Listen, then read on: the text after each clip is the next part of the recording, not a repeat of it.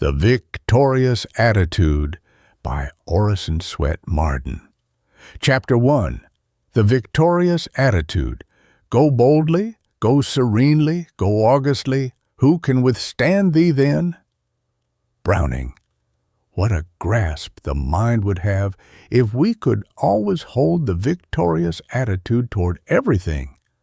Sweeping past obstacles and reaching out into the energy of the universe, it would gather to itself material for building a life in its own image. To be a conqueror in appearance, in one's bearing, is the first step toward success. It inspires confidence in others as well as in oneself. Walk, talk, and act as though you were a somebody, and you are more likely to become such. Move about among your fellow men as though you believe you are a man of importance. Let victory speak from your face and express itself in your manner. Carry yourself like one who is conscious he has a splendid mission, a grand aim in life. Radiate a hopeful, expectant, cheerful atmosphere. In other words, be a good advertisement of the winner you are trying to be. The victorious idea of life, not its failure sequence, its disappointed side. The triumphant, not the thwarted ambition side, is the thing to keep ever uppermost in the mind, for it is this that will lead you to the light. You must give the impression that you are a success, or that you have qualities that will make you successful, that you are making good or no recommendation or testimonial, however strong, will counteract the unfavorable impression you make. Our manner and our appearance are determined by our mental outlook. If we see only failure ahead, we will act and look like failures. We have already failed. If we expect success, see it waiting for us a little bit up the road. But we will act and look like successes. We have already succeeded. The failure attitude loses. The victorious attitude wins. The spirit in which you face your work, in which you grapple with a difficulty, the spirit in which you meet your problem, whether you approach it like a conqueror, with courage, a vigorous resolution, with firmness, or with timidity, doubt, fear, will determine whether your career will be one grand victory or a complete failure. It is a great thing so to carry yourself wherever you go, that when people see you coming, they will say to themselves, "Here comes a winner. Here is a man who dominates everything he touches." Thinking of yourself as habitually lucky will tend to make you so, just as thinking of yourself as habitually unlucky and always talking about your failures and your cruel fate will tend to make you unlucky. The attitude of mind which your thoughts and convictions produce is a real force which builds or tears down. The habit of always seeing yourself as a fortunate individual, the feeling grateful just for being alive, for being allowed to live on this beautiful earth and to have a chance to make goodwill.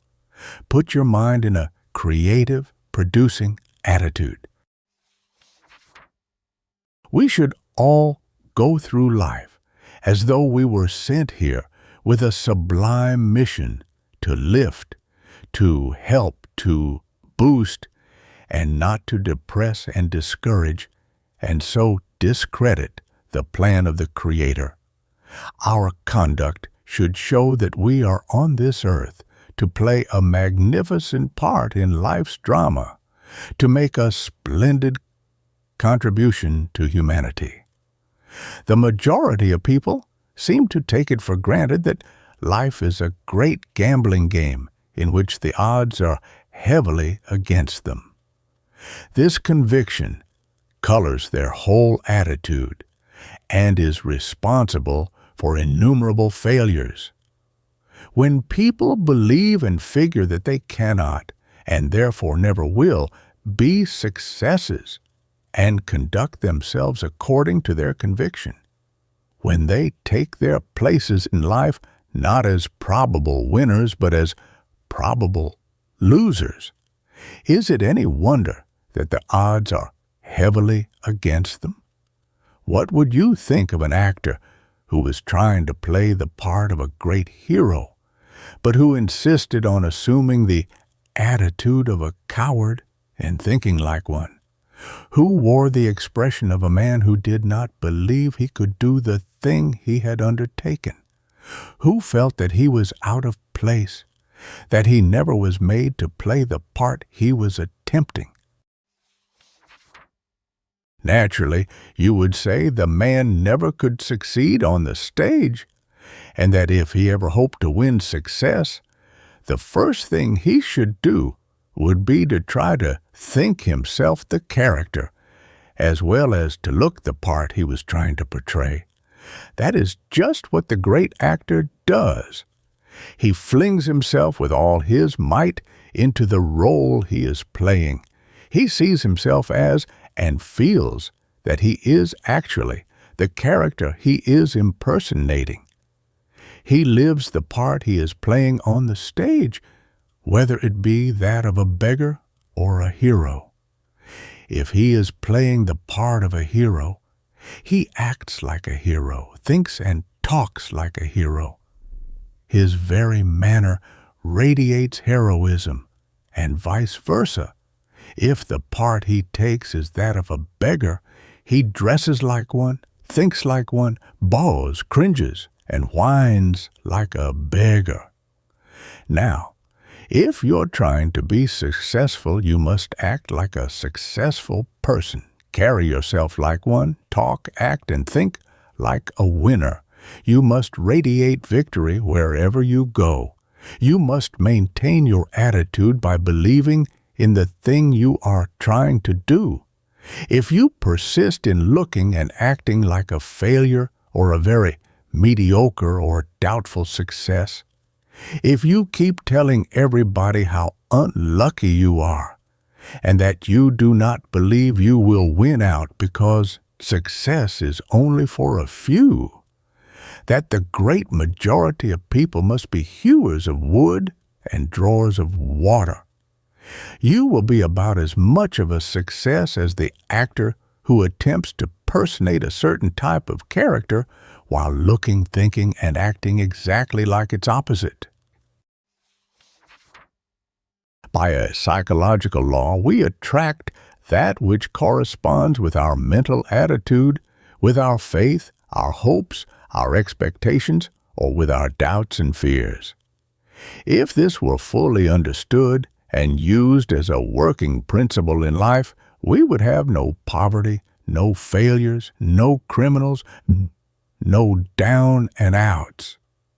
We would not see people everywhere with expressions which indicate that there is very little enjoyment in living, that it is a serious question with them whether life is really worthwhile, whether it really pays to struggle on in a miserable world where rewards are so few and uncertain and pains and penalties so numerous and so certain. Every boy, every girl should be taught to assume the victorious attitude toward life. All through a youth's education, the idea should be drilled into him that he is intended to be a winner in life, that he is himself a prince, a god in the making. From his cradle up, he should be taught to hold his head high and to look on himself as a son of the King of Kings, destined for great things. No child is properly reared and educated until he or she knows how to lead a victorious life. This is what true education means. Victory over self, victory over conditions. It always pains me to hear a youth who ought to be full of hope and high promise express a doubt as to his future career. To hear him talk about his possible failure sounds like treason to his Creator. Why, youth itself is victory. Youth is a great prophecy, the forerunner of a superb fulfillment. A young man or a young woman talking about failure is like beauty talking about ugliness, like superb health dwelling upon weakness and disease, like perfection dwelling upon imperfection. Youth means victory because everything in the life of the healthy boy or girl is looking upward. There is no downgrade in normal youth. It is its nature to climb, to look up. Its very atmosphere should breathe hope, superb promise of the future. If all children were reared with such a triumphant conception of life, with such an unshakable belief in their heritage from God, that nothing could discourage them, we would hear no talk of failure. We would soon sight the millennium. If they were made to understand that there is only one failure to be feared, failure to make good, the failure of character, the failure to keep growing, to ennoble and enrich one's life, this world would be a paradise. Life is not a losing game. It is always victorious when properly played. It is the players who are at fault. The great trouble with all failures is that they were not started right. It was not drilled into the very texture of their being in youth, that what they would get out of life must be created mentally first, and that inside the man, inside the woman, is where the great creative processes of life are carried on. There are times when we cannot see the way ahead, when we seem to be completely enveloped in the fogs of discouragement, disappointment, and failure of our plans. But we can always do the thing that means salvation for us, that is, persistently, determinedly, everlastingly, to face towards our goal, whether we can see it or not. This is our only chance of overcoming our difficulties. If we turn about face, turn our back on our goal, we are headed toward disaster. No matter how many obstacles may block your path, or how dark the way, if you look up, think up, and struggle up, you can't help succeeding. Whatever you do for a living, whatever fortune or misfortune may come to you, hold the victorious attitude and push ahead. A captain might as well turn about his ship when he strikes a fog bank because he cannot see the way ahead of him and still expect to make his distant harbor. As for you to drop your victorious attitude and face the other way just because you have run into a fog bank of disappointment or failure. The only hope of the captain's reaching his destination is in being true to the compass that guides him in the fog and darkness as well as in the light. He may not see the way, but he can follow his compass. That we also can do by holding the victorious attitude towards life, the only attitude that can ensure safety and bring us into port. Chapter 2. According to thy faith. Where there is faith, there is love. Where there is love, there is peace. Where there is peace, there is God. Where there is God, there is no need. There is a divine voice within us, which only speaks when every other voice is hushed, only gives its message in the silence. The divine self-confidence of youth, the unshaken faith that believes all things possible, often makes cynics and world-weary people smile. Yet it is the grandest, most helpful attribute of man, the finest gift of the Creator to the race. If we could retain through life the faith of ambitious, self-confident, untried youth, its unquestioning belief in its ability to carve out its ideal in the actual, what wonders we should all accomplish. Such faith would enable us literally to remove mountains. Faith believes, doubt fears, faith creates, doubt destroys. Faith opens the door to all things desirable in life, doubt closes them. Faith is an arouser, an awakener of our creative forces. It opens the door of ability and arouses creative energies. Faith is the link in the great within which connects man with his Maker. It is the divine messenger sent to guide men, blinded by doubt and sin. Our faith puts us in touch with infinite power, opens the way to unbounded possibilities, limitless resources. No one can rise higher than his faith. No one can do a greater thing than he believes he can. The fact that a person believes implicitly that he can do what may seem impossible to others shows there is something within him that has gotten a glimpse of power sufficient to accomplish his purpose. Men and women who have left their mark on the world have been implicit followers of their faith when they could see no light, but their unseen guide has led them through the wilderness of doubt and hardship into the promised land. When we begin to exercise self-faith, self-confidence, we are stimulating and increasing the strength of the faculties which enable us to do the thing we have set our heart on doing. Our faith causes us to concentrate on our object and thus develops power to accomplish it. Faith tells us that we may proceed safely, even when our mental faculties see no light or encouragement ahead.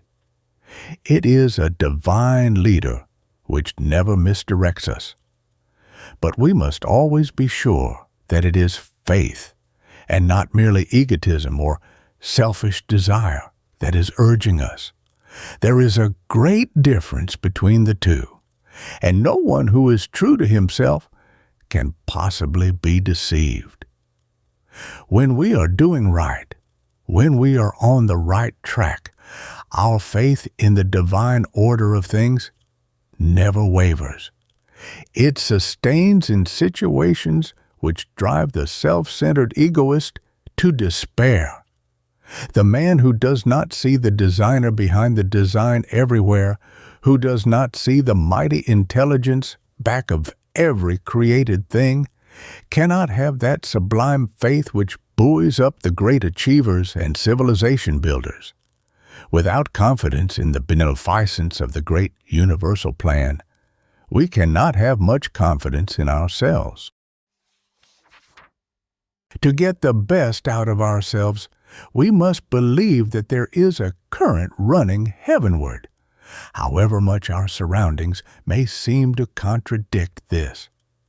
We must believe that the Creator will not be foiled in His plan, and that everything will work together for good, however much wars and crime, poverty, suffering, and wretchedness all about us may seem to deny this.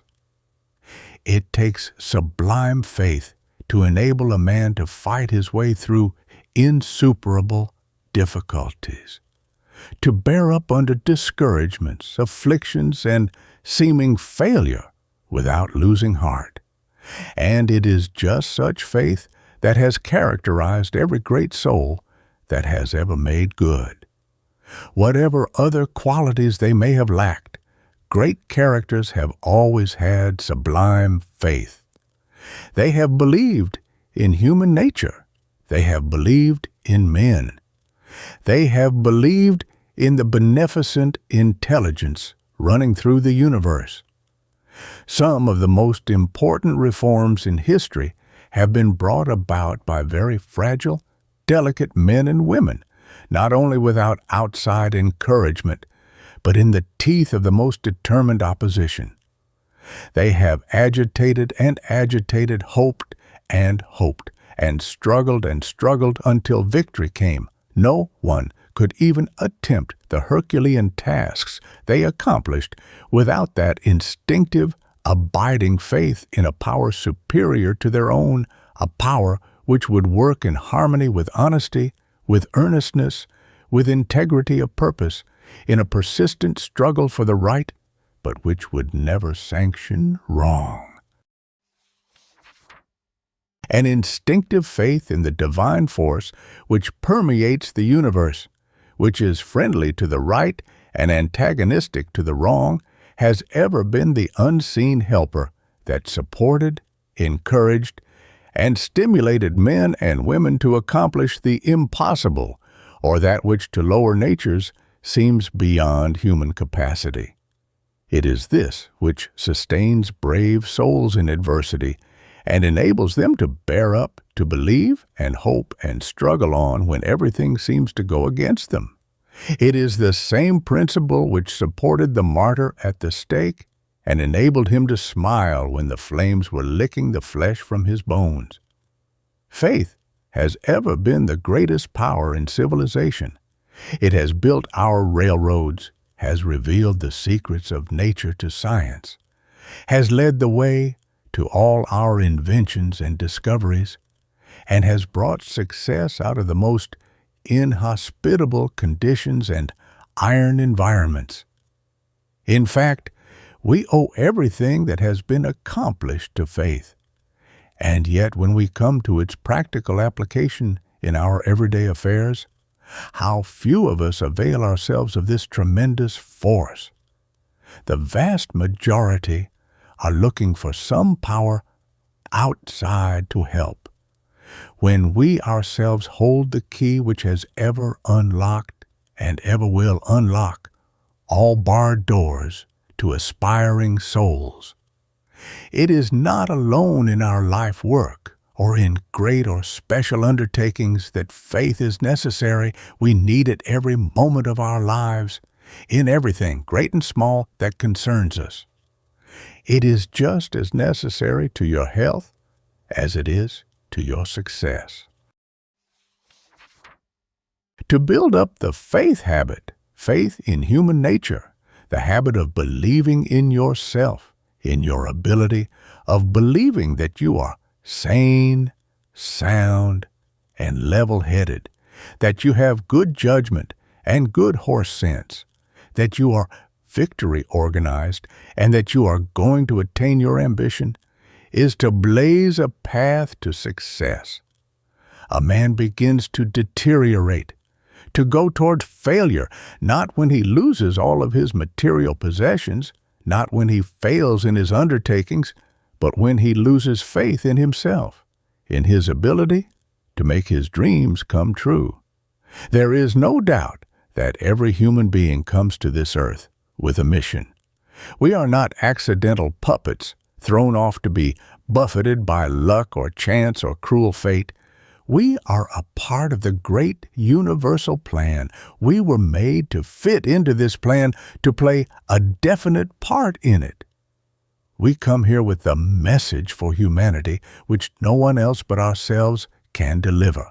And faith in our mission, the belief that we are important factors in the great creative plan, that we are, in fact, co-creators with God, will add wonderfully to the dignity and effectiveness of our lives, will enable us to perform the impossible. If every child were brought up in the firm belief that he was made for health, happiness, and success, if it were impressed on him that he should never entertain a doubt of his power to attain them, as a man he would be infinitely stronger in his powers of self-assertion and in his self-confidence. And these qualities strengthen the ability, unify the faculties, clarify the vision, and make the attainment of what the heart yearns for 100% more probable than if he had not been thus reared. The trouble with most of us is that we do not have sufficient faith in the creative power of the vigorous determination to do a thing, in the persistent endeavor backed by self-faith to accomplish what we desire. We give up too easily under discouragement. We haven't sufficient stamina and grit to push on under disheartening conditions. We want to see clear through from the beginning to the end of whatever we undertake. We refuse to have faith, yet much of the time throughout life we may have to work without any goal in sight, or at least without any clear light to see it. But if the mental attitude is right, we know that, somehow, we shall attain our heart's desire. We have merely been shown a program which we are capable of carrying out, a table of contents of our capabilities, the signs of the corresponding realities. For faith is not an idle dream, an elusive picture of the imagination. We have not been mocked by ideals and aspirations, soul yearnings and heart longings for the things which have no possible realities. Faith is not a cheat. There is ability to match the faith. You will constantly be confronted with things which tend to destroy faith in God and faith in yourself. There are many times in life when about all we can do is to hold on to the hand of the divine guide until we have run through the storm zone. We have to learn to turn away from the heartbreaks of life and to face toward the light. We have to disregard the criticisms and the discouragement of others, as well as the assaults of fear and doubt, and press on to our goal. If you go in business for yourself, if you are struggling to get an education, if you are making desperate efforts to realize your ambition, whatever it is, you will find plenty of pessimists who will predict your failure. They will tell you that you never can build up a business without a lot of capital and outside help in these times of terrific competition, that you cannot work your way through college, that you can never be whatever you are dreaming of and longing to be. You will meet plenty of obstacles and much opposition, and it will take a very stiff backbone, a lot of sand and grit to keep pushing on towards your goal against great odds. But faith is more than a match for all these. Nothing else will enable you to win out. Remember, it is not other people's faith in you, but your faith in yourself that counts most. It is a good thing to have other people's good opinion, to have their confidence in us, their faith in the success of our efforts, but it is not imperative. Our own is. No man ever gets anywhere or does anything great in this world without faith in himself, without a superb belief that he is on the right track, that he is doing the thing he was made to do, that he is going to stick to it through thick and thin to the end. It takes faith to look beyond obstacles, to see the way over difficulties, to brave opposition, and to allow nothing to swerve us from our course. You cannot keep anyone from succeeding who has an unshakable faith in his mission. You cannot crush the faith that wrestles with difficulties, that never weakens under trials or afflictions, that pushes on when everybody else turns back, that gets up with greater determination every time it is knocked down. Cling to your faith no matter what happens. It is your best friend. Like the magnetic needle on the ship's deck, which will find the North Star, no matter how dense the fog, how dark the night, or how threatening the tempest. Your faith, even though you cannot see, will find the way. It sees the open road beyond the mountain of difficulties which shuts out the vision of the other faculties. We are just beginning to see that faith is as much a real force as is electricity. It is faith that removes mountains, mountains of difficulty, of opposition, of doubt, of distrust. It clears the track of all obstructions. It makes stepping stones of stumbling blocks. Faith is the most powerful, the most sublime of human attributes. Without it, the bottom would drop out of civilization. It is the fundamental principle of life. Faith is the basis of health, of success, of happiness, of love itself. It believes in, hopes, trusts, clings to the loved one in spite of all faults and sins. It is faith that heals, that achieves, that hopes. The very feeling of harmony between ourselves and our God, that which gives assurance, a sense of protection and of safety which nothing else can give, is born of our faith in Him, in whom we live and move and have our being. We must realize and appreciate more and more our divinity, the fact that we are made in the image of our Creator and that we must partake consciously of His qualities. Then we will have more faith in our powers. When we are conscious of having qualities like His, we can rise above apparent limitations, above hereditary weakness. It is all preeminently a question of holding the right thought.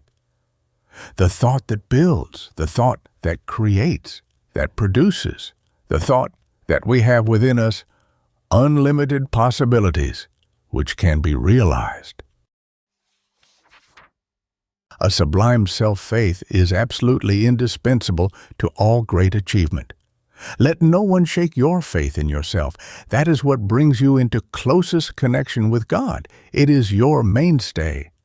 There is no magic like faith. It elevates, refines, and multiplies the power of every other faculty. Whether we are starting out in life or going downhill on the other side, facing the transition we call death, faith is our bracer, the trusty leader that will never fail to guide us to the home of our heart's desire. If you are filled with a great faith, you will not fear though you walk through the valley of the shadow. Though the way may be dark, faith will lead you into the light, the power that has sustained you every moment of your existence, and without which you could not exist a fraction of a second, will certainly not leave you in your greatest need. I will not doubt. Well anchored in the faith, like some staunch ship, my soul braves every gale, so strong its courage that it will not fail to breast the mighty unknown sea of death. Oh, may I cry when body parts with spirit, I do not doubt, so listening worlds may hear it with my last breath. Chapter 3. Doubt the traitor. Faith is the torch that leads the way when the other faculties cannot see. It is doubting and facing the wrong way, facing toward the black, depressing, hopeless outlook that kills effort and paralyzes ambition. There is a divine current within us which would always flow Godward, always lead to our ultimate advantage. Did we not obstruct it or turn it aside by our doubts and fears? He who has conquered doubt and fear has conquered failure. If you utter a lie with the conviction that you are speaking the truth, people will believe what you say. Whereas if you proclaim a truth in a weak, hesitating voice, in a doubting manner, no one will believe you.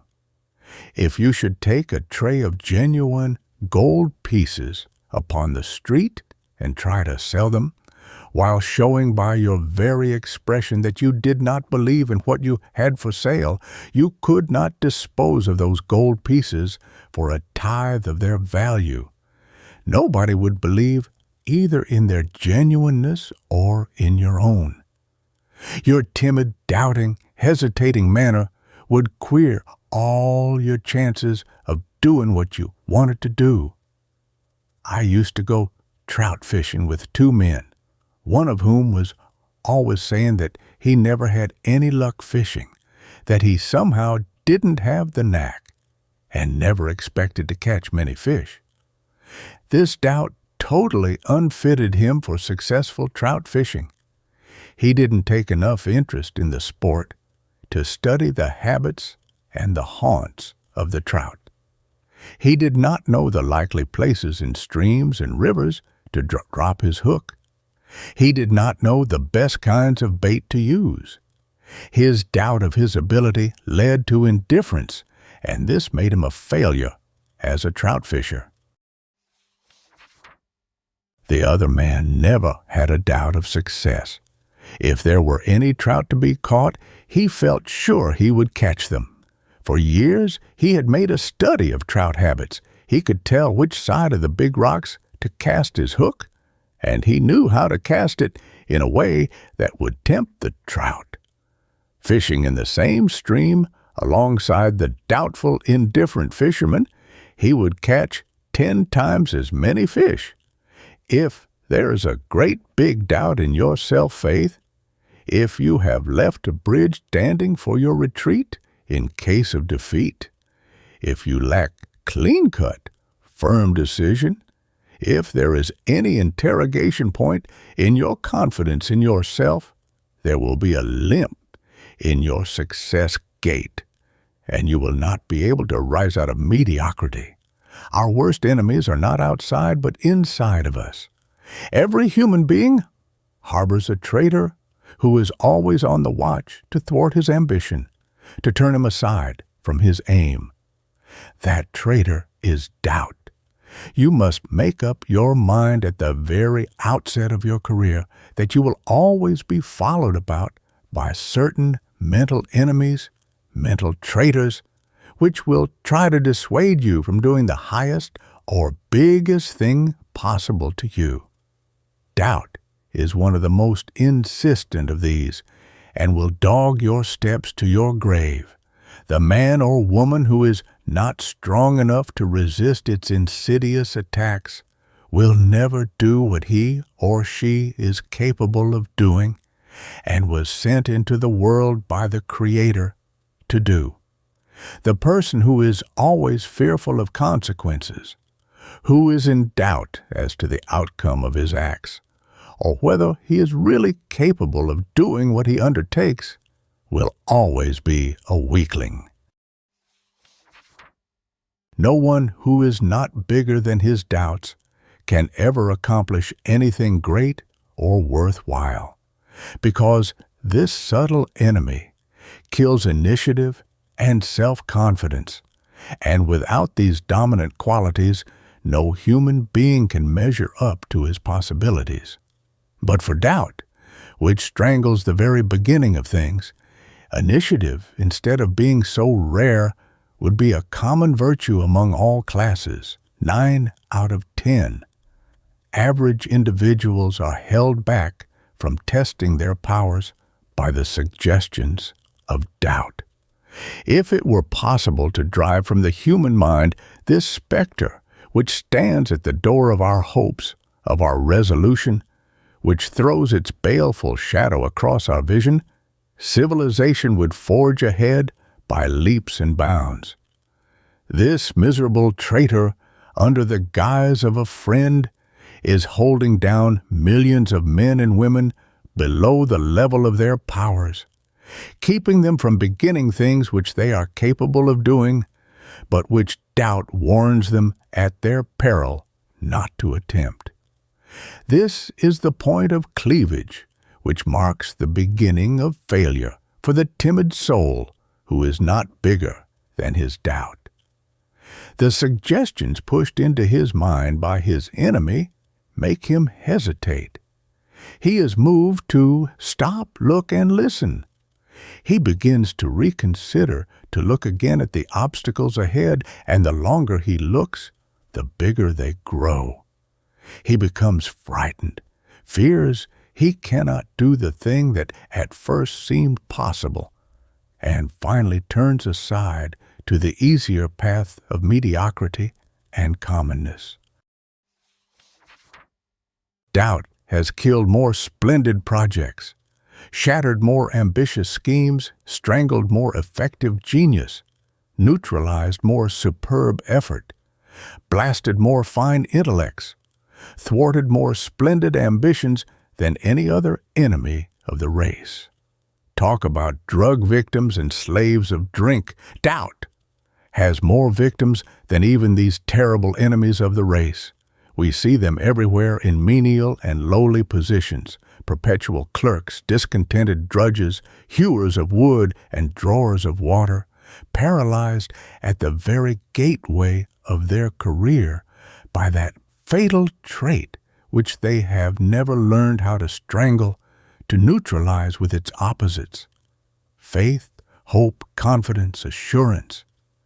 The great prizes of life are for the courageous, the dauntless, the self-confident, the timid, hesitating, vacillating man who listens to his doubts and fears, stops to make up his mind, and the opportunity has passed beyond his reach. No matter what you attempt to do, what new enterprise you may undertake, what progressive plans you may make, the traitor doubt will bob up and call a halt, will try to dissuade you from your purpose. It will suggest to you how many others have undertaken similar things and have gone to the wall, have failed to accomplish what they expected. It will tell you that you had better go slow, that it is foolish to go into business in times like these, that you should wait until you are better prepared, until you have more capital. In short, that there are stumbling blocks in the way, and that you must consider the step very carefully before you venture to decide. Doubt kills activity, discourages ambition, and destroys or neutralizes the biggest brain power. It would make a pygmy of a Webster. By filling his mind full of doubt of his own creative power, a hypnotist could make a Shakespeare believe he was a fool. He could inject a doubt into the mind of a Napoleon that would cut his genius down to the mediocrity of a common soldier. The doubting Thomases never get anywhere because they have no vision, and without a vision, the people perish. The man who would do anything worthwhile in this world must have a vision, and he must have courage to match it. Courage is the great leader in the mental realm. Whatever paralyzes it strangles the initiative, kills the ability to do things. Doubt is its greatest enemy. It suggests caution at the very moment when everything depends on boldness. If a general were to be overcautious, to wait for absolute certainty in regard to results before putting his plan of campaign into action, he would never win a battle. We are creatures of habit, and the constant raising of doubts in our minds as to our ability to do what we want to do in time becomes a habit of thinking we can't. And when we think we can't, we can't. When a man begins to listen to his doubts, he is beginning to weaken. Why delay beginning the thing that you know perfectly well you ought to do? What are you afraid of? Failure, even in an honorable attempt, is preferable to forever postponing the thing that you ought to do. Is it the additional responsibility you shrink from, the extra work? Do you have a horror of possible failure? Do you shrink from the possible humiliation of losing out in your venture? What is it that enlarges your doubt and holds you back? Some handicap, some invisible thread? Are you carrying a great excess of baggage, clinging to unnecessary things which handicap you? Your doubt of your success is probably your biggest handicap, but it would be 1,000 times better to make mistakes by forging ahead too rapidly, by undertaking more than we can carry out, than to be forever hovering upon the edge of doubt, delaying, postponing, waiting for certainty until we become slaves of a habit which we cannot break. And remember that the habit of putting off, of waiting to see how things are going to turn out, to see if something more certain, something with less of risk will not turn up, is fatal to initiative, fatal to leadership, fatal to efficiency. Have you done the biggest thing you are capable of doing? Is it not possible that there is something within you, some unworked mental territory, which, if cultivated, would lead you out into that wider field you dreamed of when a youth? Why do you go on year after year in the same old rut, expressing nothing, doing the same old thing in the same old way? Because doubt whispers it would be rash to try new ways, new ideas. How long have you been just an ordinary employee? Do you realize that habit is getting a tremendous grip upon you, and that before you realize it, you may be a perpetual clerk? Are you not tired of having your plans thwarted, your efforts blighted by the traitor, doubt?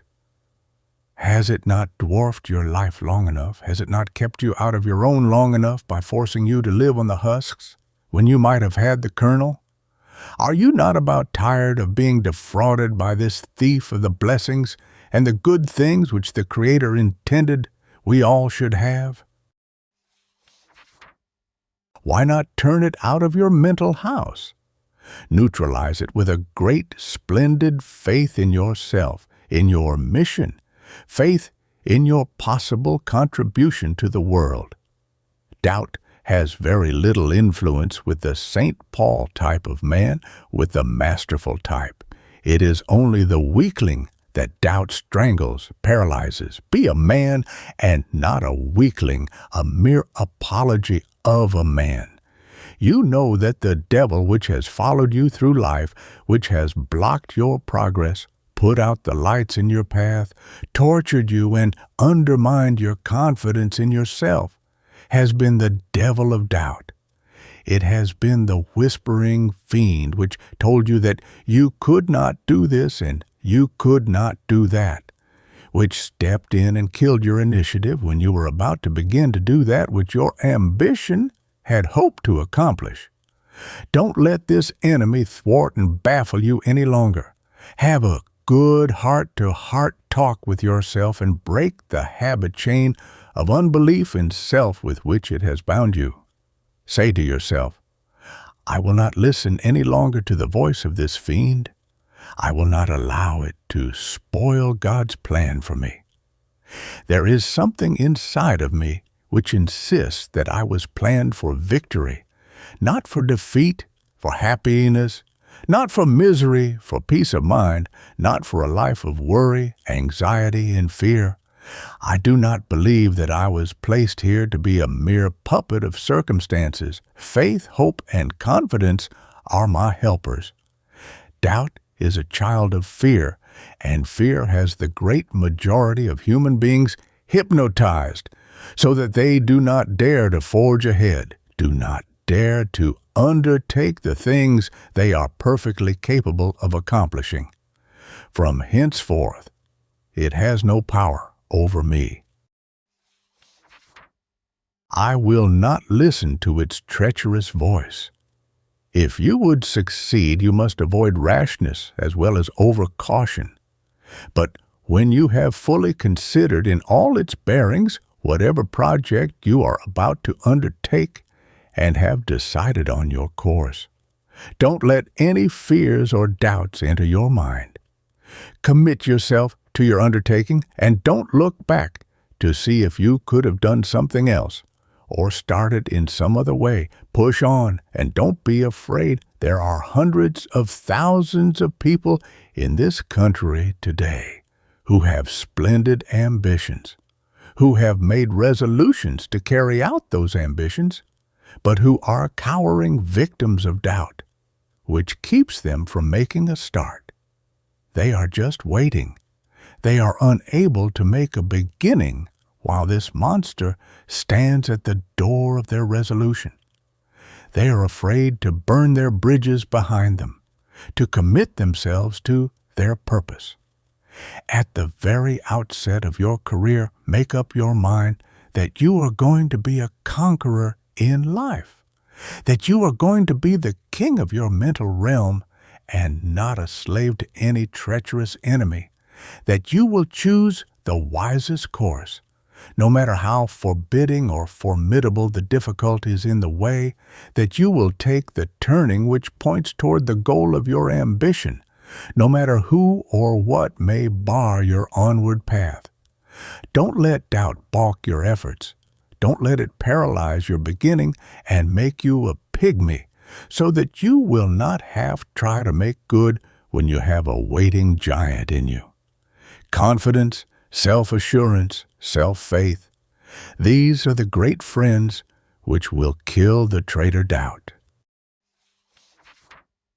Chapter 4. Making Dreams Come True. Every great soul of man has had its vision and pondered it until the passion to make the dream come true has dominated his life. Washington, in a letter written when he was but 12 years old, said, "I shall marry a beautiful woman. I shall be one of the wealthiest men in the land. I shall lead the army of my colony. I shall rule the nation which I helped to create." The late J. Pierpont Morgan's fortune was built largely by the dynamic forcefulness of his thought, of his mental visualizing, the nursing of his youthful visions. He was a man of varied and aesthetic tastes, but he concentrated upon finance, and he became the world's master in its science. Whatever an individual or a people concentrates upon it tends to get, because concentration is just as much of a force as is electricity. The youth who concentrates upon law, thinks law, dreams law, reads everything he can get hold of relating to law, steals into courts, listens to trials at every chance he gets, is sure to become a lawyer. It is the same with any other vocation or art, medicine, engineering, literature, music, any of the arts or sciences. Those who concentrate upon an idea, who continue to visualize their dreams, to nurse them, who never lose sight of their goal, no matter how dark or forbidding the way, get what they concentrate on. They make their minds powerful magnets to attract the thing on which they have concentrated. Sooner or later, they realize their dreams. If you can concentrate your thought and hold it persistently, work with it along the line of your greatest ambition, nothing can keep you from its realization. But spasmodic concentration, spasmodic enthusiasm, however intense, will peter out. Dreaming without effort will only waste your power. It is holding your vision, together with persistent, concentrated endeavor on the material plane that wins. Everywhere there are disappointed men and women who have soured on life because they could not get what they longed for. A musical or art education, the necessary training for authorship, for law or medicine, for engineering, or for some other vocation to which they felt they had been called. They are struggling along in an uncongenial environment, railing at the fate which has robbed them of their own. They feel that life has cheated them, when the truth is they have cheated themselves. They never got the spindle and distaff ready that would have drawn to them the flax for the spinning of a happy and complete life web. They did not insistently and persistently send out their desires and longings. They did not nurse them and positively refuse to give them up. Above all, they did not put forth their best efforts for their realization. 3 things we must do to make our dreams come true. Visualize our desire. Concentrate on our vision. Work to bring it into the actual. The implements necessary for this are inside of us, not outside. No matter what the accidents of birth or fortune, there is only one force by which we can fashion our life material, mind. The power that makes our desire, our vision, a reality is not in our environment or in any condition outside of us. It is within us. There is some unseen, unknown magnetic force developed by a long-continued concentration of the mind upon a cherished desire that draws to itself the reality which matches the desire. We cannot tell just what this force is that brings the thing we long for out of the cosmic ether and objectifies it, shapes it to correspond with our longing. We only know that it exists.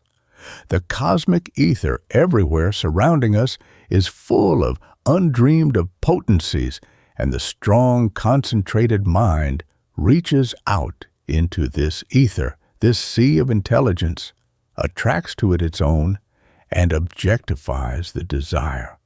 All human achievements have been pulled out of the unseen by the brain, through the mind reaching out and fashioning the wealth of material at its disposal into the shapes which match the wishes, the desires of the achievers. All the great discoveries, great inventions, great deeds that have lifted man up from his animal existence have been wrought out of the actual by the perpetual thinking of and visualizing these things by their authors. These grand characters clung to their vision, nursed it until they became mighty magnets that attracted out of the universal intelligence the realization of their dreams. The brain cells grow in response to desire. Where there is no desire, there is no growth. The brain develops most in the direction of the leading ambition, where the mental activities are the most pronounced. The desire for a musical career, for instance, develops the musical brain cells. Business ambition develops that part of the brain which has to do with business, the cells which are brought into action in executive management, in administering affairs, in money-making. Wherever we make our demand upon the brain by desire, that part responds in growth. Most of us, instead of treating our leisures seriously, trifle with them as though they were only to be played with, as though they never could be realities. We do not believe in their divinity. We regard our heart longings, our soul yearnings, as fanciful vagaries, romances of the imagination. Yet we know that every invention, every discovery or achievement that has blessed the world began in a desire, in a longing to produce or to do a certain thing, and that the persistent longing was accompanied by a struggle to make the mental picture a reality. It is difficult for us to grasp the fact that ambition, accompanied by effort, is actually a creative power which tends to realize itself. Our minds are like that of the doubting disciple, who would not believe that his Lord had risen until he had actually thrust his finger into the side which had been pierced by a cruel spear. Only the things that we see seem real to us, when, as a matter of fact, the most real things in the world are the unseen. The potency of our desires, of our soul longings, when backed by the effort to make them realities, is just as real as is that of any of the unseen forces in nature's great laboratory. The great cosmic ether is packed with invisible potentialities. Whatever comes out of it to you comes in response to your call. Everything you have accomplished in life has been a result of a psychic law which, consciously or unconsciously, you have obeyed. Do not make the mistake of thinking that the way will not open, because you cannot now see any possible means of achieving that for which you long. The very intensity of your longing for a certain career, to do a certain thing, is the best evidence that you have the ability to match it, and that this ability was given you for a purpose, even to play a divine, a magnificent part in the great universal plan.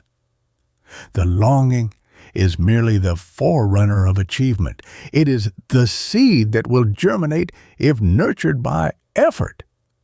If, however, you stop at sowing the seed, you will get just about as much harvest as a farmer would get if he should sow his seeds without preparing the soil, without fertilizing or cultivating it or keeping down the weeds. It is the blending of the practical with the ideal that brings the harvest from the seed thought. You must keep on struggling toward your ideal. No matter how black and forbidding the way ahead of you, just imagine you are carrying a lantern which will advance with you and give light enough for the next step. It is not necessary to see to the end of the road. All the light you need is for the next step. Faith in your vision and persistent endeavor will do the rest.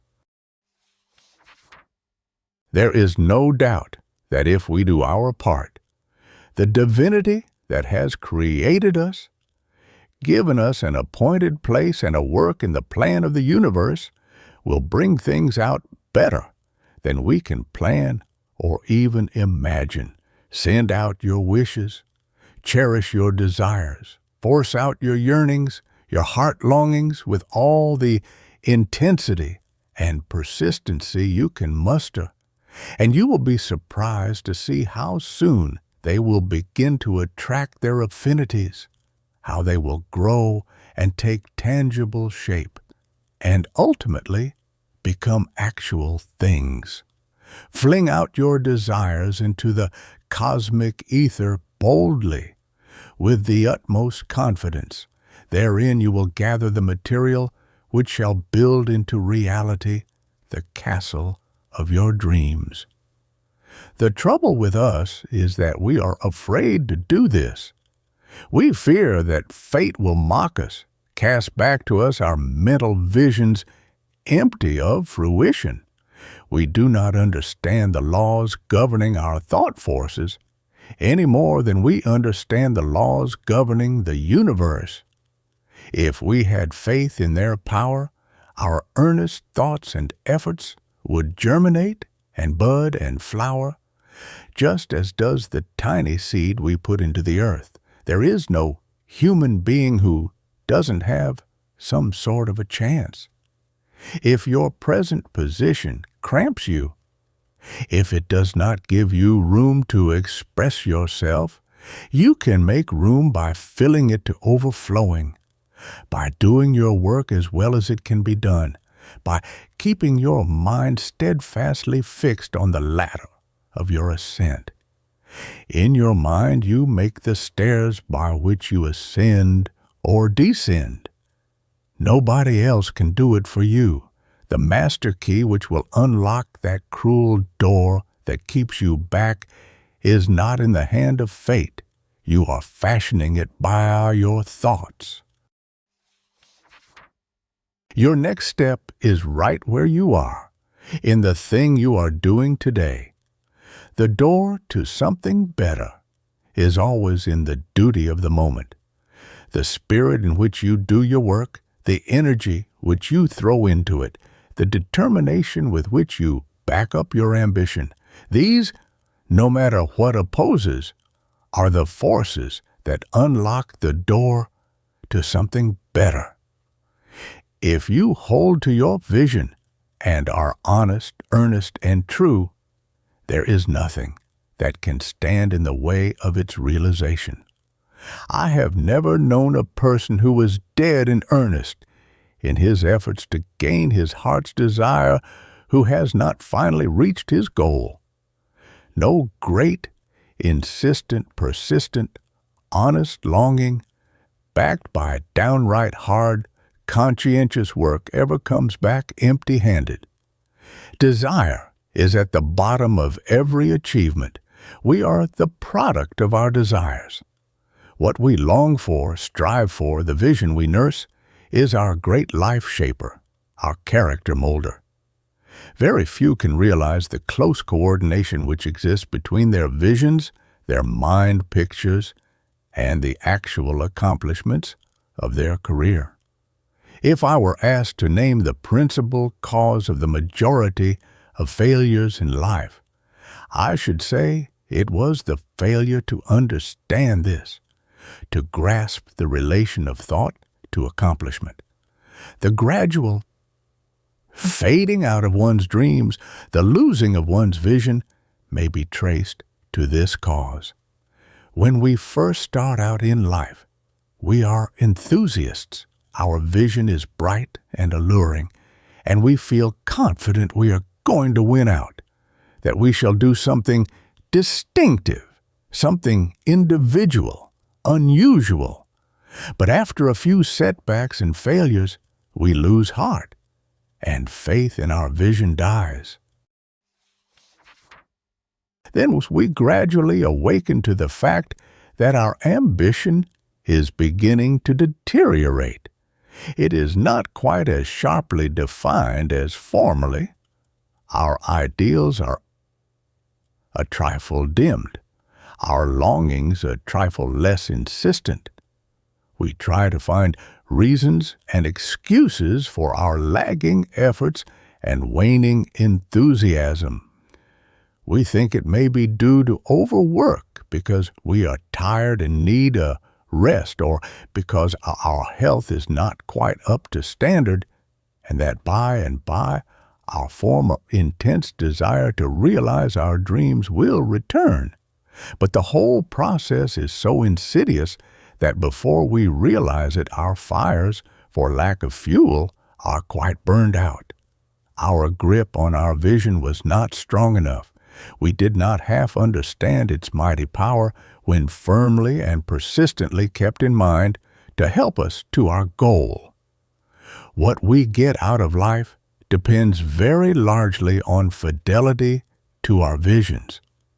If we believe in them, we will not let them die for lack of nursing.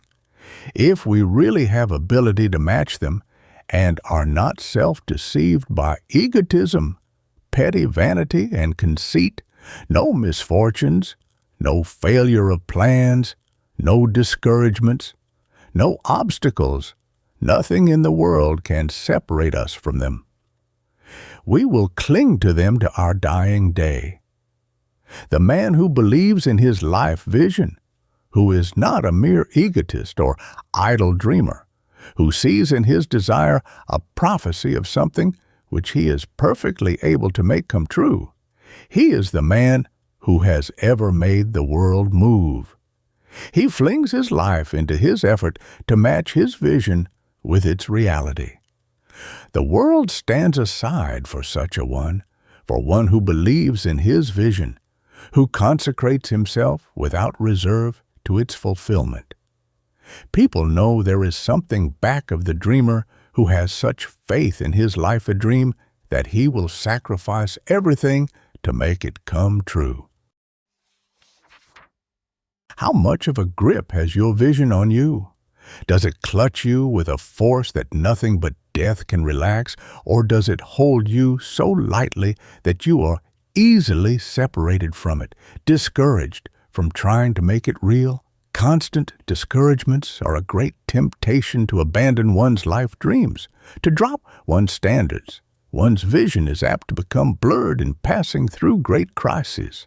in periods of general depression, in times of financial stress, but this is really the test of a strong character, that he does not allow obstacles to divert him from his one aim.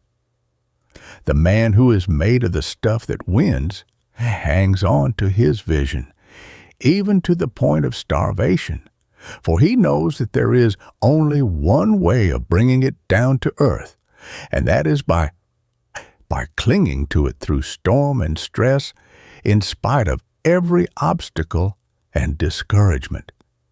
Never mind what discouragements, misfortunes, or failures come to you. Let nobody, no combination of unfortunate circumstances, destroy your faith in your dream of what you believe you were made to do. Never mind how the actual facts seem to contradict the results you are after. No matter who may oppose you or how much others may abuse and condemn you, cling to your vision, because it is sacred.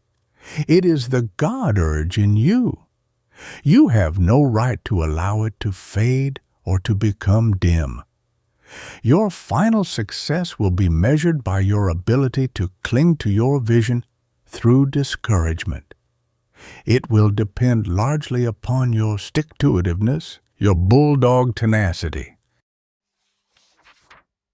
If you shrink before criticism and opposition, you will demagnetize your mind and lose all the momentum which you have gained in your previous endeavor. No matter how black or threatening the outlook, keep working, keep visualizing your life dream, and some unexpected way will surely open for its fulfillment. Put out of your mind forever any thought that you can possibly fail in reaching the goal of your longing. Set your face toward it. Keep looking steadfastly in the direction of your ambition, whatever it may be.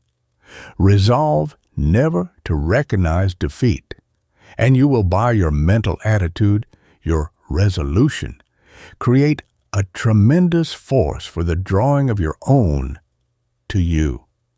If you have the grit and stamina to persevere to the end, if you persistently maintain the victorious attitude toward your vision, victory will crown your efforts.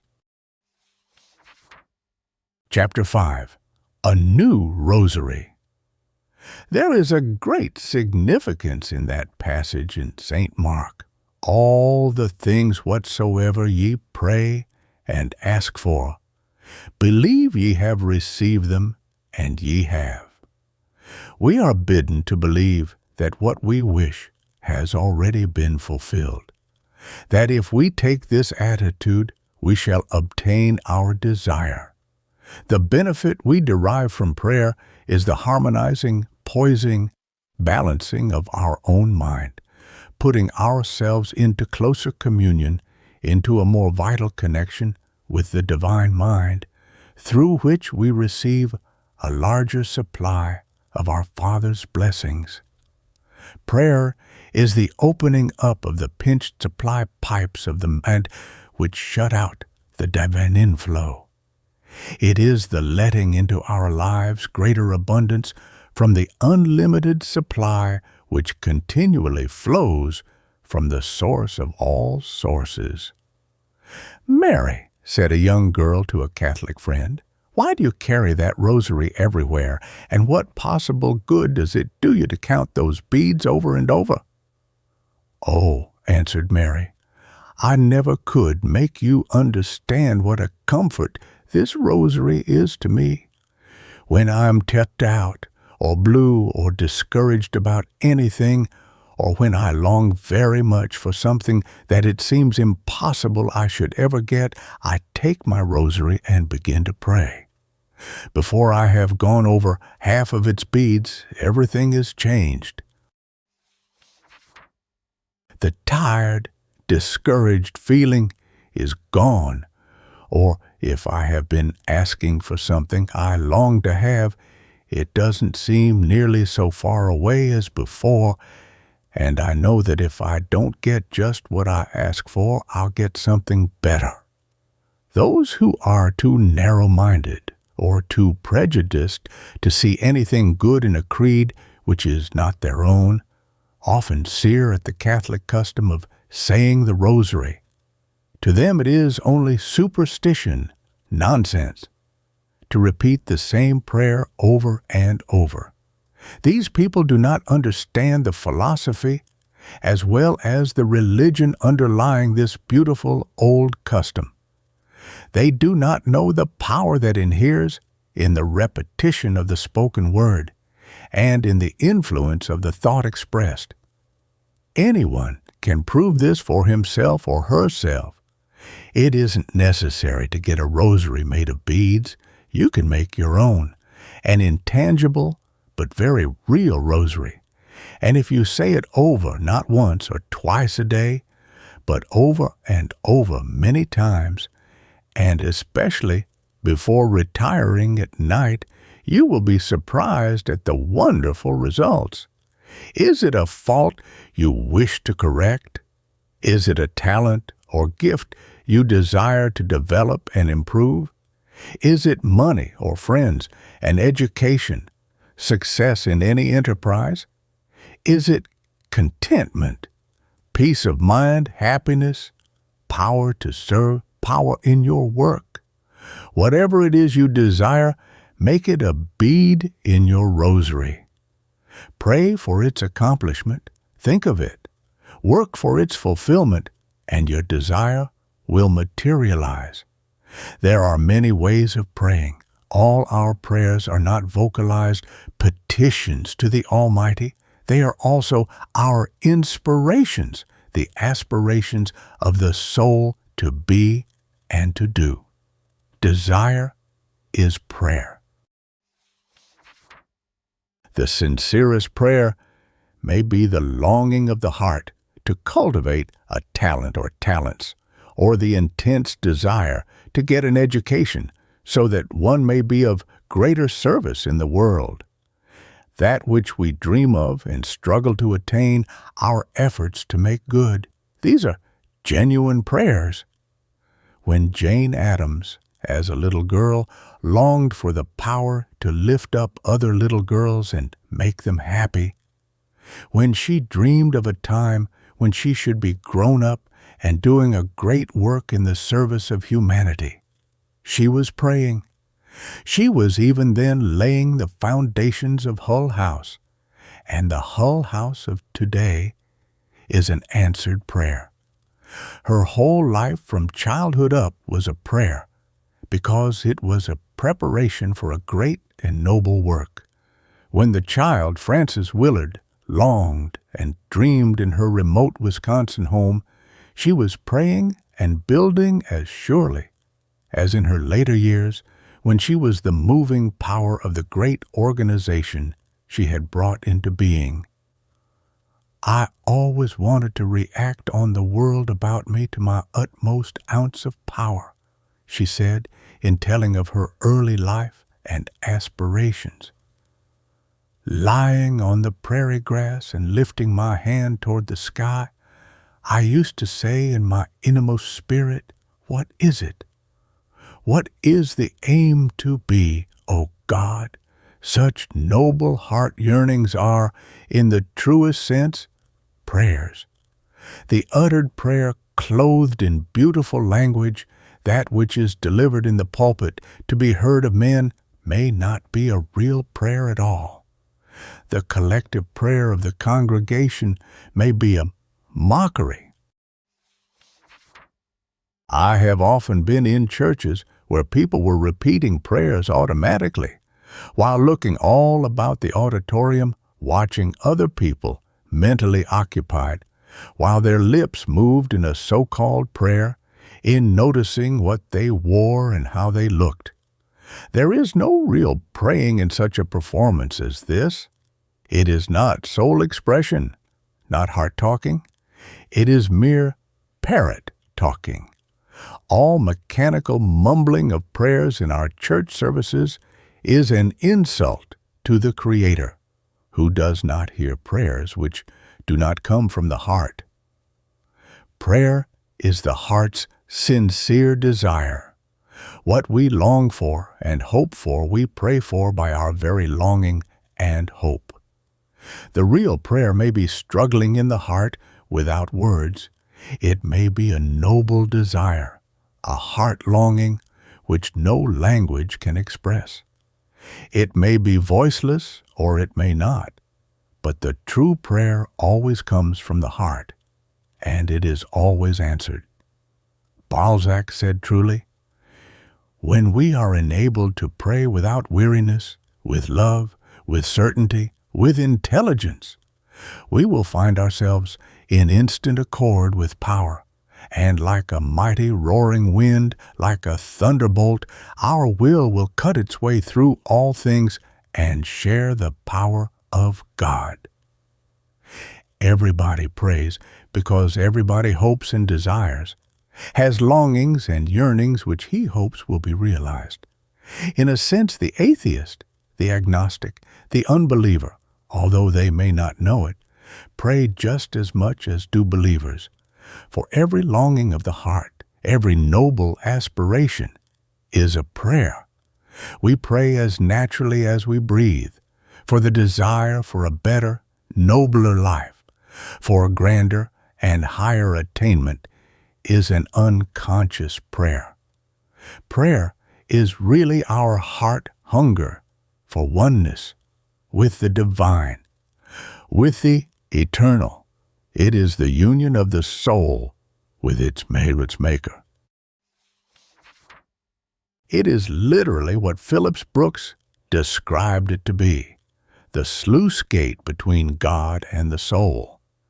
Many people mistake the very nature of prayer and complain that it is no use to pray because their prayers are never answered.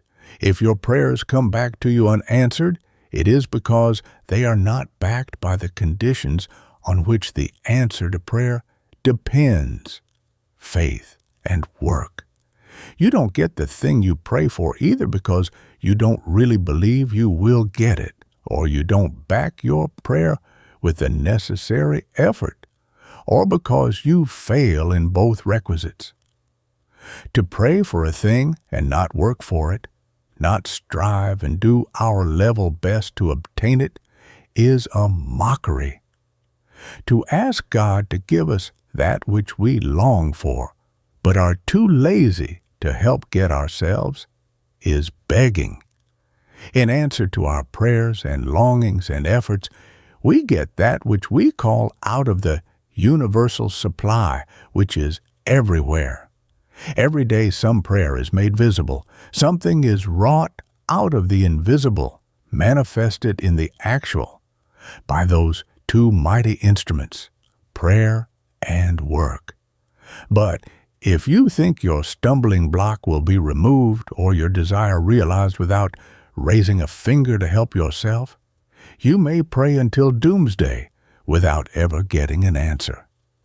Prayer without faith is of no avail, and faith without work is a barren virtue. The answer to your prayers is right inside of yourself. They are answered by your obeying the natural as well as the spiritual law of all supply. If you don't do your part in the actual working world down to the minutest detail, your prayer is bound to come back to you unanswered. Everything in the universe has its price, a perfectly legitimate one.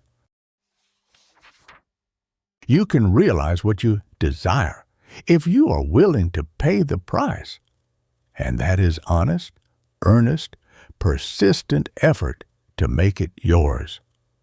The Creator answers your prayer by fitting you to answer it yourself, by enabling you to put into practice the law of demand and supply. The fundamental principle on which answer to prayer is based. You must put yourself in absolute harmony with the thing you pray for. It cannot be forced. You must attract it. Answer to prayer comes only to a receptive mind in a positive condition. That is, in a condition to create, to achieve. The law of affirmation and the law of prayer are one and the same. Affirm that which you wish, work for it, and it will be manifest in your life. Affirm it confidently with the utmost faith, without any doubt of what you affirm. Say to yourself, I am that which I think I am, and I can be nothing else. But if you affirm, I am health, I am prosperity, I am this or that, and do not believe it, you will not be helped by affirmation. You must believe what you affirm. You must constantly strive to be what you assert you are, or your affirmations are but idle breath. Make yourself a new thought rosary, not of set formal prayers, but an original one whose beads shall be your heart's aspirations, your desires to evolve the strong, radiant, successful, happy man or woman the Creator has involved in you.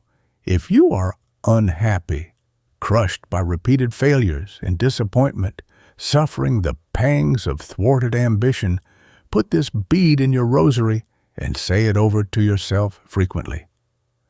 The being God made was never intended for this sort of life. Mary or John, addressing yourself by name, God made you for success, not failure. He never made anyone to be a failure.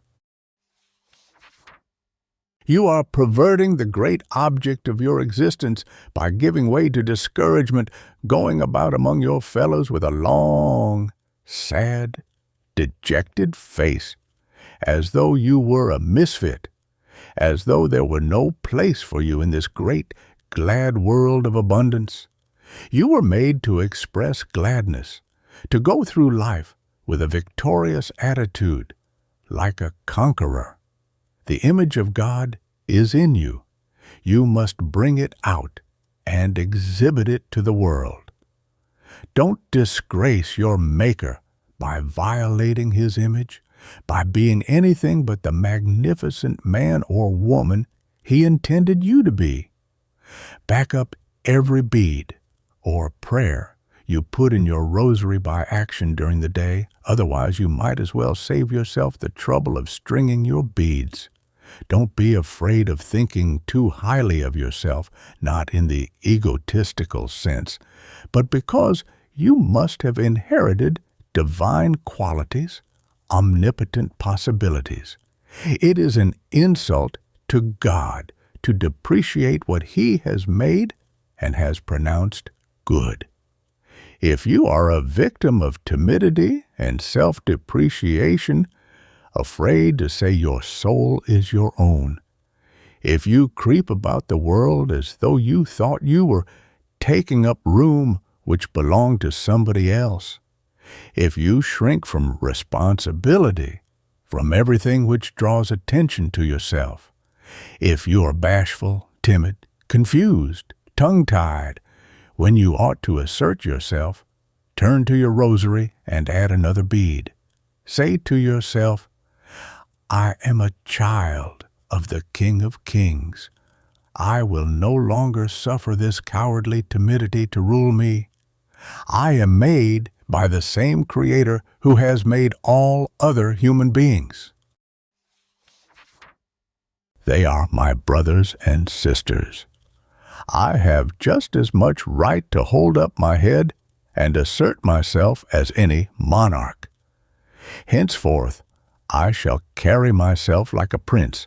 I will act like one, and will walk the earth as a conqueror.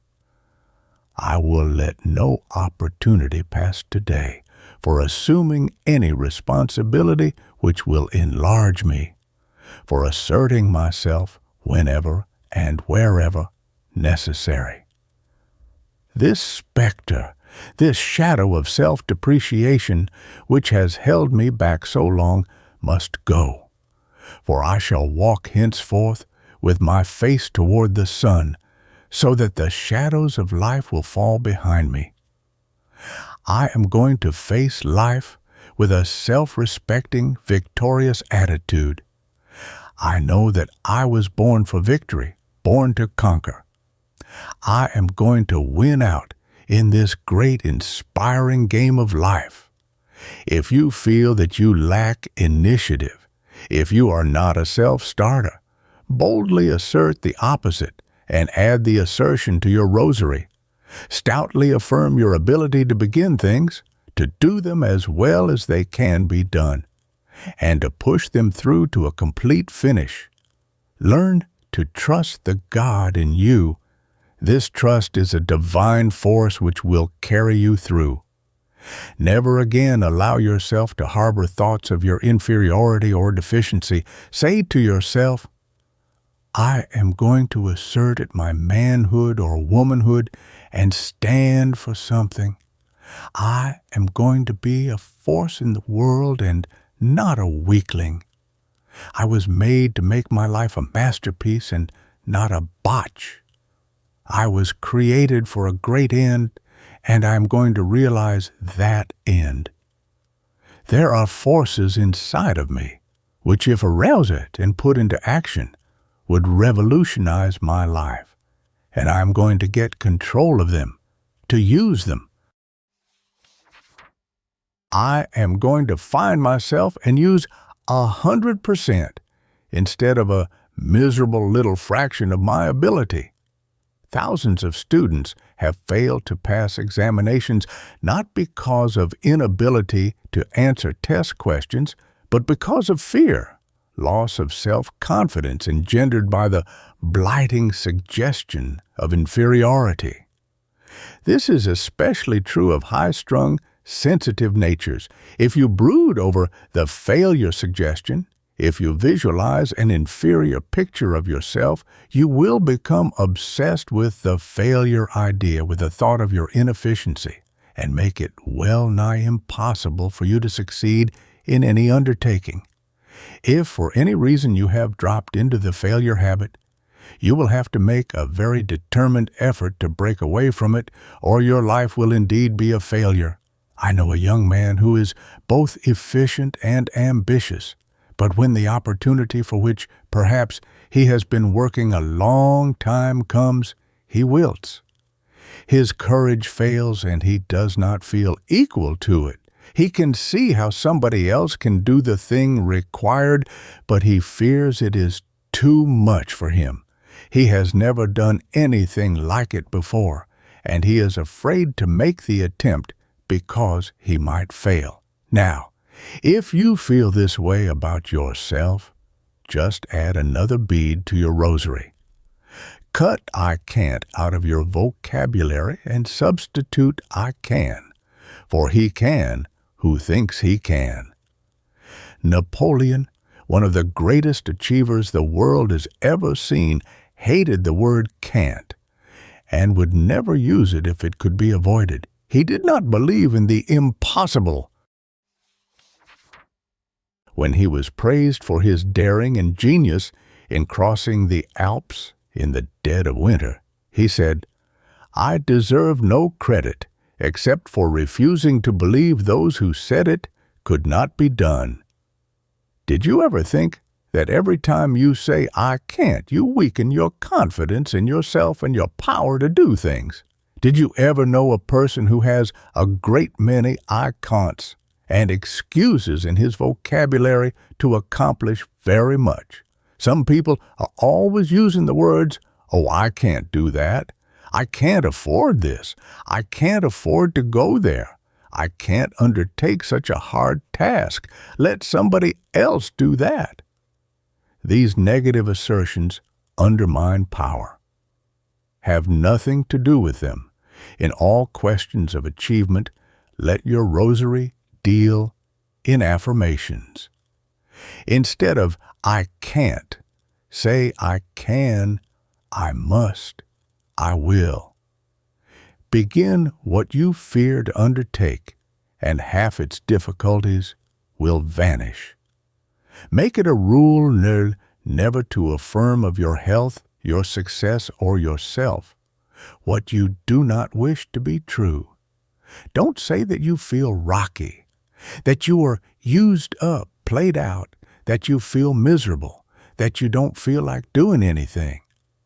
Never tell people of your aches and pains, for every repetition means etching the black pictures of these conditions deeper and deeper into your consciousness.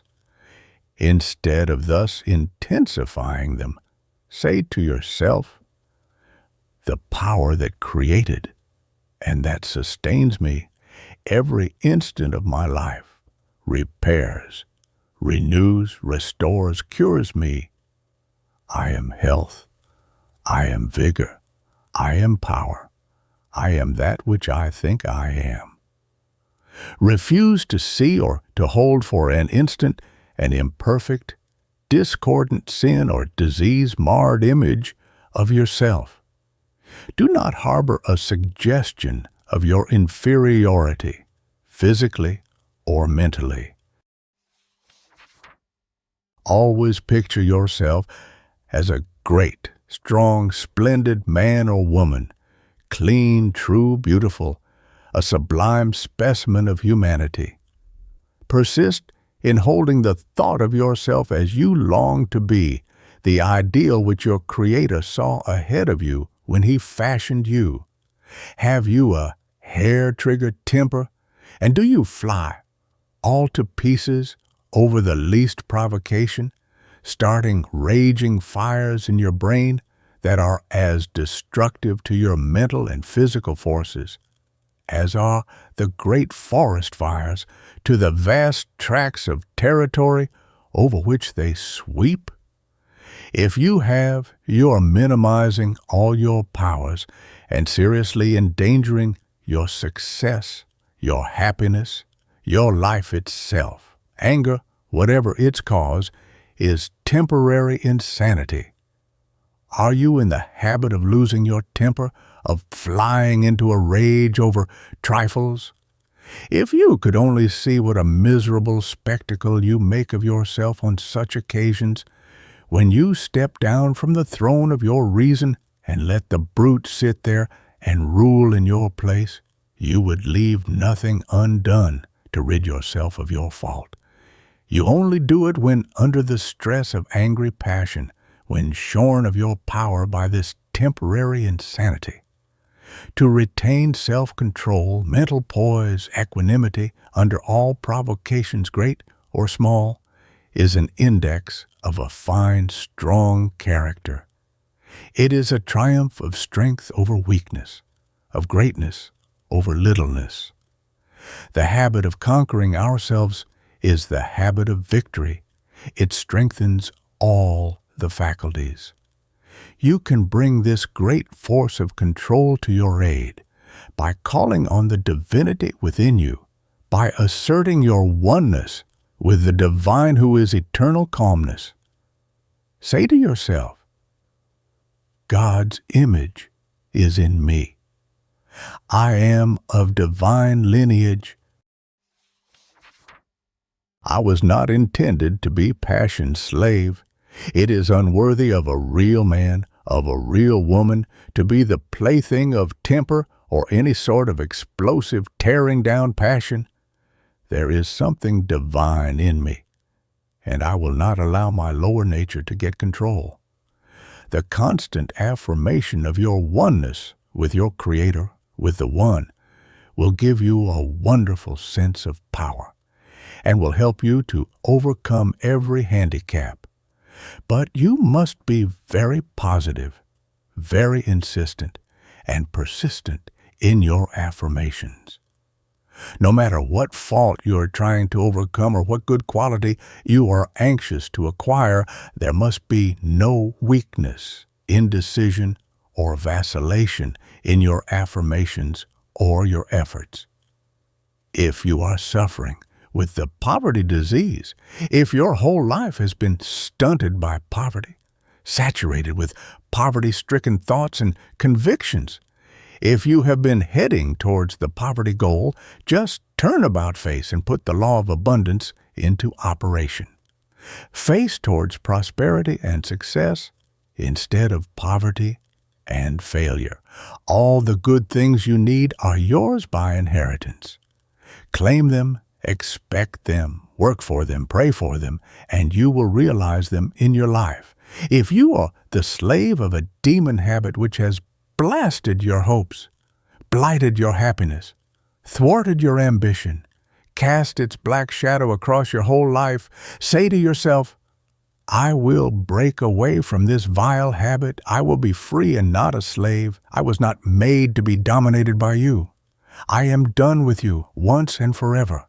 The appetite for you is destroyed. There is something divine within me, which makes me perfectly able to overcome you. You have humiliated, insulted me, tyrannized over me long enough. Now I defy you. Your power over me is at an end. The spell is broken. Hereafter, I am going to walk the earth as a conqueror, a victor, not as a slave. I am going to front the world with my head up and face forward. There is no inferiority or depravity about the man God made. No matter how low you may have fallen, the God image in you never can be smirched or depraved. It is as perfect in the worst criminal in the penitentiary as it is in the greatest saint. There is something in every human being that is incontaminable, something which is never sick, never diseased, and which never sins. This is the God in us, and herein lies the hope of the most brutal human being on the earth. There is something in him that is divine, sinless, immortal, the God in him which, when called, will instantly rush to his aid. The secret of all health, prosperity, happiness, power, love of victorious living is a consciousness of union, of oneness with the divine. This is the secret of all human blessedness. When you are in this Godward current, you are nearer to God, and you cannot fear, for you know that no harm can come to infinite power. The closer we are to divinity, the greater our strength and efficiency. What makes us weak and inefficient is that we have shut off this power by our wrong thinking, vicious living. Your life will take on a new meaning, a diviner dignity, when you consciously realize your at-one-ment with the great creative, sustaining principle of the universe. Nothing will be of more help to you in achieving this great result than the constant daily use of your New Thought Rosary. It will help you to put further and further away the things that make you weak, that make you think you are a mere puppet at the mercy of a cruel fate, which tosses you about in the world regardless of your own birthright, desires, and volition. You can make each bead a prayer, an affirmation, to lead you closer and closer to the source of all things, whether it be the overcoming of a vicious habit, the strengthening of some defect or deficiency, the getting away from poverty and despair, whatever you desire. You can repeat your affirmation concerning it silently, if with others, audibly when you are alone, until it becomes a part of you. Especially repeat the beads of your rosary which fit your greatest needs before retiring to sleep. If you have been demagnetizing yourself, neutralizing your hopes, your ambition, and your efforts, by your black, vicious outlook upon life, by your doubts and worries, your fear of poverty, of sickness, of misfortune, of death, put these things out of your mind and say, God is my helper. God is my supply. I cannot want. God is my shepherd. I cannot lack. I must live in full realization of my oneness with infinite life. Each one of us is a part of the living God, and we are powerful, victorious, and happy just in proportion as we realize our oneness with Him, and weak abject and miserable just in the degree we separate ourselves from Him, the All-Source, the All-Supply. Chapter 6. Attracting the Poorhouse. As long as you hold the poorhouse thought, you are heading toward the poorhouse. A pinched, stingy thought means a pinched, stingy reply, no matter how hard one may work. If he constantly holds the poverty ideal, the poorhouse thought, in his mind, he is driving away the very thing he is pursuing. The man who sows failure thoughts, poverty thoughts, can no more reap success, prosperity harvests, than a farmer can get a wheat crop from sowing thistles. Poverty is a mental disease. Observation and long study of the question have convinced me that, as a rule, people who make miserable failures of their lives expected to do so. They had such a horror of the poorhouse, they lived in such terror of coming to want, that they shut off the very source of their supply. They had so warped their minds that they could see nothing ahead but poverty. They wasted the precious energy which might have been utilized in happiness and prosperity building, in expecting, dreading, and preparing for the dire things that might come upon them. And, according to the law, they got what they dreaded and feared. So long as people talk poverty, think poverty, expect it, get ready for it, they will have poverty. Preparedness for poverty, expecting it, attracts it, confirms poverty conditions. We are constantly drawing to ourselves that which we expect. If you are sending out a perpetual poverty thought current, a doubt current, a discouragement current, no matter how hard you may be working in the opposite direction, you will never get away from the current you set in motion. The sort of thought current you generate will flow back to you.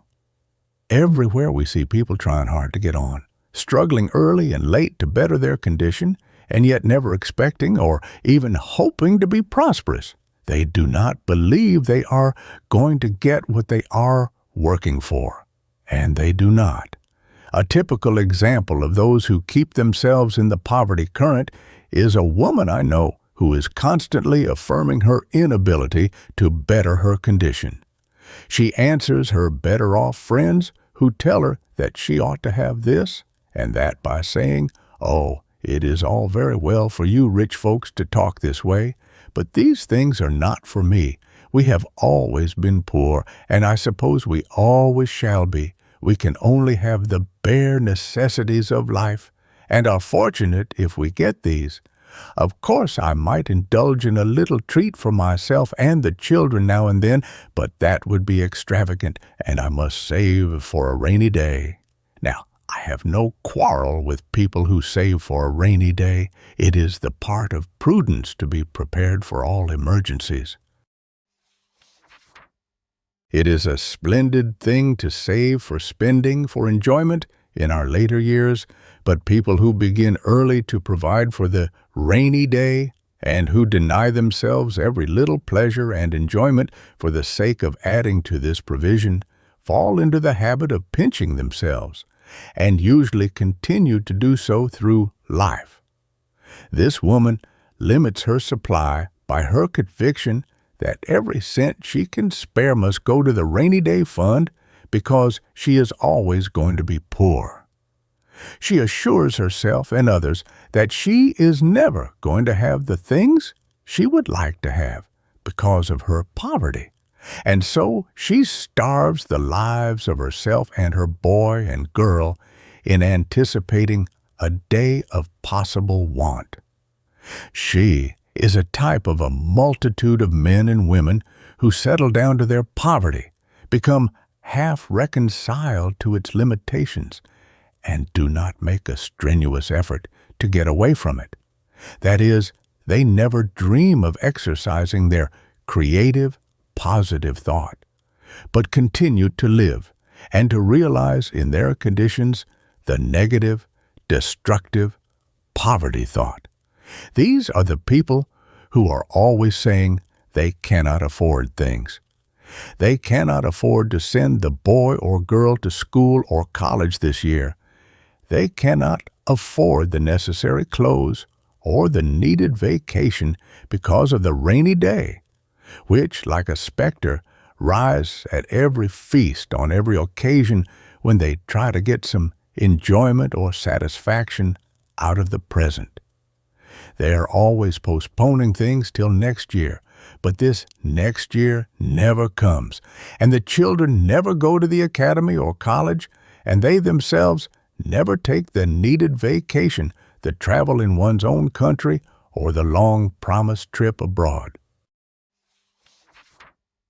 They keep forever postponing the enjoyment of the good things of life until they can afford it. And that time never comes for people of this apprehensive habit of mind, because they always want to lay up a little more for the future. I know a number of people well along in years who are still pinching themselves not only on the comforts, but even on the necessities of life in anticipation of the possible rainy day, for which they are always planning. They make life one long continuous rainy day, and little realize that they often tend to create the need for which they are perpetually saving. But where is our supply coming from? How are we going to pay the rent, the mortgage off the home, the farm? Where is the money coming from? What will happen to us if we cannot get it? Where are the children's clothes coming from? How are we going to get the necessaries of life? Where is our supply coming from? Why can't I get a job that will enable us to really live? These are the questions multitudes of people all over the world are asking themselves.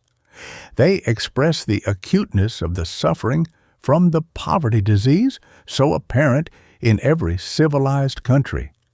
Nothing else gives human beings so much anxiety. Nothing else is such a perpetual irritant as this fear of what is coming in the future, this dread of poverty, of not being able to provide for the necessities and the comforts of those dear to us. The fear of not being able to maintain ourselves and to rear our children in comfort and respectability. It demagnetizes us, drives away the things we want, and draws to us those we dread. Job said, "The thing I greatly feared has come upon me. That which I was afraid of has come to me." People who have an abnormal fear of poverty attract the very condition they dread and are trying to get away from, because the mind relates with whatever it dwells on. Our doubts and hatreds and fears, the thing we relate with, we attract. Whatever you allow your mind to dwell on, you are unconsciously creating. If you think continually of misfortunes, of poverty, if you fear you are going to fail in your work, that you may come to want, if you are always thinking about the possibility of your business declining, if you fear you're losing your grip on your trade or profession, you are aggravating your trouble and making it worse and worse. There are multitudes of people who never expect even to be comfortable, to say nothing of having luxuries. They expect poverty, hard times, and do not understand that this very expectancy increases their magnetic power to attract what they do not want. Not long ago, a young man who was greatly depressed because he could not get on in the world asked me what I thought the trouble was. He said he had always worked hard but did not seem to make any headway. About all he could do was to earn a bare living. Everything appeared to go against him. Fate, he complained, seemed determined to keep him down, no matter how hard he might struggle against it, and he was doomed to be poor, to be a nobody. He believed that hard luck, poverty, and failure were family traits. For his father and grandfather, he said, were hard workers too. But they could never get on, never get away from poverty, and he didn't expect he ever would either. No man can become prosperous as long as he holds in his mind the picture of limitation, of lack and want. We do not get things in this world which we do not believe we can get. We do not accomplish what we doubt we can do, even though we have the ability to do it. In every community, in every occupation and profession, there are able, conscientious men and women who try very hard, so far as their actual labor is concerned, to get on in the world, but who don't expect to get on. It is pitiful to see them toiling day after day, but always facing in the wrong direction. They are working for success in their vocations, working for a competence for themselves and their families, but all the time expecting failure, anticipating poverty, living in an atmosphere of mental penury. There is no law of philosophy by which you can possibly produce just the opposite of what you are holding in your mind, what you are concentrating on. If you are thinking down, if you are afraid or worried, if you have fears and doubts, if you keep visualizing, thinking, talking hard times, panics, and financial crises, your business will shrink and shrivel accordingly. If, on the other hand, you have confidence, expectation of better things, if you are convinced that conditions are going to improve, you set in motion a thought current that will back your efforts with an irresistible force. But a thought current saturated with the fear of failure, with doubts and discouragement, will neutralize your most strenuous efforts. Instead of starting on their active careers with the victorious attitude, with the idea that their careers are to be a triumphal march, many, if not the majority of youths, begin with the impression that they are not victory organized. This is because they have lived in a failure atmosphere and have absorbed the poverty idea. They have been reared with the fear of failure in their minds, a dread of poverty, a terror of coming to want.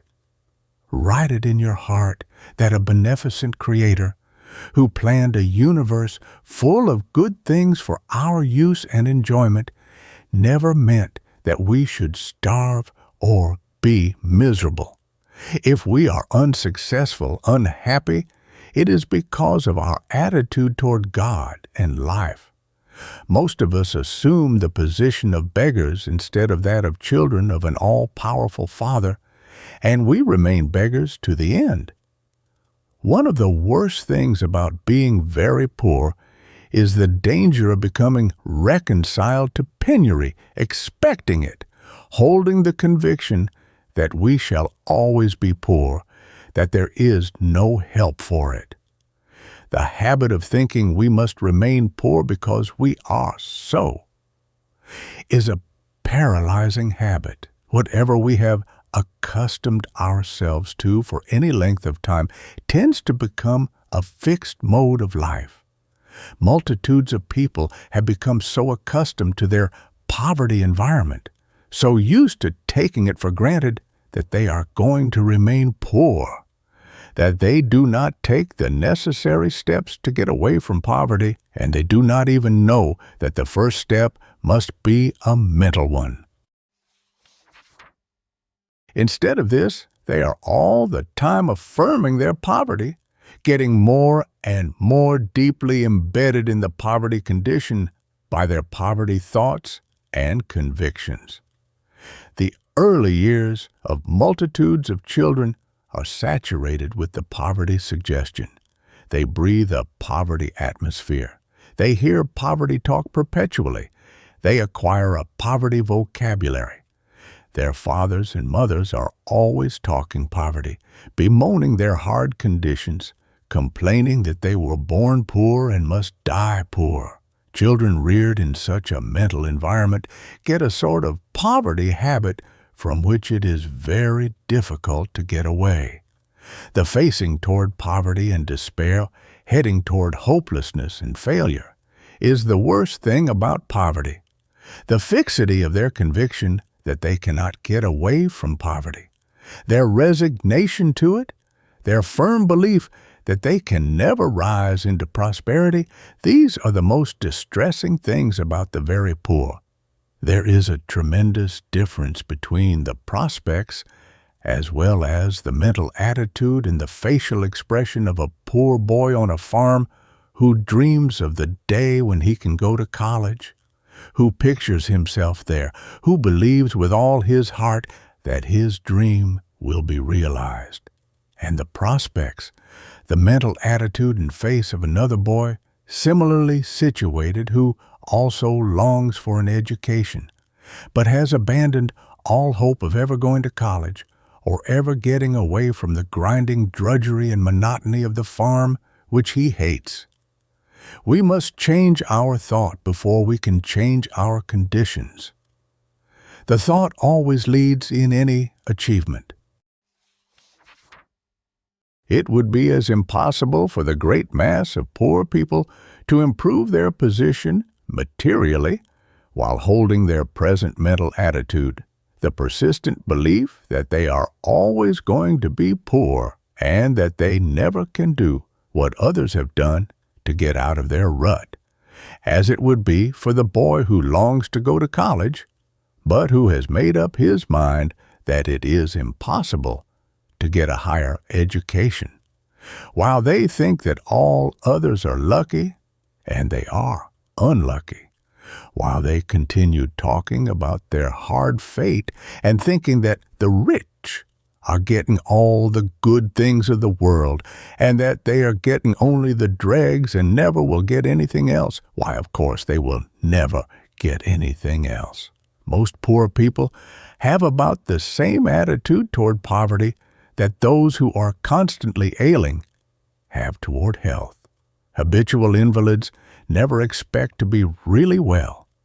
They are always anticipating the development of some disease, looking for the symptoms, imagining that they are going to have this or that physical disability or disease. The way to have health is to think it, to expect it, to visualize it, to realize that health is a positive, everlasting fact, and disease only negation, the absence of health, which is brought about largely by a wrong mental attitude, by self-thought poisoning, by disobeying the laws of health. If we are going to be well, we must think vigorous, robust, cheerful, health thoughts, and we must observe the laws of health. We shall have the same degree of health that we give to our mental health model. It is our visualizing of health that brings the expected condition. It is the same with poverty. Not long ago, a poor man told me he would be perfectly satisfied if he could be assured that he would never have to go to the poorhouse, that he would have enough to provide the bare necessities for his little family. He said he never expected to have anything better. He was satisfied that it was not intended for him to have any luxuries. He had always been a poor man, and he always expected to be poor. Now, this is just the thing that kept this man poor, for he was a hard worker. He always expected to be poor. He did not expect anything better. He merely worked for the bare necessities of life, did not expect anything else. And of course, he only just managed to squeeze along, making but a bare subsistence. This attitude of the poor toward poverty tends to increase it, to aggravate their disease. So long as one holds the poverty thought, he is making himself a poverty magnet, and continually drawing to himself unfortunate conditions.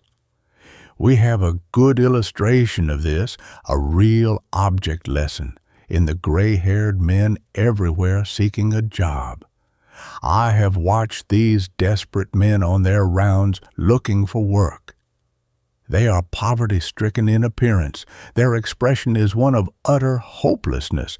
They look like men who are going downhill, men who have reached the period of diminishing returns, and they feel exactly as they look. Their appearance is the reflex of their thought. Their dress, their manner, their gait, the look in their eyes, everything about them corresponds to their mental attitude, and all point downgrade. If these men would only brace up, look up, dress up before they seek a job, there would be some hope for them. If they can't get better clothes, they can brush the old ones, blacken their shoes, have a bath and shave, and above all, a mental cleanup.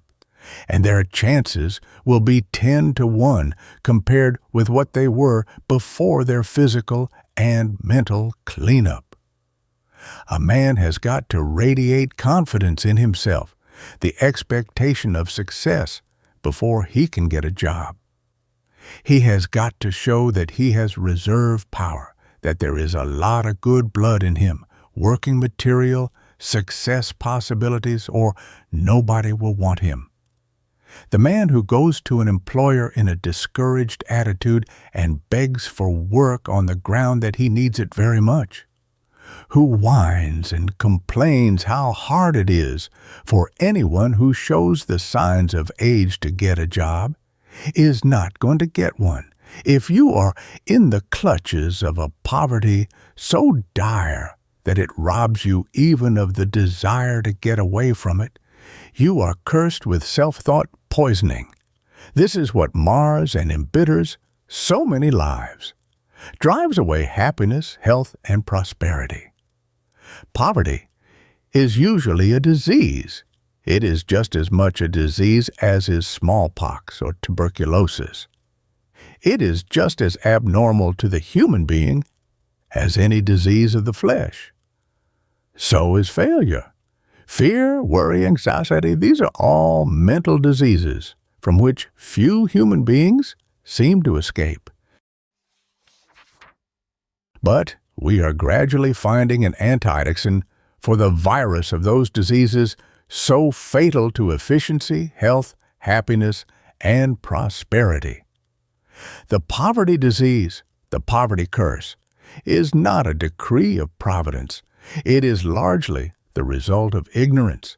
Every human being on this earth could be living in comfort if they knew the powers locked up in themselves and were willing to work and make the best use of them.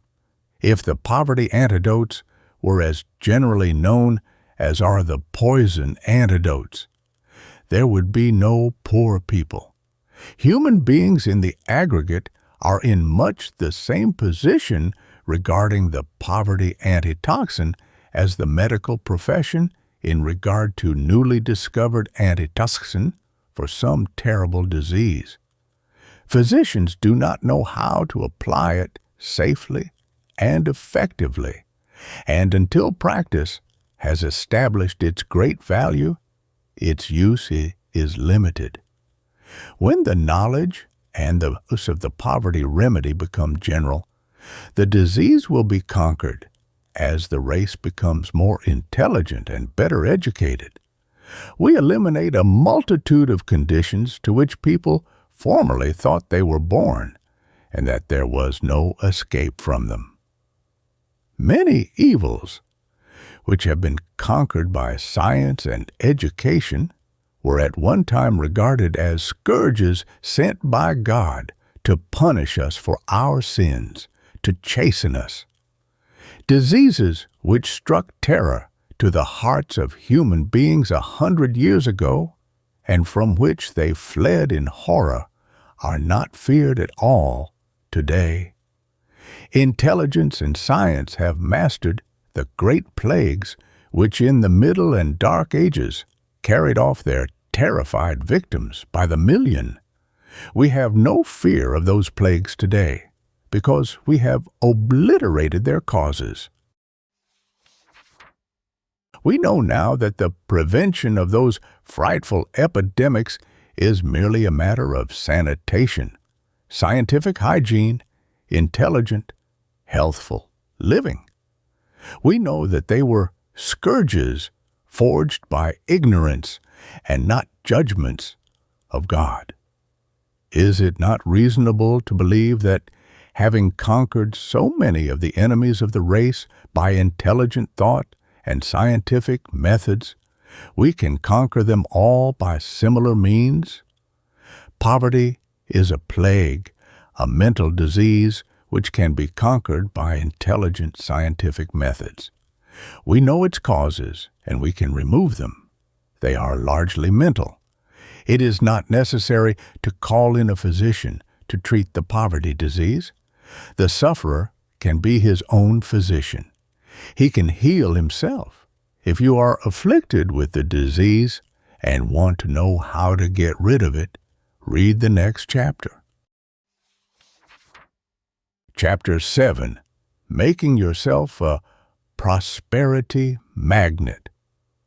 The habit of claiming as our own, as a vivid present reality, that which we desire with all our heart, is a magnetic power which attracts the things we long for. The more persistently we hold the prosperity thought, the more we strengthen and intensify it, the more we increase its power to attract prosperity. Thinking abundance, visualizing prosperity, will open up the mind and set the thought currents toward increased supply. We are so made that about all we get in life is the reflex of what first flows out from us. Whatever thought you send out will draw to you in the material world a corresponding reality. Every human being is a magnet, the attractive power of which may be developed in any desired direction. Each one can so direct this power that he can draw to himself whatever he wills. Before your life can be really effective, you must make yourself a magnet for the things that will make it so. You must learn how to attract, how to draw to yourself all that will help you to succeed in your work, that will enable you to attain your ambitions. If poverty is holding you down, you can conquer it by making yourself a prosperity magnet. We are living in the midst of a stream of inexhaustible supply. It is one's own fault if he does not take from this stream whatever he needs. What we get in life, we get by the law of attraction. Like attracts like. Whatever you may have managed to get together in this world, you have attracted by your mentality. You may say that you have earned these things, that you have bought them with your salary, the fruit of your endeavor. True, but your thought preceded your endeavor. Your mental plan went before your achievement. The mere changing of your mental attitude will very soon begin to change conditions. Your decision to face toward prosperity hereafter, to cultivate it, to make yourself a prosperity magnet, will tend to draw to you the things that will satisfy your ambition. The text, "He that hath a bountiful eye shall be blessed," is the expression of a fundamental truth. The pictures you make in your mind's eye, the thoughts you harbor, are day by day building your outward conditions. They are real forces working ceaselessly in the unseen. And the more you think and visualize favorable conditions, the more you increase your power to realize them. If you want to become a prosperity magnet, you must not only think prosperity, but you must also turn your back resolutely on poverty. Begin today. Don't wait for tomorrow or next day. If you don't look prosperous, assume a prosperous appearance. Dress as far as possible like a prosperous man or woman. Walk like one. Act like one. Think in terms of prosperity. A mental healer could not cure a cancer by holding in his mind a picture of the hideous disease. He must eliminate all this from his mind. He must see his patient whole, clean, healthy, just as God intended him to be, free from all disease. He must picture to himself the ideal man and declare his divinity. The same thing is true in curing yourself of poverty. You cannot do this as long as you hold poverty-stricken conditions in your mind. If you want to be prosperous, you must hold the prosperous thought, the prosperous picture in your mind. You must refuse to see or recognize poverty. You must erase all marks of it, not only from your mental attitude, but just as far as possible from your appearance. Even if you're not able to wear fine clothes at first or to live in a fine house, you can radiate the hope and expectancy of the glorious inheritance which is your birthright, and everything about you will reflect this light. Prosperity begins in the mind. You must lay its foundations in your thoughts. Surround yourself with the prosperity atmosphere. In other words, you will build into your environment, into your life, whatever dwells in your mind. We hear of some people that they are always lucky. Everything seems to come their way.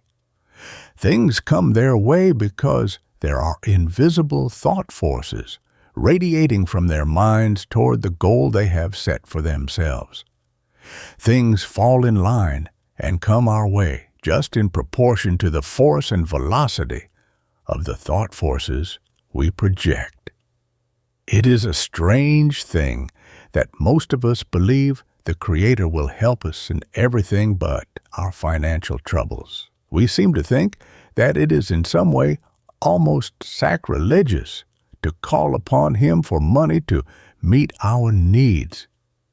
We may ask for comfort, for solace in our afflictions, for the assuaging of our griefs and the healing of our diseases, but to implore God to help us to pay the rent, to pay off the mortgage on the home or the farm, does not seem quite right. Yet we know perfectly well that every mouthful of food we eat, the material for the clothing we wear, and for the houses we live in, every breath we breathe must come from this divine source of infinite supply. The truth is, we were all intended to live the life abundant. The Creator never meant His children to grovel in poverty, to spend their lives in drudgery and uncertainty. They have a right to their inheritance of all that is good and beautiful, all that is needful for their welfare. We were not intended to live the pinched, starved, stunted lives of paupers. It is our own fault if we do. The door to opulence is open to every human being born into this world, and no one but himself can close that door. The only real poverty is in the mind, and no one can control one's mind but himself. Never for a moment harbor the thought that anything can come to you but prosperity, for this is your birthright, and because it is, you should demand it. Instead of admitting poverty, say to yourself, I am in the midst of abundance. I lack nothing that I need because my Father is the infinite source.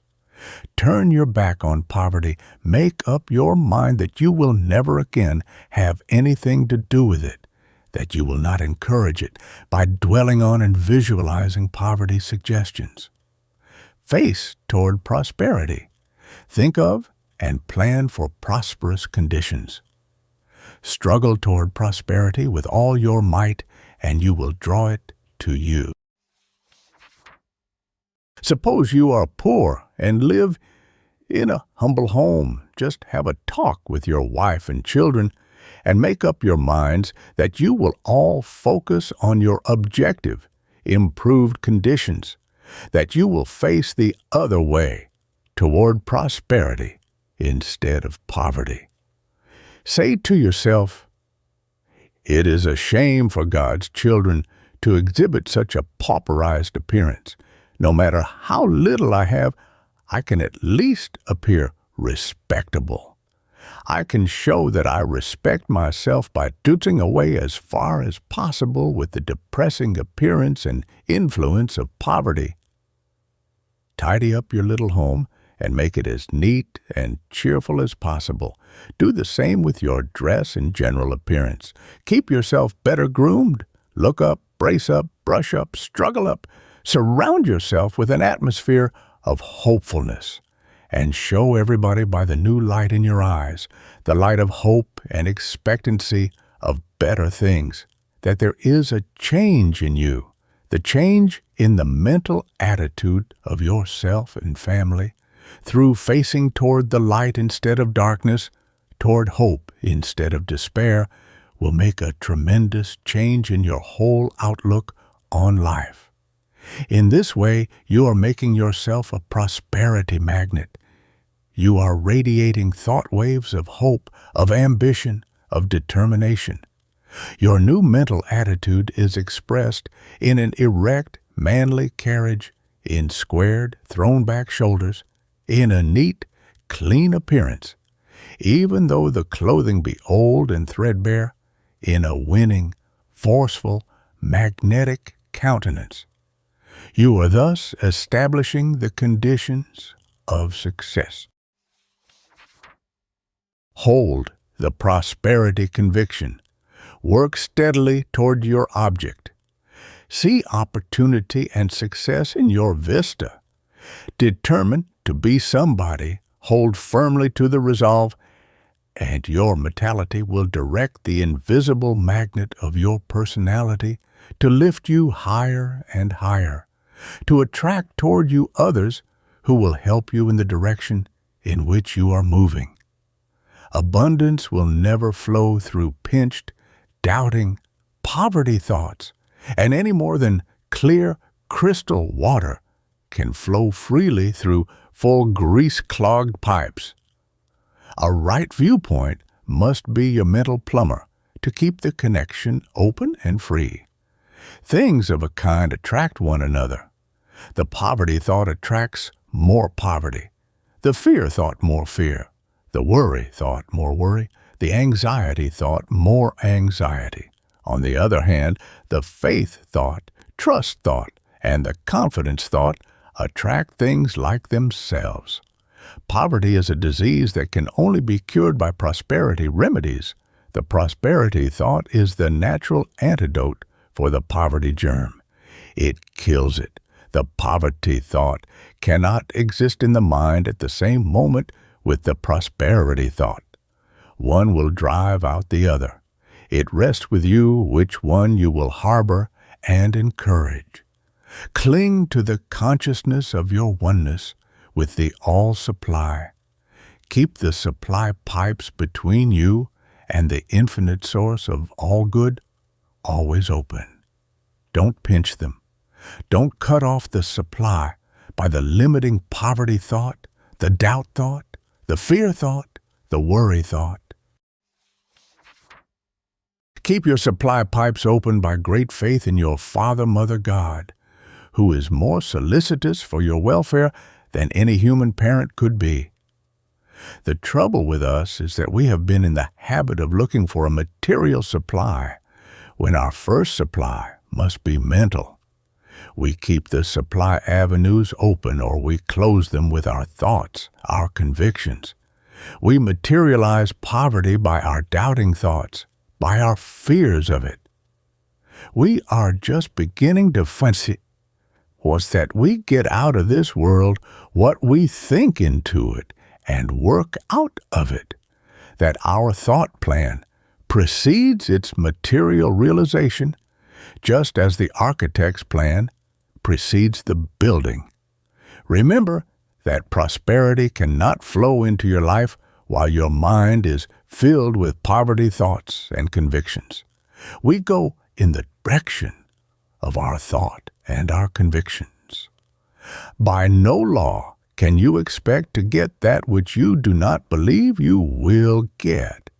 You must think in a positive, determined way that you are going to succeed in whatever you desire to do or to be before you can expect success. That is the first condition by which you make yourself a magnet for the thing you are after. It doesn't matter whether it is work or money, a better position or health, or whatever else it is, your thoughts about it must be positive, clean-cut, active, persistent.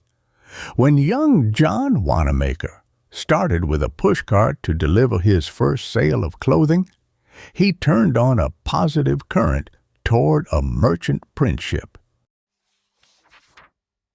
As he passed big clothing stores, he pictured himself as a great merchant, owner of a much bigger establishment than any of those he saw. And he did not neutralize or weaken this thought current by all sorts of doubts or fears as to the possibility of reaching the goal of his ambition. Most people think too much about blindly forcing themselves ahead.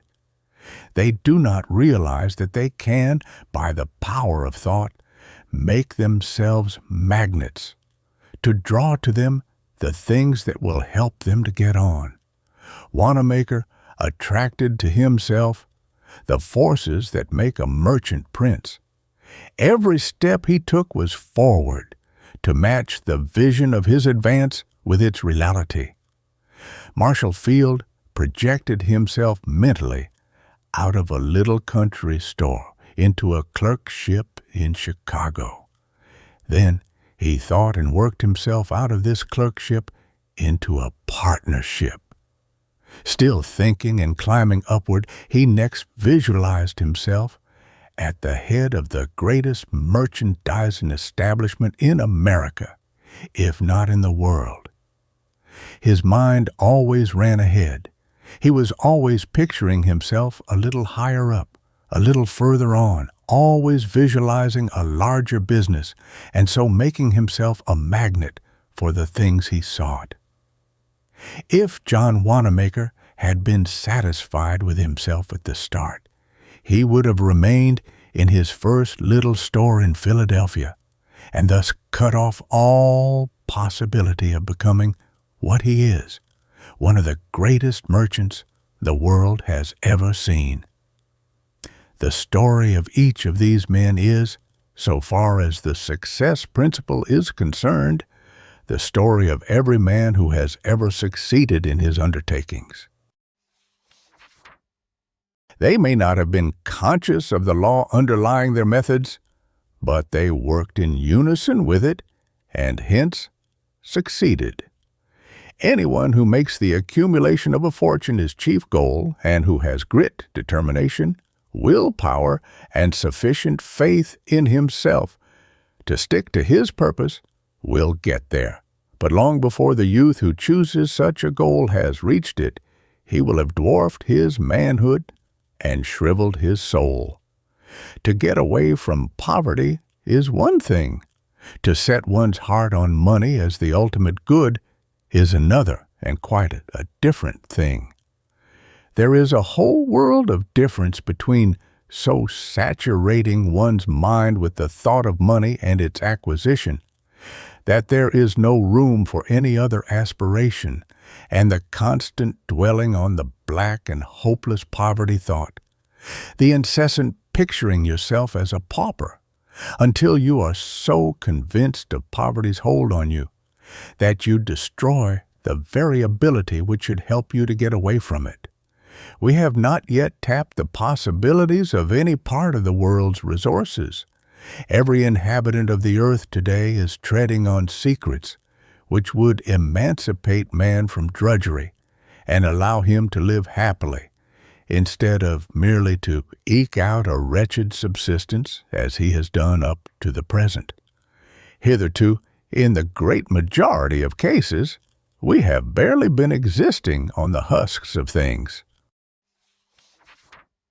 Now we are beginning to taste the kernel, because we are coming into a knowledge of the powers locked up within ourselves and also of the illimitable supply of God's abundance.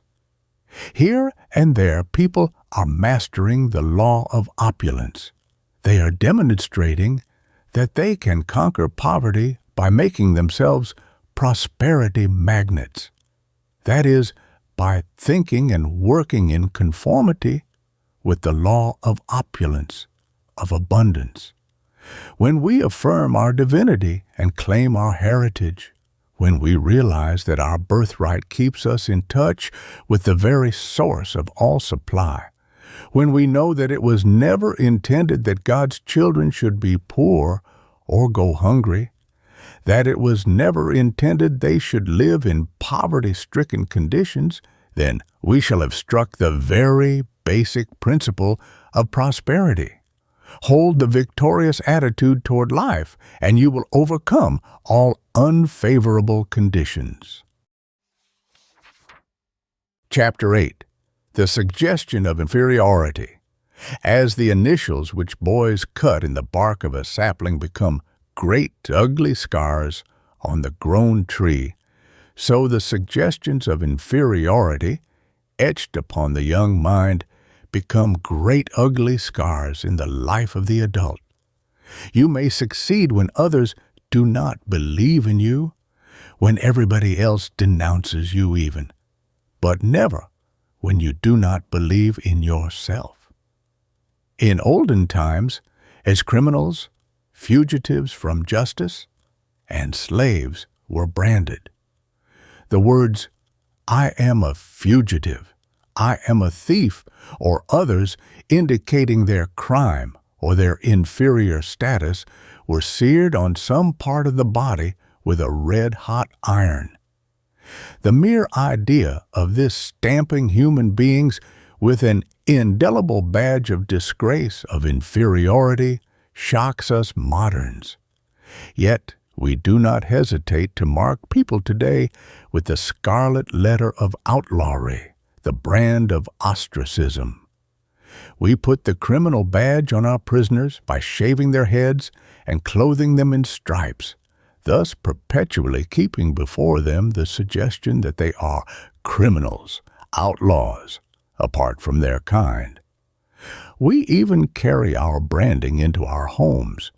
In order to satisfy our cheap vanity, we force our domestic workers to wear as a mark of inferiority a distinctive livery to remind them that they are menials, a lower grade of being than ourselves.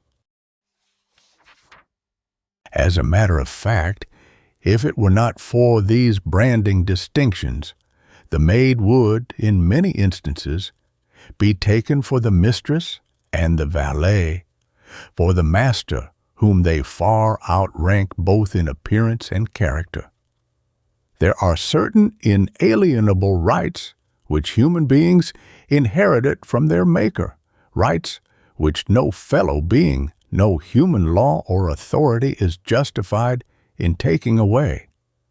No matter what offense a person may commit against society, we have no right to degrade him below the level of a human being. We have no right so to bombard him with the suggestion of degradation, of inferiority, that we are almost certain to make him less a man, to lower his estimate of himself to such a degree that we rob him of the power even to attempt to regain his self-respect and his position in society. We have no right to thrust the suggestion of inferiority perpetually into the mind of any human being. One of the greatest injuries we can inflict on anyone is to convince him that he is a nobody, that he has no possibilities, and will never amount to anything. The suggestion of inferiority is responsible for more blighted ambitions, more stunted lives, more failures, more misery and unhappiness than almost any other single cause. Just as the constant dripping of water will wear away stone, so the constant iteration of a statement will cause its acceptance by the average person. Even though the facts may be opposed to it, a constant suggestion presented to the mind impresses us in spite of ourselves and tends to a conviction of its truth. When the weight of the Civil War was nearly crushing Lincoln, when it was the fashion to denounce and criticize and condemn him, when he was being caricatured as a hideous monster in the jingo press all over the world, one day, walking the floor in the White House, he was overheard saying to himself, "Abe Lincoln, are you a dog or are you a man?" During these dark days, it would appear that Lincoln sometimes had a doubt as to whether he was really the man his closest friends knew him to be, or the one an antagonistic press pictured him. The curse of the inferiority suggestion not only tends to destroy our faith in ourselves, but it often makes even the innocent take on the appearance of guilt.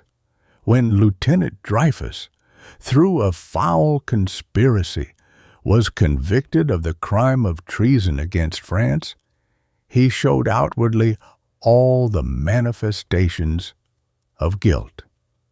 When stripped, in the presence of a vast multitude, in a public square in Paris, of all his insignia of rank as an officer in the army of France, the epaulets and buttons being cut from his uniform and his sword broken, although conscious of his innocence of the crime imputed to him, he actually looked like the guilty thing he was accused of being, and all but a very few close friends in the vast concourse that witnessed his public disgrace believed that even his appearance corroborated his guilt. The brain of the unfortunate Dreyfus was a wireless receiving station for the hatred, the contempt of millions of people who believed they were looking at a vile traitor who had sold valuable military secrets to Germany. We are all influenced for good or ill by suggestion, but children and young people are peculiarly susceptible to it. The constant suggestion of stupidity, badness, and dullness by teachers or parents, filling a child's mind with the idea that he is a blockhead, always blundering, making mistakes, that he is no good, and never will amount to anything, makes an indelible impression on his plastic mind. The child naturally looks up to its parents and teachers and accepts what they say as truth.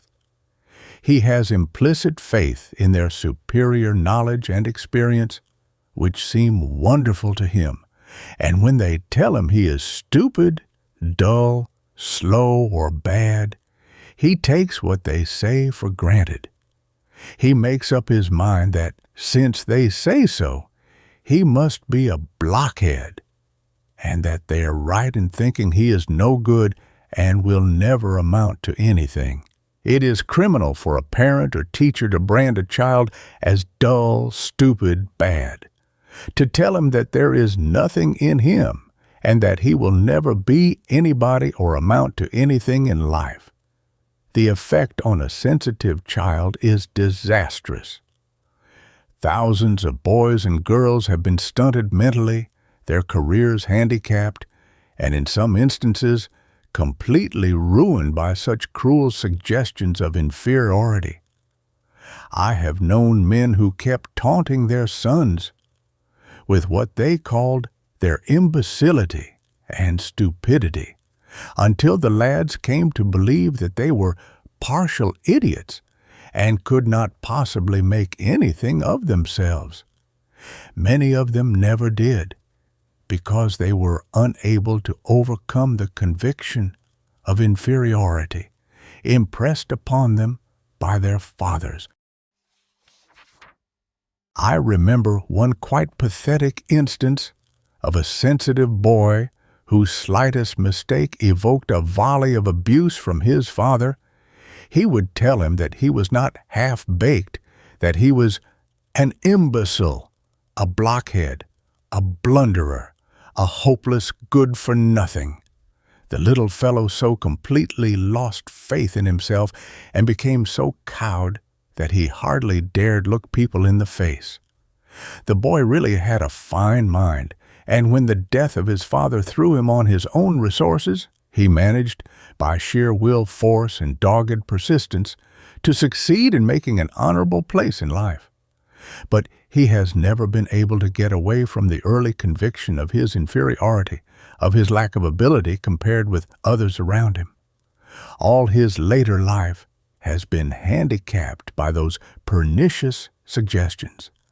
This crippling, cramping, defective image of himself, impressed on this man in childhood and youth, had robbed him of much of the best of life, of all the joy and exhilaration that come from spontaneity, from the free, unshackled expression of oneself, of all one's faculties.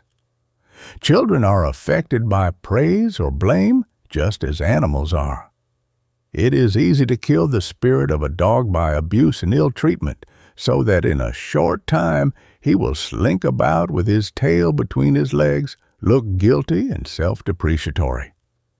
In short, he will take on all the appearance of a whipped cur.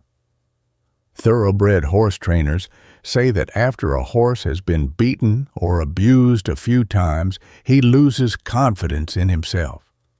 His spirit is broken, and when he sees the other horses getting neck and neck with him, or perhaps gaining on him a little, he is likely to give up the race. The destruction of self-confidence has caused many a youth with the latent qualities of a thoroughbred to fail in life's great race. There are thousands and thousands of boys who do not develop quickly. Their brains are strong and capable, but they work slowly, and as a consequence, the boys are misjudged and misunderstood by parents and teachers alike.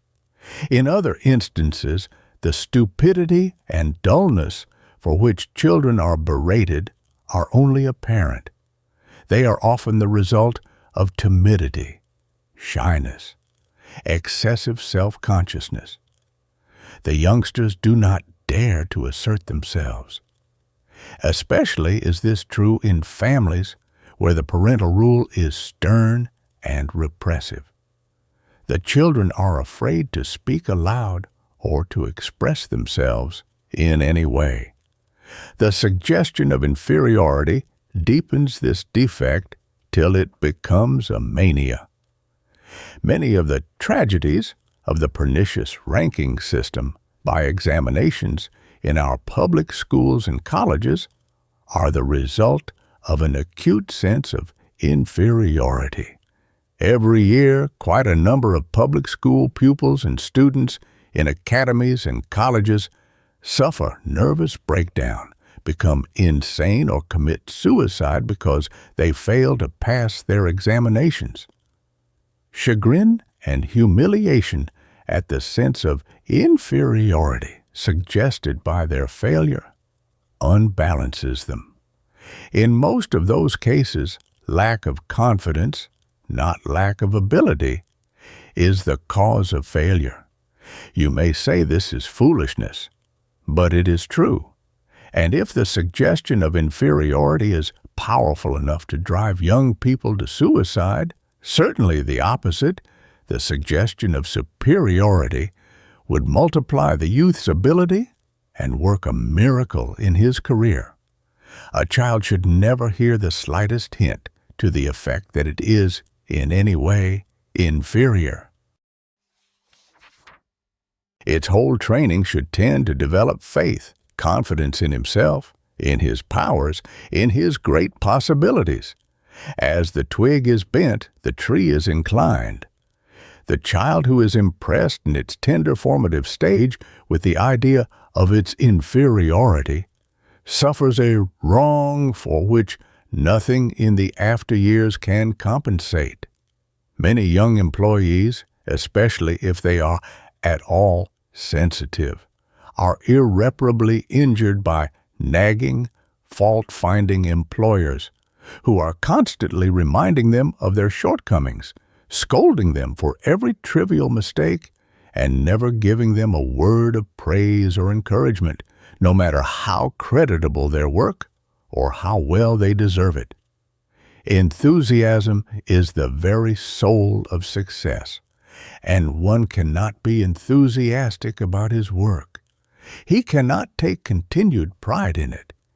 If he is constantly being told that it is no good, that it is in fact disgracefully bad, that he should be ashamed of himself, and that he ought to quit if he can't do better.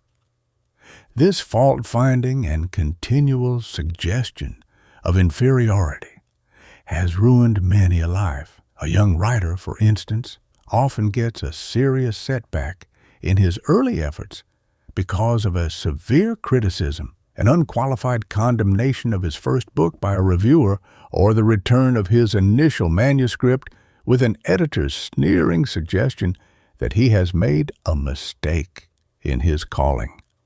Harsh critics, editors, and book reviewers have deterred many young writers from developing their talent. The fear of further criticism or humiliation, of being called foolish, dull, or stupid, has blighted in the bud the career of many talented young people who, under encouragement, might have done splendid work. If he is of a sensitive nature, even though he really have great ability, such rebuffs often so dishearten him that he never has the confidence to try again. If instead of carping and harping on the little faults and mistakes of those under their jurisdiction, and prophesying their utter failure and ruin, parents, teachers, employers, and others in responsible positions would recognize and appreciate laudable qualities, there would be less misery and crime in the world, fewer human failures and wrecks. The perpetual suggestion of inferiority holds more people back from doing what they are capable of than almost anything else. In the old world, China, Japan, India, in England, and other European countries, for example, who can measure the harm it has done in the form of caste? Think what superb men and women have been held down all their lives, kept in menial positions because they were reared in the belief that once a servant, always a servant, that because their parents were menials, they must also be menials. While we Americans laugh at or severely criticize and denounce the snobbishness of class distinctions in other countries, we are guilty of similar snobbishness, especially in regard to one section of our fellow Americans, the Negro race. No matter how highly educated, how able, how refined or charming a man or a woman, if he or she has but a drop of Negro blood, we brand him or her with the stigma of race inferiority. Everywhere they turn in this land of ours, where we boast that every man is born free and equal, Negroes are embarrassed, placed at a disadvantage. In all sorts of ways, white people are constantly humiliating them, reminding them that they belong to an inferior race, and they take their places according to the valuation of those born to more favorable conditions.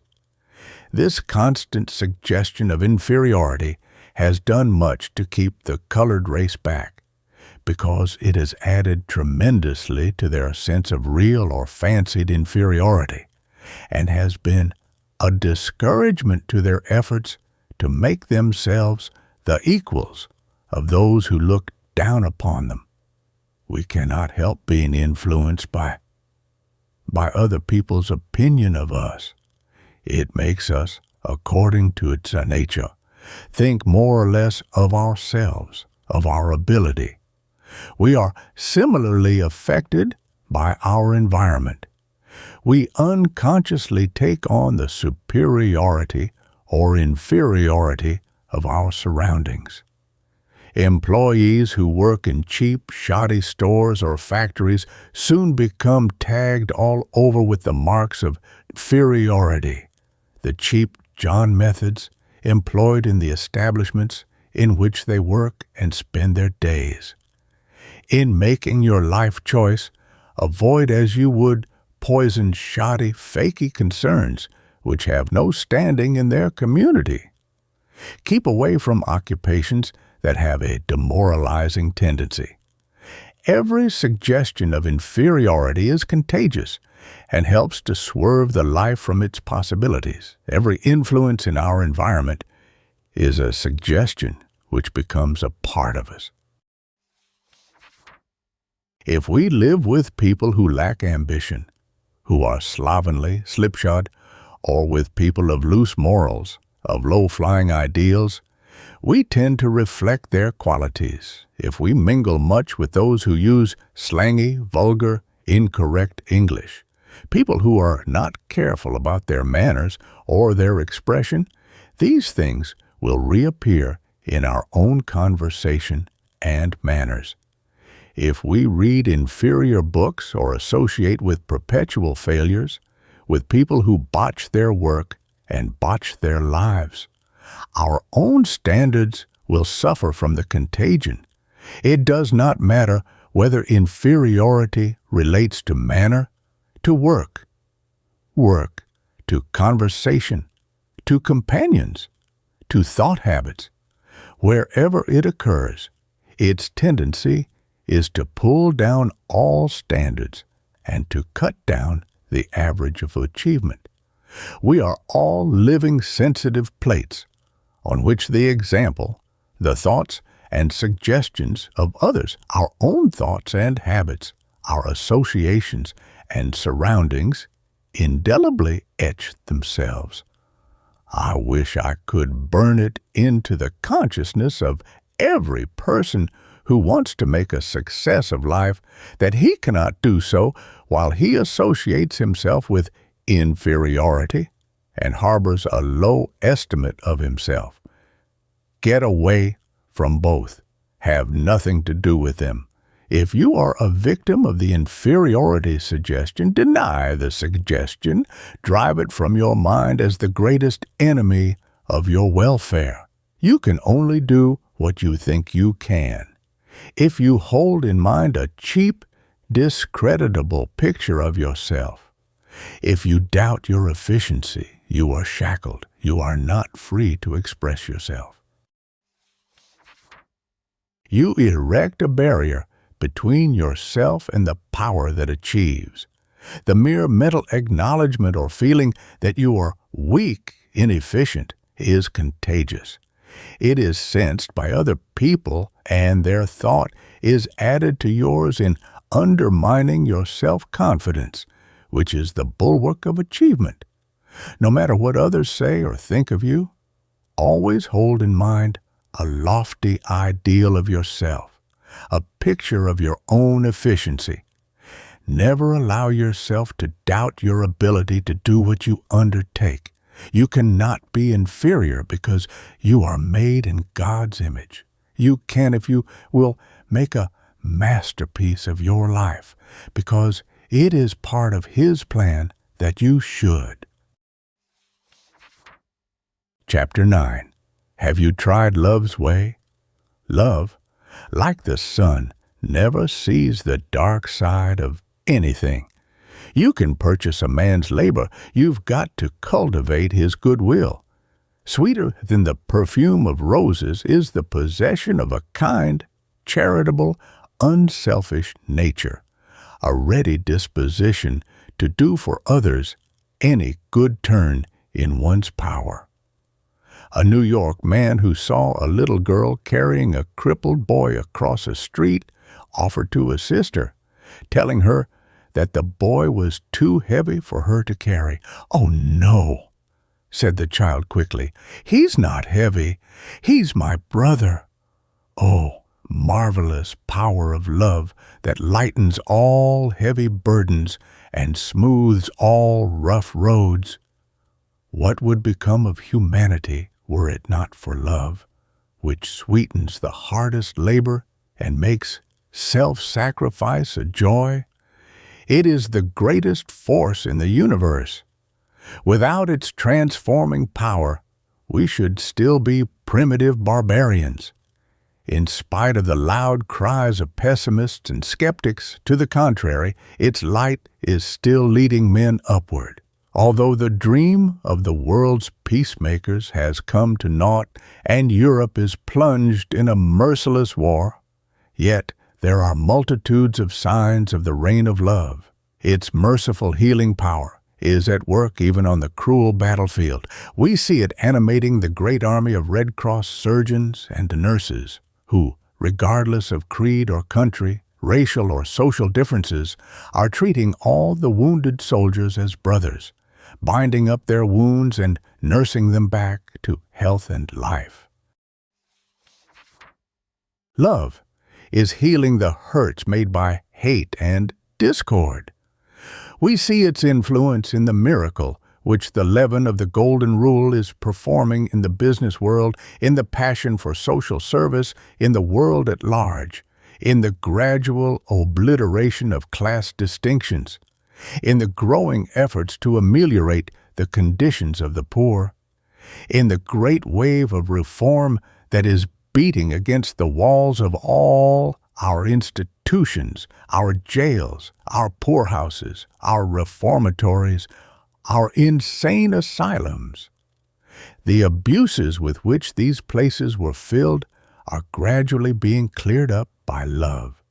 In many of our prisons, the kindly brotherhood system of treatment that has been inaugurated is really helping to reform criminals, whereas the old system of penology killed men, broke their spirit, or made them more hardened in crime. It rarely, if ever, reformed. Love's way must in time banish altogether the old cruel prison methods and ultimately the criminal himself. When the world is run by love, by the Golden Rule plan, crime will die a natural death. Everyone who slips from the right path, no matter what he has done, should be given another chance, a fresh opportunity to make good, to rebuild his character. One who has sinned against society should not be expelled from the sympathies, the goodwill, and the kindliness of his fellow men. Criminals should be treated as unfortunate brothers and sisters who have stumbled and lost their way on the life path. Love is the only medium that will help them to rise, to get back into the current that runs Godward. In other words, in spite of many seeming contradictions, many glaring evils in our midst, many setbacks and discouragements, the Spirit of the Christ of the Golden Rule is acting like a healing leaven and performing miracles in the great human mass. Love is the great mind opener, the great heart opener and life enricher, the great developer. It is what holds society together. And if children were trained to love humanity, to love all countries and their inhabitants, as they are taught to love their own country and countrymen, there would be no wars. War proceeds largely from what is called patriotism, and patriotism in its narrower sense, which seeks only its own good, its own aggrandizement at the expense of other countries and peoples, has ever been the curse of the race. When our love is big enough to say, "The world is my country," wars will cease. Love is the sovereign remedy. It is the last resort of those driven to desperation. When nothing else is left, when life is full of bitterness and anguish, the thief, the murderer, the failure, the outcast turns to love and finds a refuge, for love never faileth. Love is to every human being what mother love is to the erring child. No son or daughter has ever fallen so low as to get beyond a mother's love. When society has turned its back on the outcast, when the prison door closes behind him, when companions have fled, when sympathy and mercy have departed, when the world has forgotten, the mother remembers and loves her child. She visits her boy in the death house, her daughter in the dens of vice in the slums. The child can never stray too far for the mother's love to follow. It is the most perfect prototype of our Father, Mother, God's love. I was talking recently with a cold-blooded, overbearing, browbeating businessman who told me he was going out of business because he was so tired and sick of incompetent, dishonest help. His employees, he said, were always taking advantage of him, stealing, spoiling merchandise, blundering, shirking, clipping their hours. They took no interest in his welfare, their only concern being in what they found in their pay envelope. "I have enough to live on," he concluded, "and I don't propose to run a business for their benefit. I have tried every means I know of to get good work out of ignorant, selfish help. But it is no use, and now I have done with it. My nervous system is worn out, and I must give up the game." You say you have tried everything you could think of in managing your employees, but has it ever occurred to you to try love's way? I asked. "Love's way," he said disgustedly. "What do you mean by that?" "Why, if I didn't use a club all the time, my help would ride right over me and ruin me. For years I've had to employ detectives and spies to protect my interests. What do these people know about love? Why, I would have the red flag out here in no time if I should attempt any such fool business as that."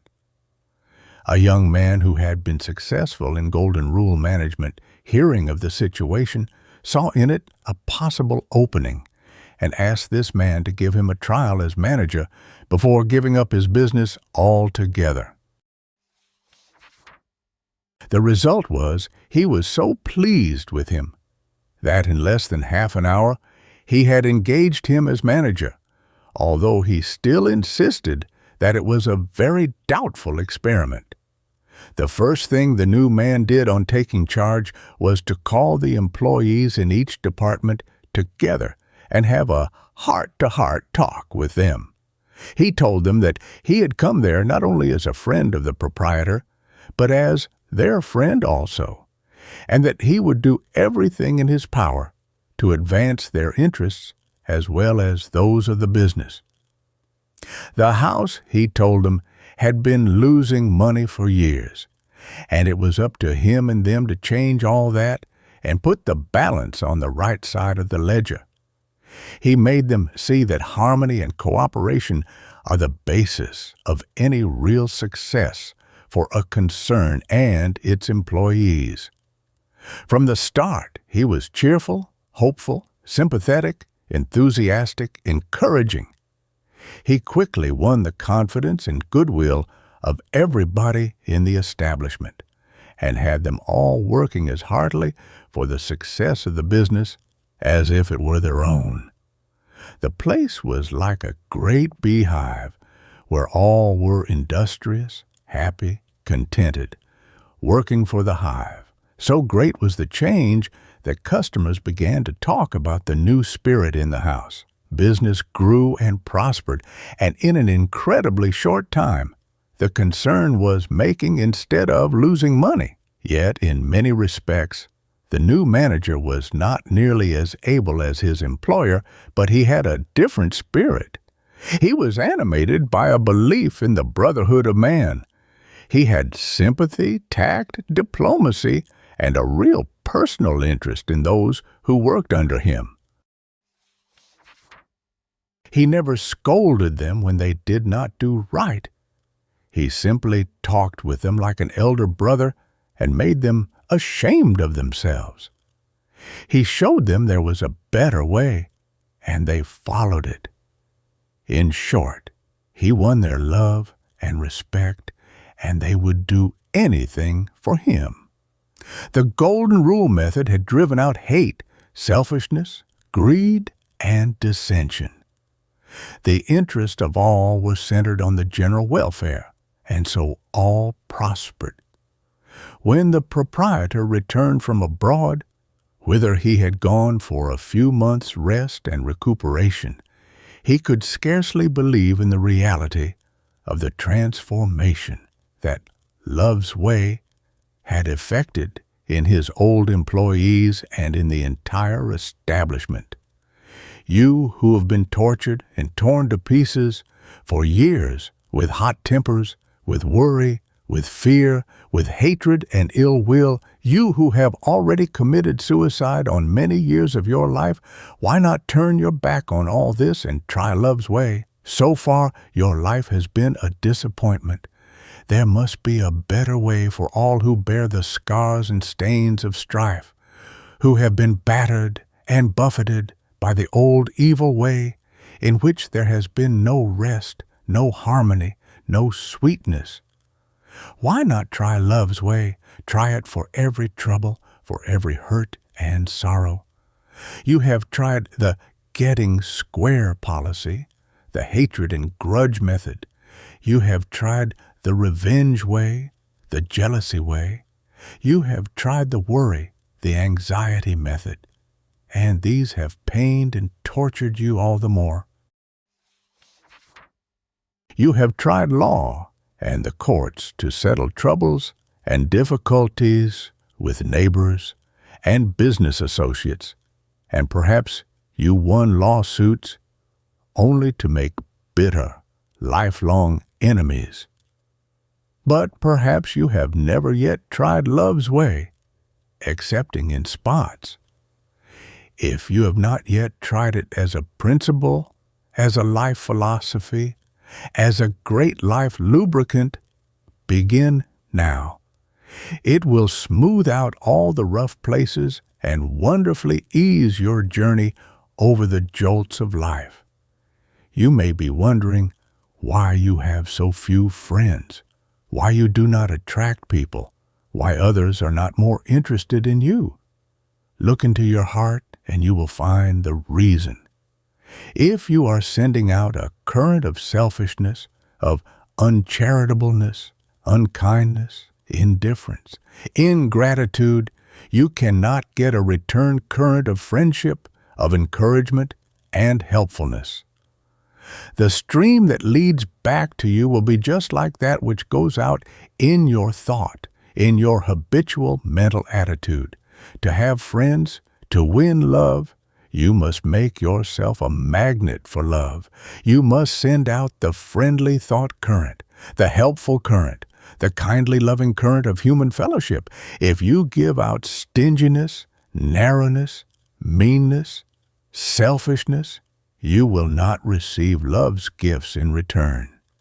As you give, so will you receive, and the more generously you give of love and kindness and service, the more generously will the current that returns bear them back to you.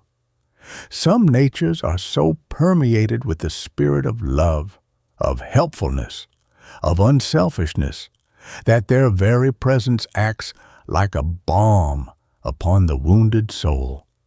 They radiate harmony, soul, sunshine. There is a personal charm about them which strengthens, reassures, and uplifts. No more scientific advice was ever uttered on this earth than love your enemies. Nothing will take the sting out of unkindness like kindness. Nothing will disarm prejudice, hatred, and jealousy like love. It is impossible for anyone to continue to hate us when we send out to him only love thoughts, love vibrations, or to be jealous of us when we send out to him only kindly, generous, helpful thoughts.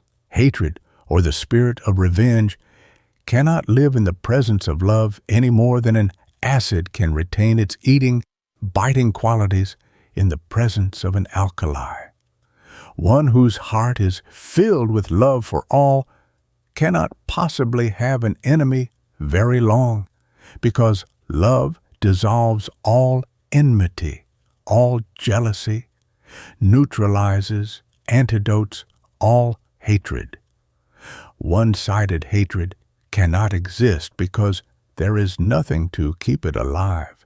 It must be fed in some way, or the fire will die out for lack of fuel.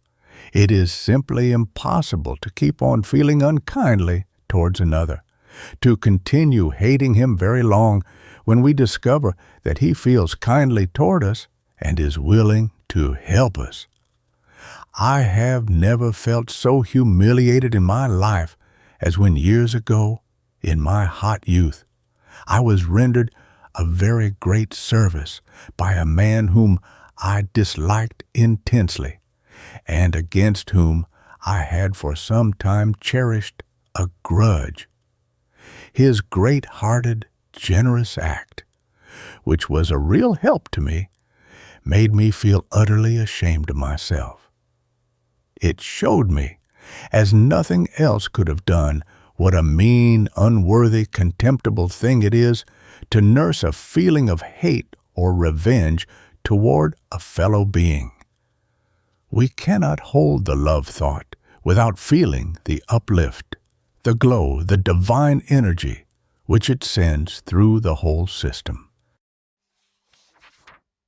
Nor, on the other hand, can we hold the hate thought, the revenge, the jealous, the envious, or any other mean, selfish thought without a feeling of depression, a feeling of smallness, of contemptibleness, which robs us of self-respect and of power.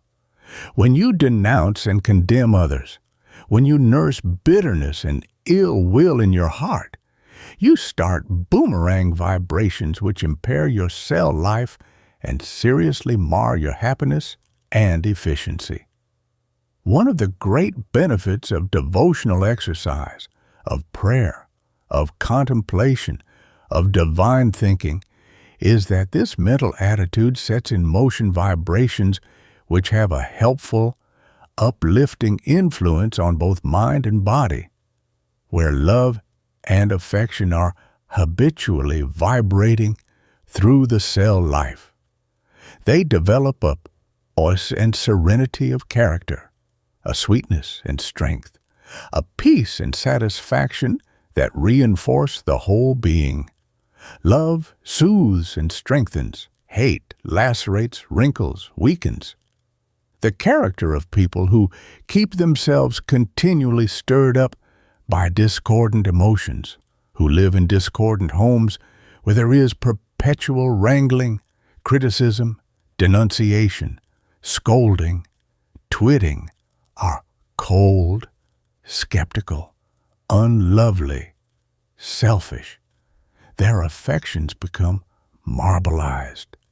There is nothing outside of vice which will deform the character so quickly as living in an atmosphere of perpetual hatred, jealousy, envy, and revenge. The wear and tear of their vicious vibrations is ever getting in its deadly work. Love is the great disciplinarian, the supreme harmonizer, the true peacemaker. It is the great balm for all that blights happiness or breeds discontent, a sovereign panacea for malice, revenge, and all brutish passions and propensities. As cruelty melts before kindness, so the evil passions find their antidote in sweet charity and loving sympathy. To love and to be loved, said Sidney Smith, is the greatest happiness of existence. Everyone, rich and poor, high and low, is reaching out for love.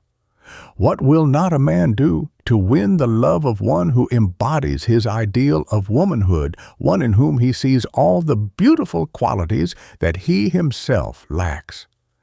This love is really a divine hunger, the longing for possession of what would make him a whole man instead of the half one he feels he is.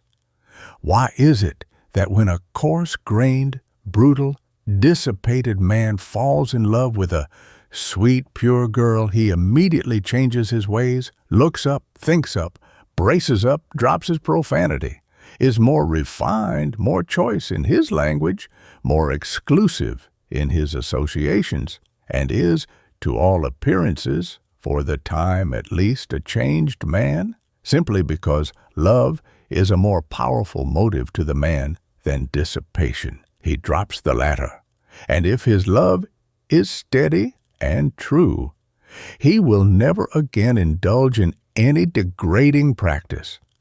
Who has not seen the magic power of love in transforming rough, uncouth men into refined and devoted husbands?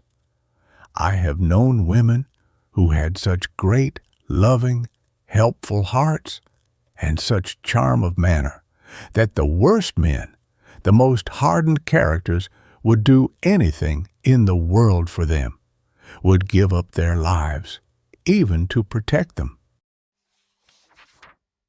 But these men could not be reformed by prison methods, could not be touched by unkindness or compulsion. Love is the only power that could reach them. I do not believe there is any human being, in prison or out, so depraved, so low, so bad, but that there is somebody in the world who could control him perfectly by love, by kindness, by patience. Many a man has been kept from performing a disgraceful, a criminal act by the thought that somebody loved him, believed in him, trusted him. Though thy sins be as scarlet, they shall be made whiter than snow. Love purifies, lifts up, regenerates. We are all familiar with its wonderful transforming power, how it erases the scars of sin, smooths out the wrinkles which vice has left in the face, softens the hard features, and puts its own divine stamp there. We know how it changes the coarse, brutal, sinful man into its own divine likeness, how it brings the color back to the pale cheek, the luster to the dull eye, how it restores courage to the disheartened, hope to the distressed and the despairing. We know how it calls into the face a light which was never there before, and which is not of earth. A new commandment give I unto you, that ye love one another. As I have loved you, love ye also one another. In the literal fulfilling of this commandment lies the salvation of the world. Among the many noble souls of our own time who have tried to live in accordance with it, one of the most conspicuous was Count Leo Tolstoy. In one of his own beautiful stories, Tolstoy shows how everyone, no matter what his station or how poor his circumstances, may do this. By following the Master's example in treating every human being as we would a loved member of our own family. A very devout Russian peasant, so runs the story, had prayed for years that the Master might sometime come to his humble cabin home. One night, he had a vision in which the Master appeared to him and told him he would come to his cabin next day. Filled with joy, the peasant awoke. So real seemed his vision that he arose and immediately went to work, putting his cabin to rights and preparing for the expected heavenly guest. A terrible storm of sleet and snow raged throughout the day. While performing his simple household duties, heaping fresh logs in his crude fireplace, preparing his pot of cabbage soup, the Russian peasant's daily dish, the man would look out into the storm with anxious, expectant eyes. Presently, he saw a poor half-frozen peddler with a pack on his back, struggling toward the light, but almost overcome by the fierce blasts of snow and sleet that beat upon him. The peasant rushed out and brought the wayfarer into his cabin. He dried his clothing, warmed him, fed him some of the cabbage soup, and started him on his way again, comforted and rejoicing. In a little while, he saw another traveler, a poor old woman, trying feebly to beat her way against the blinding snow. Her also the compassionate peasant took into his cabin. He warmed and fed her, wrapped his own coat about her, and, strengthened and encouraged, sent her too on her way. The day wore slowly away, and darkness approached, but still no sign of the master. Hoping against hope, the man went once again to his cabin door, and looking out into the storm, he saw a little child who was utterly unable to make its way against the blinding sleet and ice.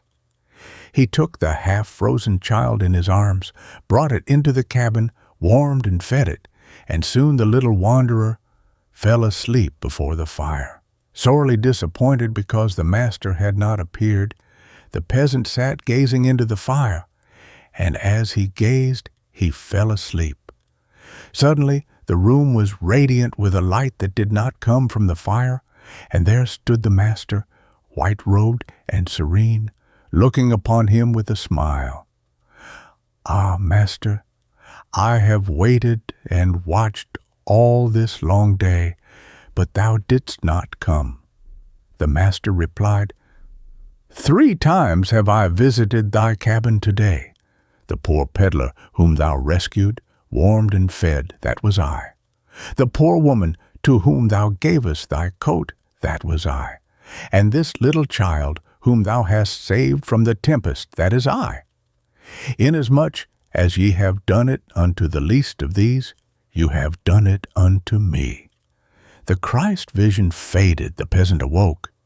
He was alone with the child who was smiling in its sleep, but he knew that the master had visited his cabin.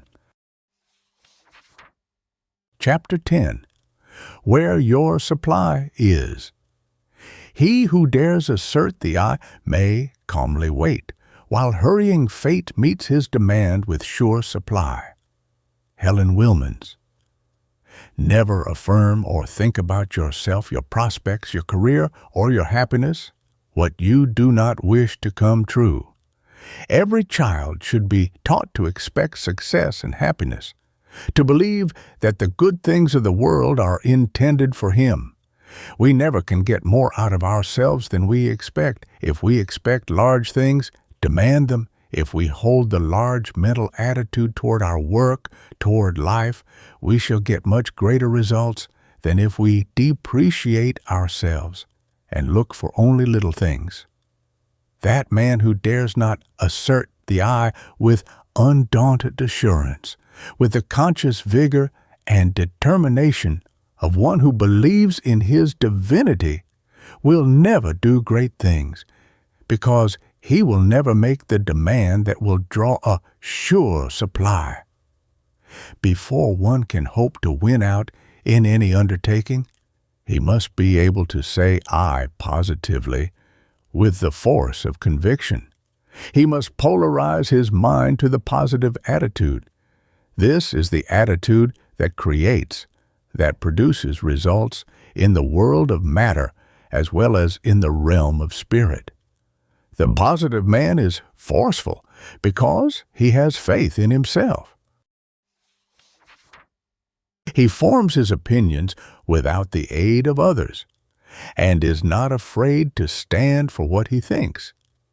He makes statements with positiveness, without hesitation.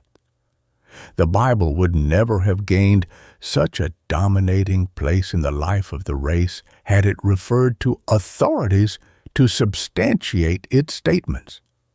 Much of its supremacy has come from its tremendous positiveness, its vigorous affirmation of facts. You will find nothing negative or wishy-washy in the great book. Its assertions are imperious, positive, dogmatic. The biblical writers speak with assurance and authority because of their profound conviction of the truths they utter.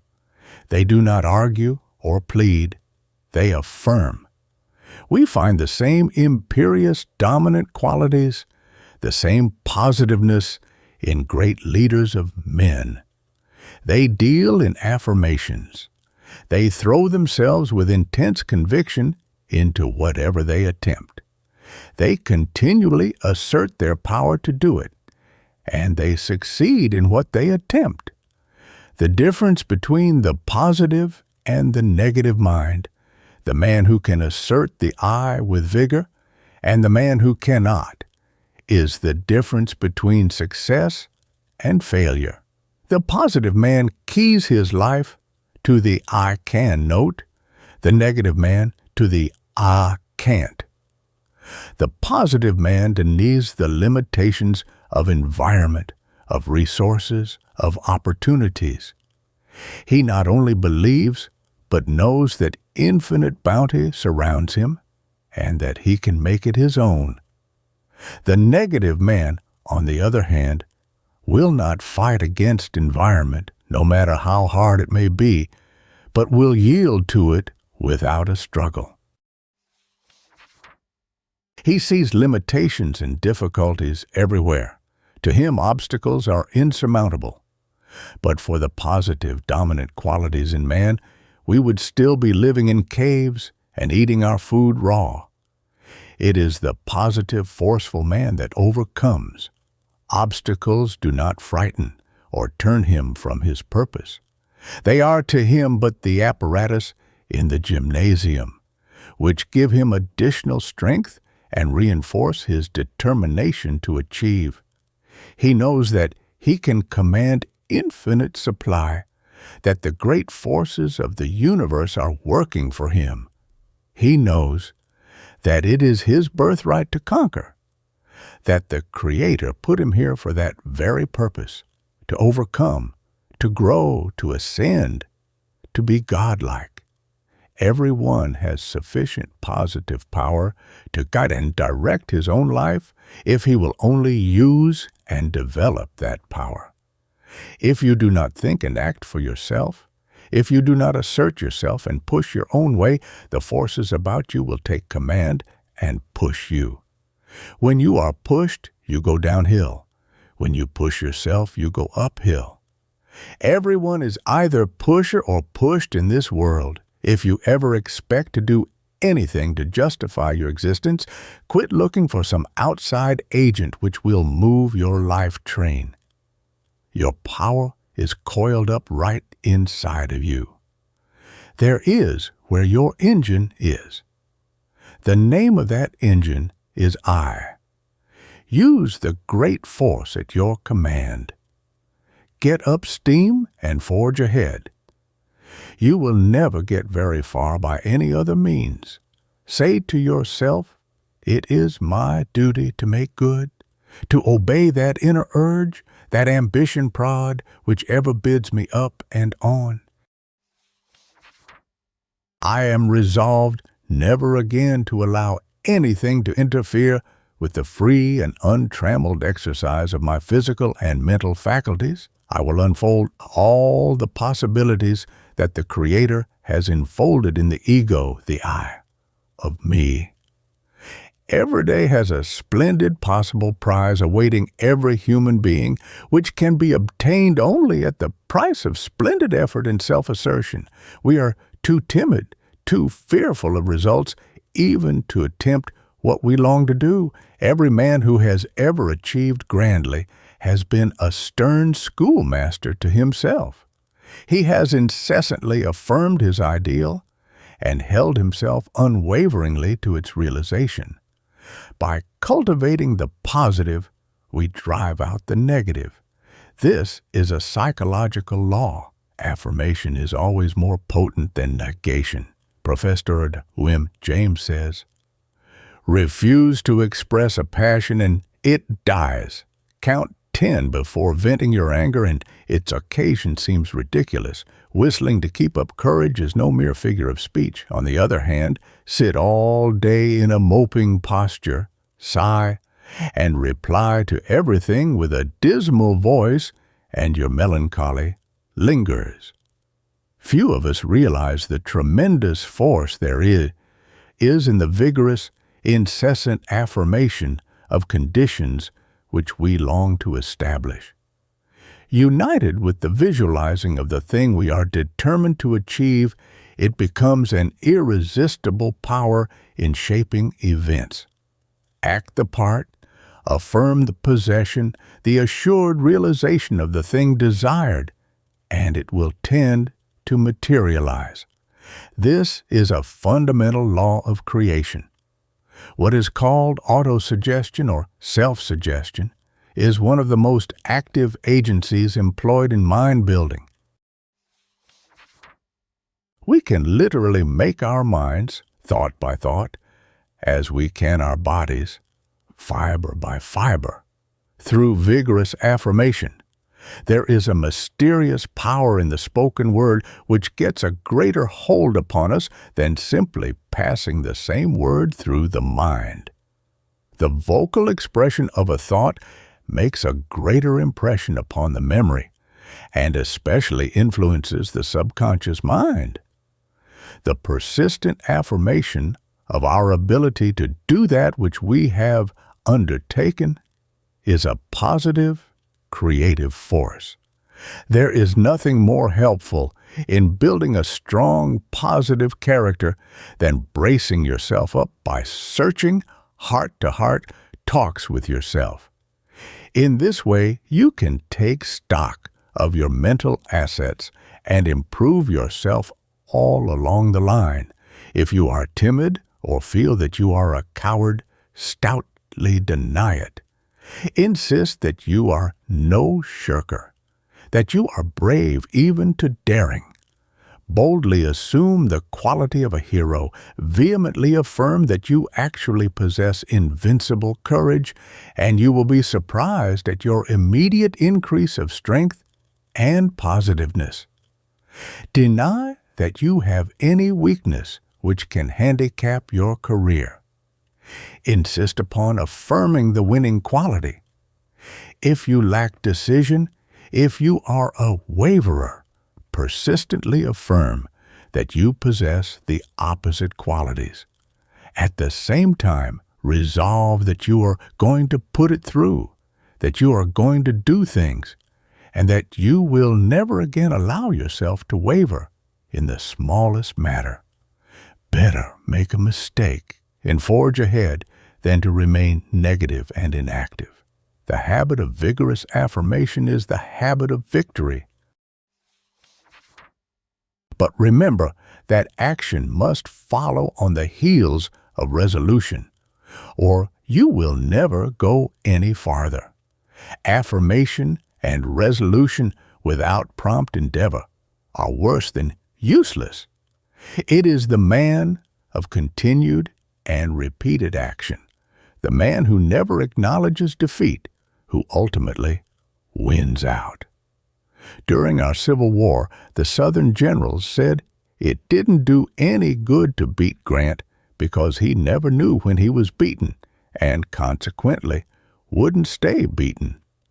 Men who leave their mark on the world are men of iron resolution, of grim determination.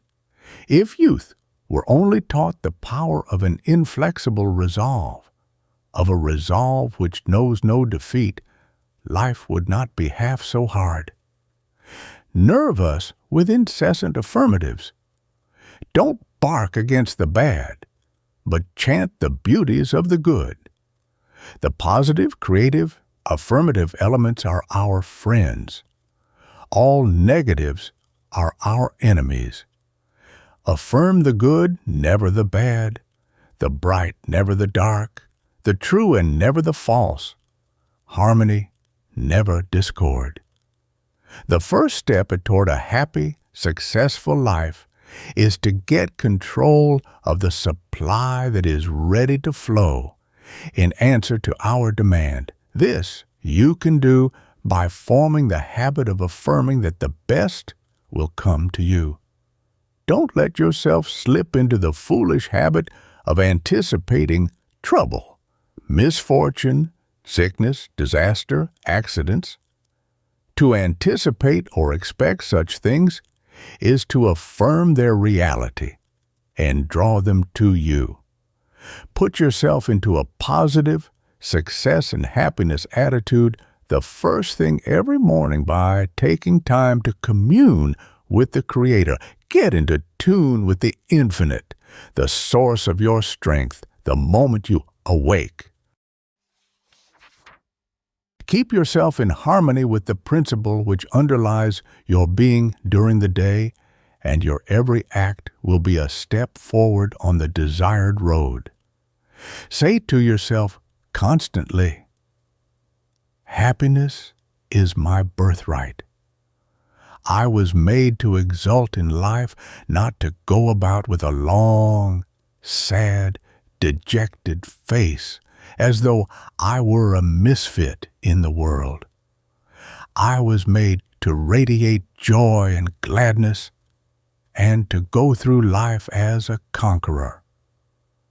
I know of no practice which will do more for one's growth and life enlargement than the habit of rising above one's moods and discouragements through perpetual affirmation of one's divinity. If you get up in the morning feeling negative, blue and discouraged, just go off alone and have a good heart-to-heart talk with yourself. It does not matter what comes or what goes. I am going to be positive, creative, to get the most possible out of today. I am not going to allow anything to rob me of my happiness or of my right to live this day through from beginning to end, and not merely to exist. I shall not allow any happening, any circumstance to rob me of my power and peace of mind. I will not be unhappy today, no matter what occurs. No misfortune in the past, no enemies of my efficiency shall be guests in my spirit's sacred enclosure today. Only happy thoughts, joy thoughts, friend thoughts shall find entertainment in my soul this day. I will tear down all black sable pictures and hang in their place pictures of joy and gladness. Everything which ever handicapped my life shall be expelled from my mental kingdom this day and every coming day.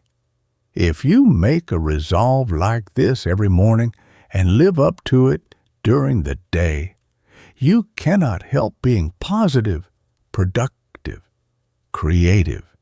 The positive mind repels all thought enemies that would hinder progress. Doubt, fear, or worry, these have no place in the creative brain. Hold negative, despondent, discouraged thoughts, and your surroundings will be double negative. Hold positive, confident, cheerful thoughts, and a congenial environment will manifest itself. It is wonderful what right thinking can accomplish even in a naturally weak, negative mind. The insistent and persistent holding of the positive thought, the determined effort to think and act for oneself, will gradually change a negative, non-productive mentality into a positive, creative one. I have known very timid, sensitive people to so cure their habit of self-effacement and so strengthen their weak self-confidence by constant, audible affirmation of their own strength that in a very few months they had largely overcome this weakness. Fear is negative. Courage is positive, affirmative. If we would make our lives effective, We must root out all of the things which keep us in discord and give ourselves over to the power of affirmation. Many a person has ruined his life effort by depreciating it and sending out to those about him the negative vibration of his inferiority. We radiate our faith, our confidence in ourselves, or our doubts. Others catch the contagion of our opinion of ourselves. Whatever you do, don't set up in your own mind and in that of others a picture of yourself as a weak, ineffective personality. People do not realize the harm they do by making uncomplimentary remarks about themselves. The assertion of anything unfavorable to us or unlike what we wish to be is injurious. How often we hear men and women say, "I never can remember anything. I'm always forgetting umbrellas and packages." They are not aware that by impressing these unfortunate images of themselves upon their mental mirror, they are seriously injuring their self-confidence, their ultimate chance of being what they would like to be. The character of civilization would be radically changed in a short time if parents were to teach their children the wonderful character-building power in the habit of affirmation. If boys and girls were impressed with the truth that the constant affirming of the good, the beautiful, and the true is a real creative force that tends to actualize what they long for, many of the problems of the race would be solved. As a matter of fact, the worst enemy, as well as the best friend, any human being ever has, is inside of him. The very mental attitude of the majority of people is utterly antagonistic to their advancement. A really brainy professional man whom I meet quite often is a striking example of the baneful effects of the negative, self-depreciatory thought.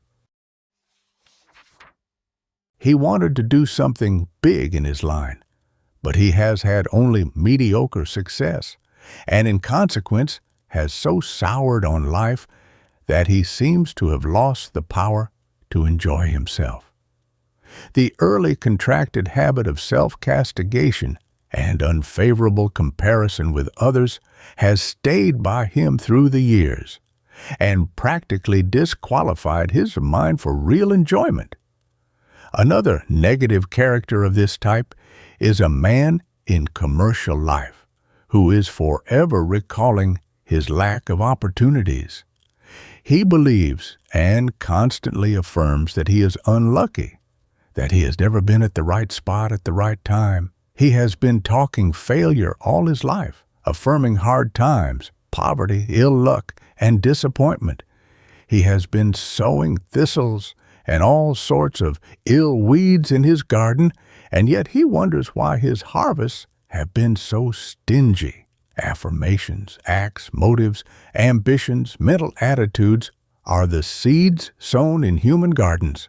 Their character determines what our harvests shall be.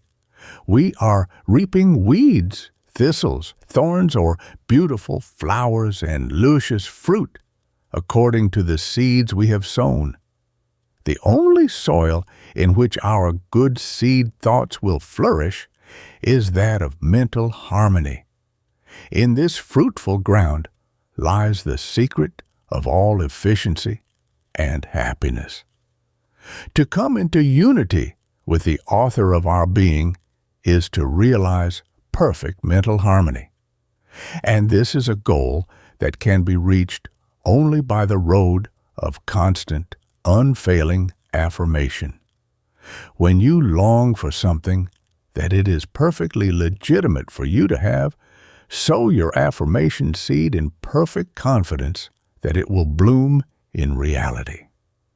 Say to yourself, "Our Father, Mother, God is no respecter of persons.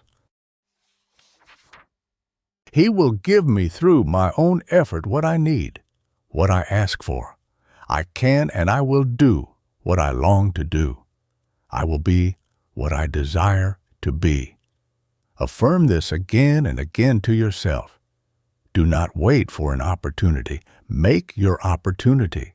The power of affirmation will work miracles for you. Most people seem to think that if they were only in an ideal environment without worry or anxiety, they would then be perfectly happy. But we are not half so dependent for happiness upon environment as we imagine we are. False ambition, envy, and jealousy are responsible for much of our uneasiness and discontent. Our minds are so intent upon what other people have that we do not get a tithe of the enjoyment out of our own possessions that they should afford us. We question and envy when we should affirm and realize. We neglect the most potent means within our grasp, the miracle-working power of affirmation. Every one of us has an inalienable right to be comfortable, prosperous, free from anxiety. In short, to be happy. Man was not intended to be a worrying machine. The fundamental principle of the human constitution is based on harmony, and when we are in harmonious relations with the universe, we attain the maximum of efficiency, of power, of usefulness to the world. It is then we get the maximum of enjoyment and happiness out of life. Is it not foolish to remain in discord when, by the simple process of affirmation, linked with divine faith and effort, we can transform ourselves and our environment? Chapter 11. The Triumph of Health Ideals. What is the body, after all, but the spirit breaking through the flesh, or health, but beauty in the organism? Every good emotion makes a health and life-promoting change in the body. Every thought is registered in the brain by a physical change more or less permanent in the tissue cells. The coming man will find it as easy to counteract an unfriendly, vicious thought by turning on the counter thought to neutralize it, as to rob the hot water of its burning power by turning on the cold water faucet. There is a divine something in man which never was sick and never can be, that divine self, the image of the Creator, perfect, unchangeable, indestructible, immortal, and which sometime and somewhere must drive out all trace of sin, disease, and death in mankind. Even those who do not believe in Christian Science as a whole must be impressed with the scientists' wonderful religious optimism. Their inspiring mental attitude, the hopeful way in which they face life, always looking toward the light, toward health, toward prosperity, toward success, and turning their backs upon the darkness, upon everything which can mar their health, their efficiency, their happiness, is creating a new world for thousands of discouraged souls. Christian scientists insist that since God has created everything that is, and since He is perfect, He could not possibly create anything unlike Himself, such as disease. God is harmony, they reason, and He could not create discord. He is truth, and He could not create error. God is love, and He could not create the opposite of love, hatred, jealousy, envy, selfishness, any evil emotion or passion. Hence, all disease, all discord, all the enemies of the race, all satanic influences in the world must be accounted for in some other way than as decrees of His will. For perfection could not have produced these imperfections. Love could not create anything antagonistic to itself. Scientists take a positive and vigorous stand against the admission to their mind of any of the enemies of their health. Not only is all thought of failure and poverty banished, but they close the portals of their mind against fear, worry, and anxiety, against the ravages of jealousy, the poison of hatred, envy, and selfishness. They try to keep their mental realm clear of all black, forbidding pictures, of all sorts of distressing emotions and unfriendly thoughts, while they open it wide to the things which help, inspire, and bring hope, the friend thoughts and emotions, joy, gladness, love, truth, and divine inspiration. They regard poverty, no less than illness, as a mental disease, to be treated in the same manner as bodily disease. And this cheerful religious optimism, which they try steadily to maintain, is a great disease-resisting power. Health, wholeness, is one of the most important and necessary factors for the attainment of peace, power, plenty, success, and happiness. The scientist's religious optimism removes all hindrances to full, complete self-expression. It is just as necessary to hold the victorious attitude toward health as it is to hold the victorious attitude toward our career and everything which affects it. It is just as necessary to get rid of our doubts and fears regarding our physical well-being as it is to get rid of our doubts and fears regarding our ability to succeed. If we would be strong and vigorous, it is quite as important to visualize health, to hold the health ideal, to keep the perfect health picture constantly in the mind, as it is to keep the prosperity, the success ideal in the mind when we are striving for an independence. The habit of always holding a high ideal of our health, of thinking of ourselves as well, vigorous, physically and mentally perfect, will go very far toward building up a strong disease-resisting barrier between ourselves and all our health enemies. On the other hand, people who never think of themselves as whole, healthy, active, and robust, but who constantly hold in mind a picture of themselves as weak, ailing, without vim or stamina, with little or no disease-resisting power, are liable at any time to become victims of disease. Fearing disease, thinking ill health, visualizing physical suffering is the surest way of attracting those things. Physicians know that the awful incubus of doubt and worry in the minds of patients, the fear that their disease may be fatal, is the greatest obstacle to their recovery. We head toward our doubts, our fears, our convictions regarding our health, just as we do toward our doubts, fears, and convictions regarding other things. If we are convinced that we are not going to be strong, rugged, virile, if we fear that we are likely to develop inherited weaknesses and disease tendencies, we are headed toward these conditions and will probably realize them. On the contrary, if we hold the victorious attitude toward health, if we visualize the health ideal, the health conviction, we head mentally toward health. And what we head toward mentally is the pattern of that which is continually being built into our life structure.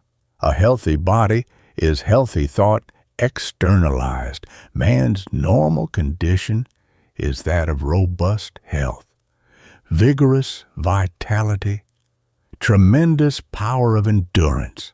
Nearly a century ago, a celebrated German physician said that there is something in man which was never born, is never sick, and never dies, and that it is this something, this omnipotent force within which in reality heals our diseases.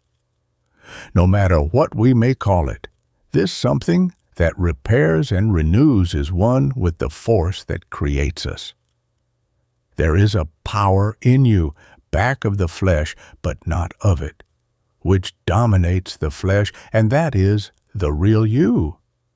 You can no more be wiped out of existence than the Creator who made you, because you are an immortal expression of Himself. The trouble with us is we do not rise to the power and dignity of our divinity. We have been reared to think of ourselves as poor, miserable worms of the dust, instead of carrying through life an ideal of our mental and physical perfection. What we really believe ourselves to be, we tend to become.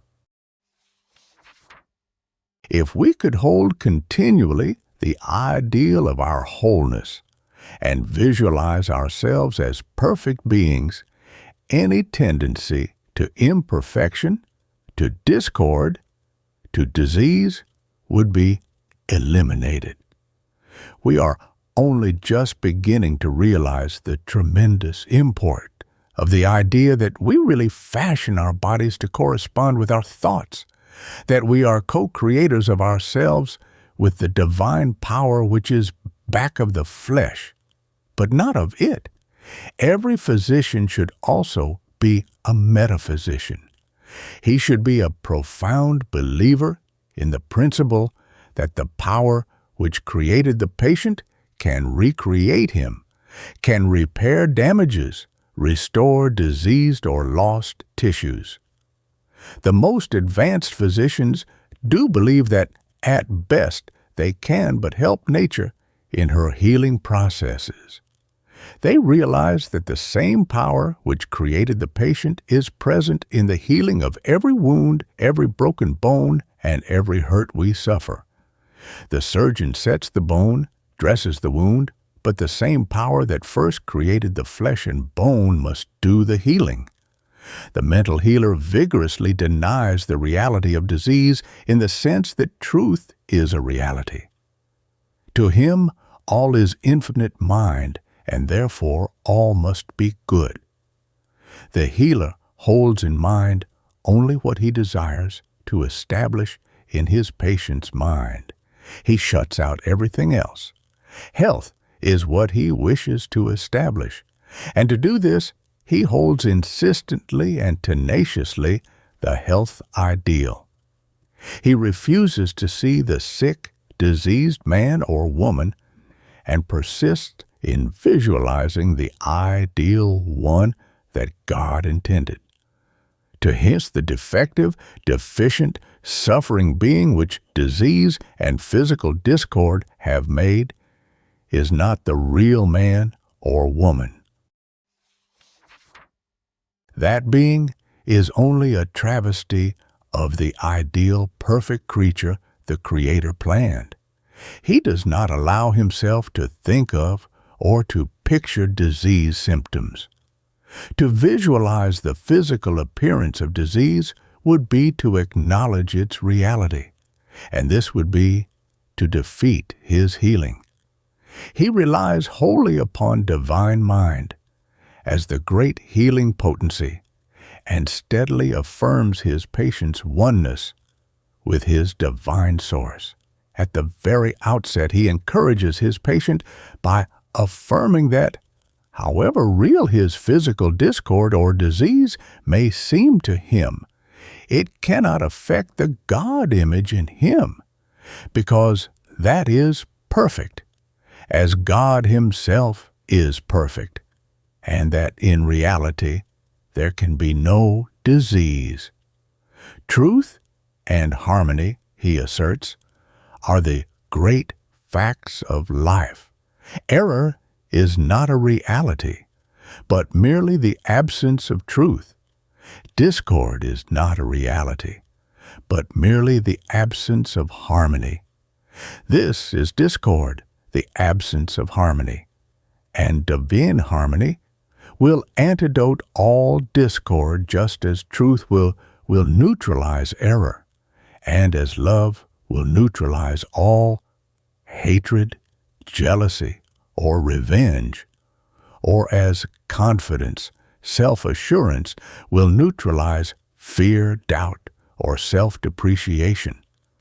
The healer holds continually the healing suggestions and concentrates on arousing in his patient expectancy of relief by bracing his hope, confidence, assurance, and faith in divine mind that restores, renews, and heals.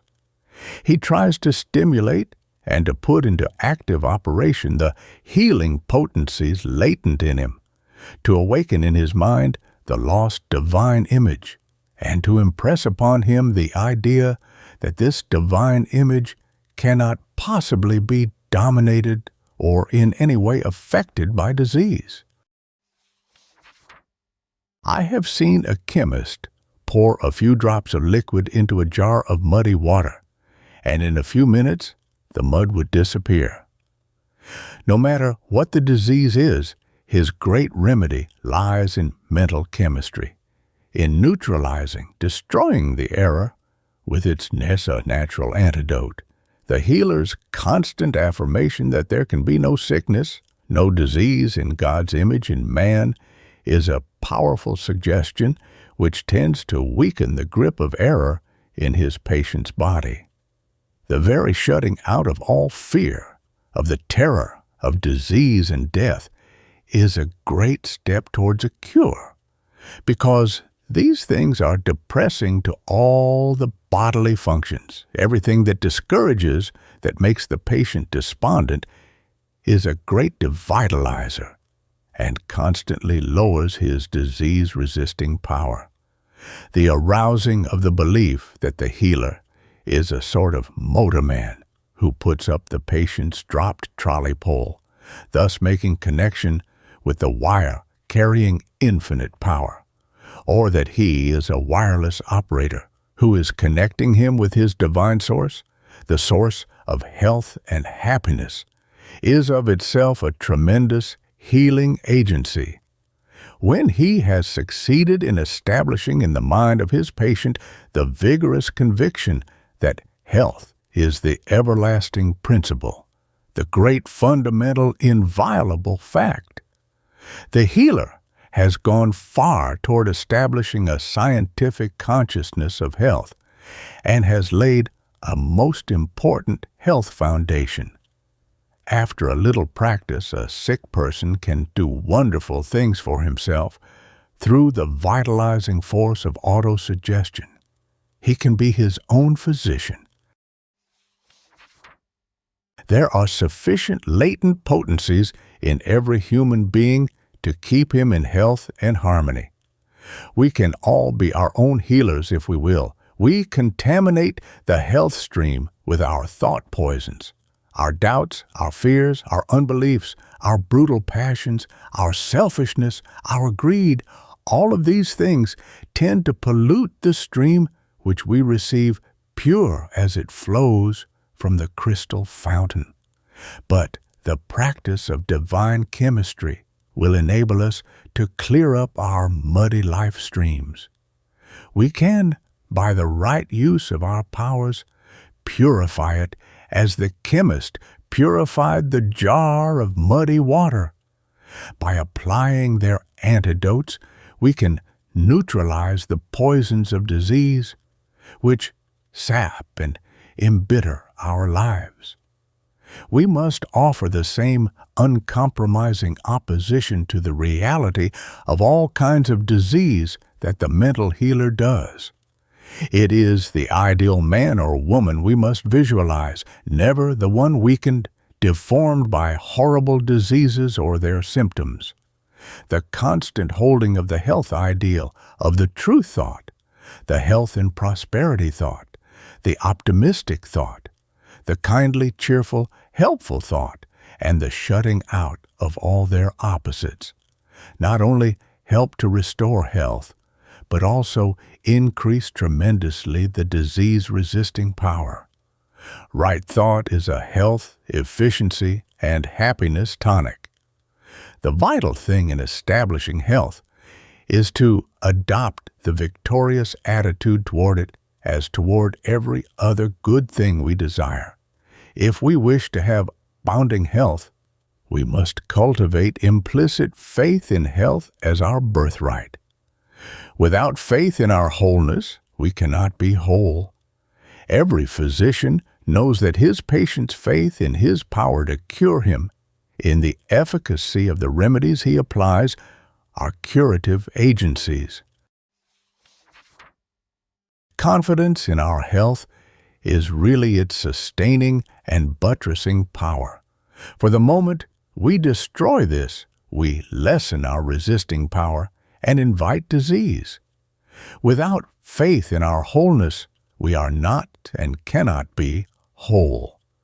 Without faith in the healing power of divine chemistry, no healing is possible either by patient or healer. The patient may not always have a conscious faith, but the healer has, and a similar faith is aroused in the patient later, as he begins to feel the divine healing power operating and working like a leaven in his nature. The image perpetually held in the conscious mind becomes indelibly etched in the subconscious mind, and the body conforms to the thought. To attain perfect health, we must build ourselves thought pictures of a superb body in all its strength and wholeness. Every child should be reared to think health instead of disease, should be made to realize that health is the everlasting fact, that disease is not a necessary evil. If the young mind was saturated from infancy with health ideas and ideals, it would build up a strong disease-resisting power. One of our great health troubles lies in the fact that we have been accustomed from childhood to lay too much emphasis on matter. We think all over, we live all over. Our sensations are the intelligent expression of all the cells of the body. The body is a great cooperative institution composed of billions of cells. When we are wounded or diseased, billions of these tiny cell repairers, healers, renewers, rush instantly to the wounded part to repair and restore the injured tissues. We feel that there is a marvelous and beneficent intelligence ever working miracles within us, a power which heals our wounds and cures our hurts. This intelligence comes from the within of us. It permeates every atom of the body, illuminating each separate cell with a reflection of its own light. Scientists are making marvelous discoveries regarding the location of the seat of intelligence. We know the mind, the brain, or the thinking part of us extends the entire length of the spinal cord. Regular gray matter has been found in the fingertips of deaf, dumb, and blind people, thus showing that wherever there is a need, there is intelligence. Some of our foremost scientists now believe that the cells composing each organ form a sort of cooperative community intelligence which presides over that particular organ. We know how quickly the stomach sympathizes with the mental attitude, how it responds to our thoughts, our emotions. If there were not a very intimate connection between the brain and the stomach, and the same principle applies to the heart, the kidneys, and other organs, the digestion would not be affected so seriously by our changing moods and emotions. Inasmuch as it is so affected, is it not reasonable to assume that the stomach cells are influenced by the thought which you project into them? Is it not reasonable to assume that by sending into these cells black, gloomy, discouraging pictures of indigestion and dyspepsia, you injuriously affect them? If these cells have intelligence, and if they respond instantly to our different mental states, as we know they do, isn't it natural that they should be correspondingly affected by our opinion of them, by our lack of confidence in them, our suspicion of their ability to digest our food properly, by our constant complaining of our stomach and our miserable digestive apparatus? Instead of handicapping them by wrong thought, we must give our bodily organs a fair chance to do their legitimate work. We must visualize them as our co-workers, our partners, our friends, not as our enemies. Many people never visualize a normal picture of themselves. They picture their stomach, their liver, their kidneys, their heart in a diseased, imperfect condition. Such horrible visualizing and belittling of the hard-working bodily organs would ruin the health of the best-trained athlete. You must believe in their perfection, in their normal functioning. Replace the pictures of diseased organs with their opposites, pictures of their wholeness, their completeness, their soundness, and you will find yourself coming into health and power. Assume the victorious attitude and think of yourself as an absolutely perfect being, divine, immortal, possessing superb health.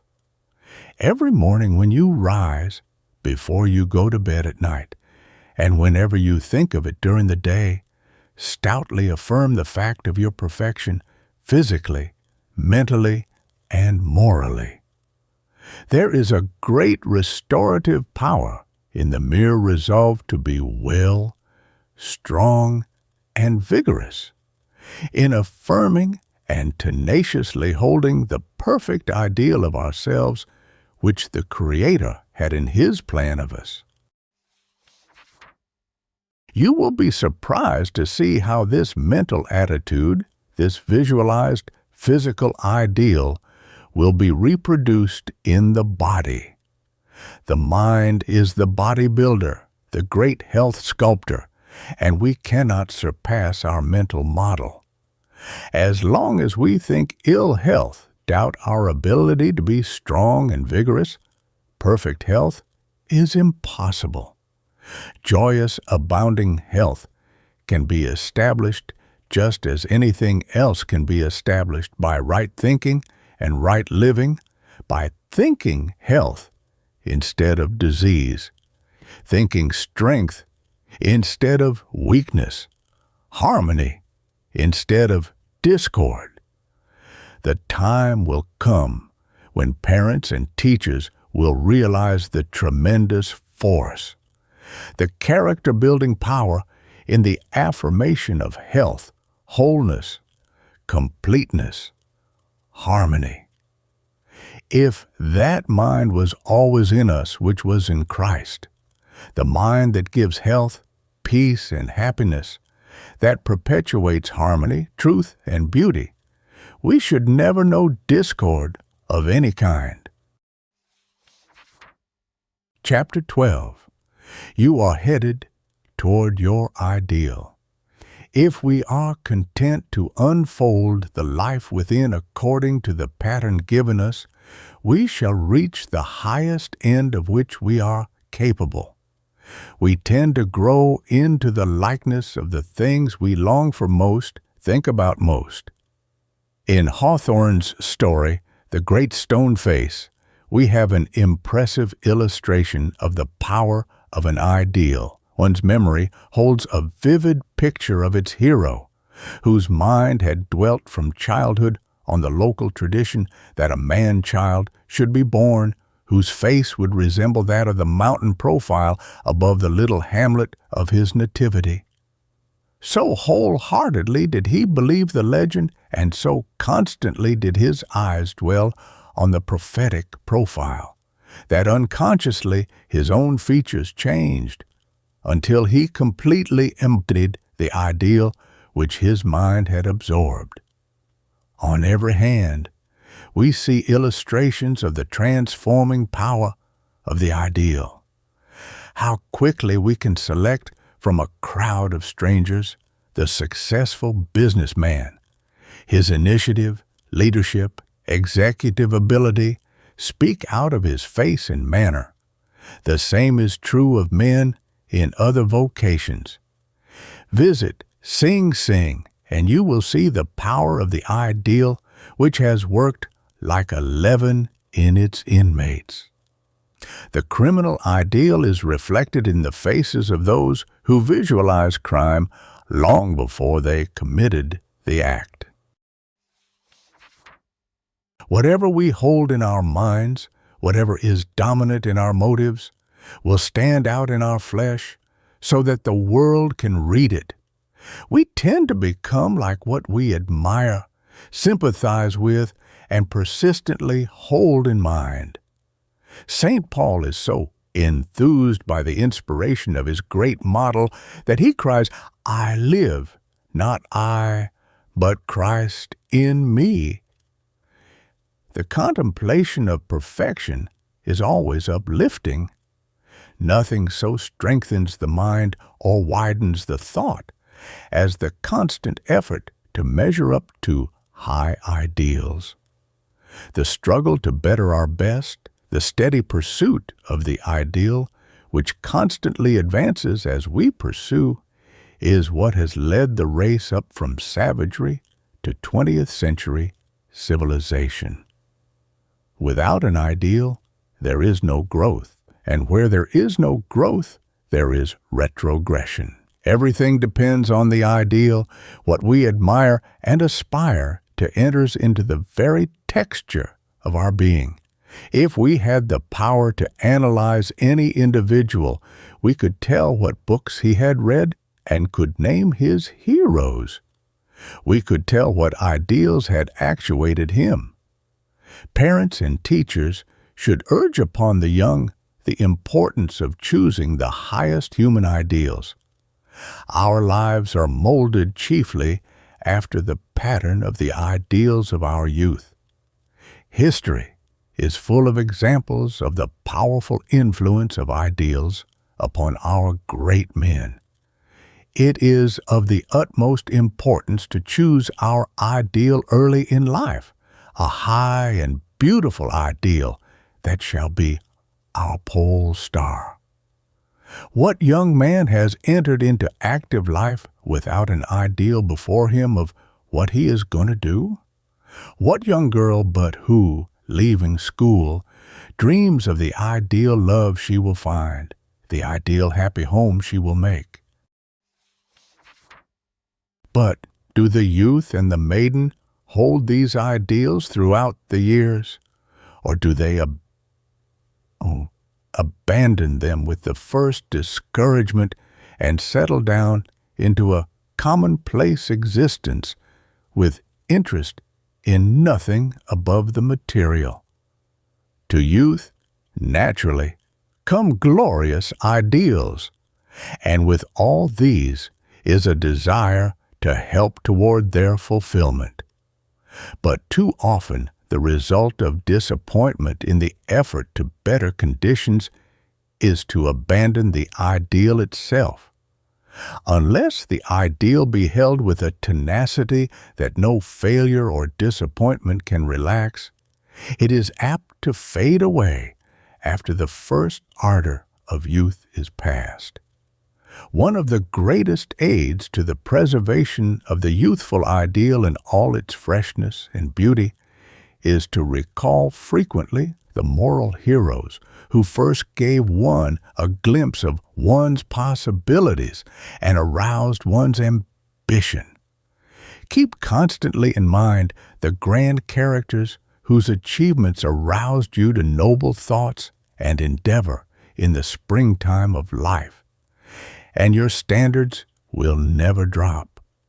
Character always develops according to the pattern within us.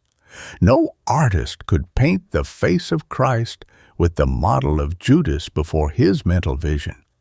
The constant struggle to measure up to a high ideal is the only force in heaven or on earth that can make a life great, beautiful, and fruitful. If we would ever establish our oneness with the Creator and accomplish the work He sent us here to do, we must live up to our ideal. With eyes fixed on this ideal, we must work with heart and hand and brain. With a resolution that never wavers, we must persevere unto the end. The situation that has not its duty, its ideal, says Carlyle, was never yet occupied by man. Yes, here in this poor, miserable, hampered, despicable actual, wherein thou even now standest, here or nowhere is thy ideal. Work it out therefrom, and working, believe, live. Be free, fool, the ideal is in thyself. Never were truer words spoken. Wrapped up in every human being there are divine energies, which, if given proper direction, will develop the ideal from stage to stage. Who sees a sculptor at work upon a block of marble sees what appears to be only a mechanical performance, but out of sight in the sculptor's brain there is a quiet presence we do not perceive, and every movement of the hand is impelled by that shining thought. That presence is the ideal. Without it he would be a mason. Through it he becomes an artist. The ideal is the real. By it we shape our lives as the sculptor shapes the image from the rough marble. External means alone will not accomplish this. You must lay hold of eternal principles, of the everlasting verities, or you never can approach your ideal, not on some far-off height. Where longing without endeavor is magically satisfied, will we carve out the ideal that haunts our souls? But here and now in this poor, mean actual, here or nowhere is our ideal. In the humble valley, on the boundless prairie, on the farm, in workshop, store, or office, wherever there is honest work for the hand and brain of man to do, is the field wherein the outworking of our ideal must be wrought. Your circumstances may be uncongenial, says James Allen, but they shall not long remain so, if you but perceive an ideal and strive to reach it. You cannot travel within and stand still without. The great curse of the average person is commonness, the lack of aspiring ideals. There are thousands of farmers who never get above cattle and wheat, of doctors who never become superior to prescriptions and diseases. Most of us live in the basement of our lives, while the upper stories are all unused. Millions of human beings never get out of the kitchen of their existence. We need aspiration and great thought models to lift us. There is a spiritual hunger in humanity which, if fed and nourished, will lead to the upbuilding and developing of great souls. In a factory where mariners' compasses are made before the needles are magnetized, they will lie in any position, but when once touched by the mighty magnet, they ever afterwards point only in one direction. Many a young life lies listless, purposeless, until touched by the divine magnet, after which, if it nourishes its aspirations, it always points to the north star of its hope and its ideal. Every faintest aspiration that springs up in our heart is a heavenly seed within us, which will grow and develop into rich beauty if only it be fed, encouraged. The aspiration that is not translated into active effort will die, just as any power or function that is not used will atrophy or disappear. Something like this takes place continually in human lives. We rise or fall by our ideals, by our pursuit or our disregard of them. We spend much precious time and effort catering to the desires of our animal natures, and live chiefly along the lines of life's lower aims and opportunities when we might be soaring. Everywhere we see men making a splendid living, but a very poor life, succeeding in their vocations, but failing as men, swerving from their own highest ideals for the sake of making a little more money. On every hand, we see people sacrificing the higher to the lower, dwarfing the best thing in them for a superficial material advantage, selling the birthright of the soul's ideal for a mess of pottage. Is there any reason or intelligence in a man's continuing to turn his ability, his energies, all there is in him, into dollars after he has many times more of these than he can ever use for living and betterment? Is the gift of life so cheap, so meaningless, that we can afford to spend time on things that do not endure, to the neglect of those that endure? We sacrifice much to gain wealth, but practically nothing to realize the outreach of our souls. Yet the ideal is indeed the pearl of great price, in the balance with which all that a man hath possessed is as nothing. The red-letter men of the world have always been men of high ideals, to which they were ever loyal, men who have said, "This one thing I do," and have put the whole strength of their lives into their effort to realize their ideal. If, from the start, you listen to and obey that something within which urges you to find the road that leads up higher, if you listen to and obey the voice which bids you look up and not down, your life cannot be a failure. The really successful men and women are those who, by the nobility of their example, contribute to the uplift, the happiness, the enlargement of life, to the wisdom of the world, not those who have merely piled up selfish dollars. A rich personality enriches everybody who comes in contact with it. I believe the time will come when not money, but growth, not lands and houses, but mental and moral expansion in larger and nobler living will be even the popular measure of true riches, real success. The measure of a successful man will be that of his soul. He will be rated in a spiritual Bradstreet as a large heart, a magnanimous mind, a cultured intellect, instead of as a great checkbook.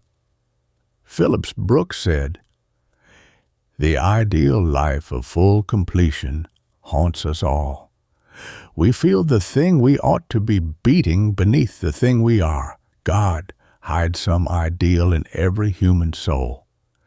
At some time in his life, each feels a trembling, fearful longing to do some great good thing.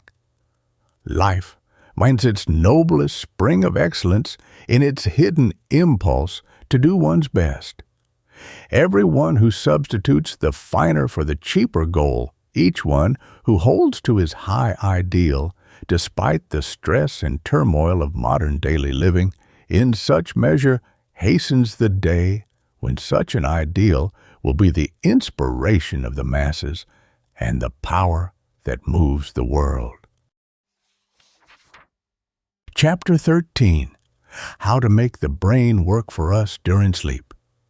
Would you not think yourself fortunate to have a secretary of great ability and worth, absolutely subject, day and night, to your will, and so susceptible to instructions that even your slightest mental suggestion would be faithfully carried out? If you had such a secretary, and knew that in spite of his great ability, he would be able to do what you suggested only in proportion to your belief in his power to do so, would you not be careful to entertain no doubts of his ability to carry out your wishes or suggestions? Now, just substitute for this personal secretary your subconscious self, that part of you which is below the threshold of your consciousness, and try to realize that this self is actually the sort of secretary I have endeavored to describe, capable of carrying out all your desires, of executing all your purposes, of realizing your ambitions to the exact extent of your belief in its powers, and you will get some idea of what it can accomplish for you.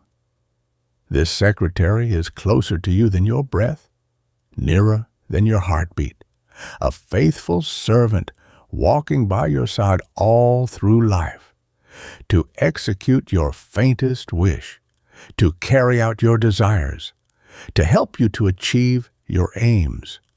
Every bit of help, of encouragement, of support you give to this other self will add to the magnificence, the splendor of your destiny. On the other hand, all negative, vicious thoughts, all selfishness, greed, and envy, all doubts and fears, all the discouraging, destructive thoughts you entertain will impair and weaken your secretary or servant in exact proportion to their intensity and persistency. In fact, it rests with yourself whether your secretary shall be your greatest help, a heavenly friend and assistant, or your greatest hindrance, your worst enemy. It doesn't matter what we call them, subconscious and conscious self, or subjective and objective mind. We are all conscious that these are two forces constantly at work in us. One commands and the other obeys. We know that one of these, the subjective mind, does not originate its acts, but gets its instructions from the objective mind, which contains the willpower. Experience shows us that the subjective or subconscious mind, which I have called a personal secretary, is a servant which obeys our will, carries out our wishes, and registers in the brain a faithful record not only of every thought, word, and act of ours, but of everything we see and everything we hear others say. Now, if this other self, personal secretary, subconscious mind, or whatever we choose to call it, has such enormous power, why can it not be trained to work for us when we are asleep, as well as when we are awake? Have you ever thought of the possibilities of spiritual and mental development during sleep? Has it ever occurred to you that while the processes of repair and upbuilding are proceeding normally in the body, the mind also may be expanding? The soul as well as the body may be growing?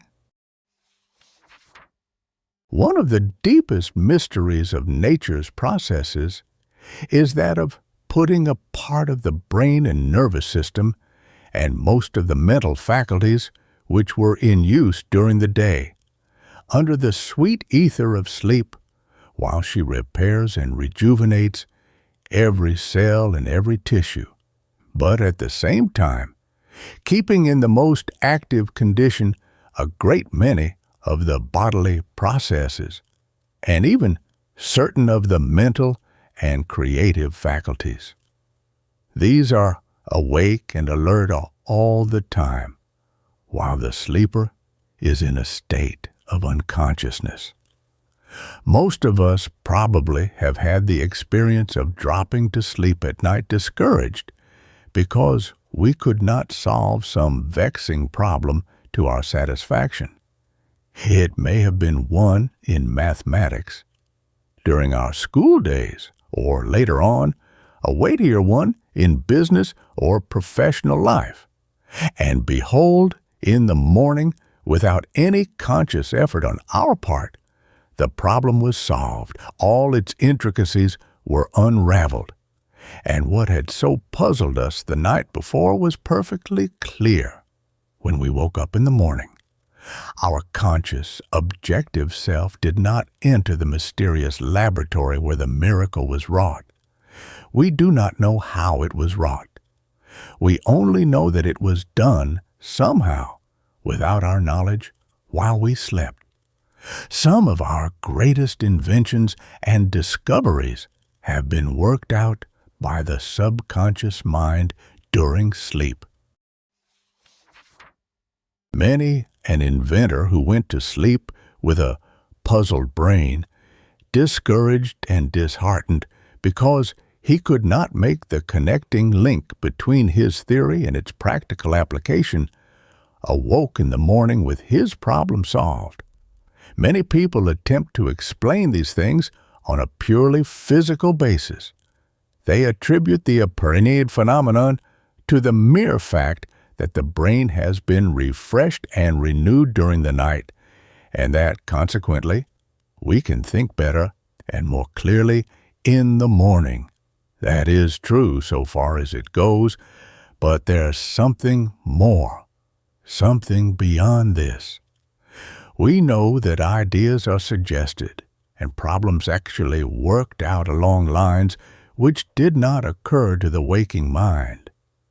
Most of us have had experiences of some kind or another which show that there is some great principle, some intelligent power back of the flesh, but not of it, which is continually active in our lives, helping us to solve our problems.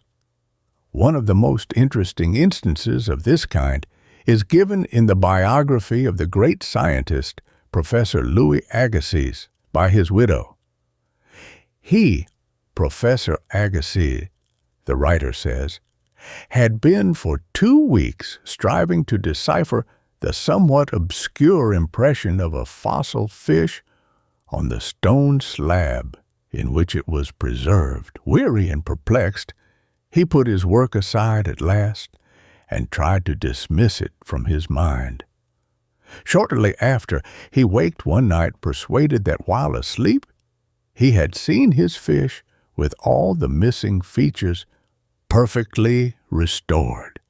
But when he tried to hold and make fast the image, it escaped him.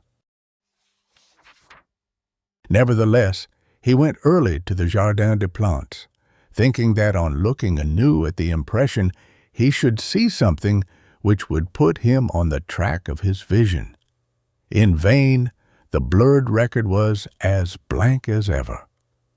The next night he saw the fish again, but with no more satisfactory result.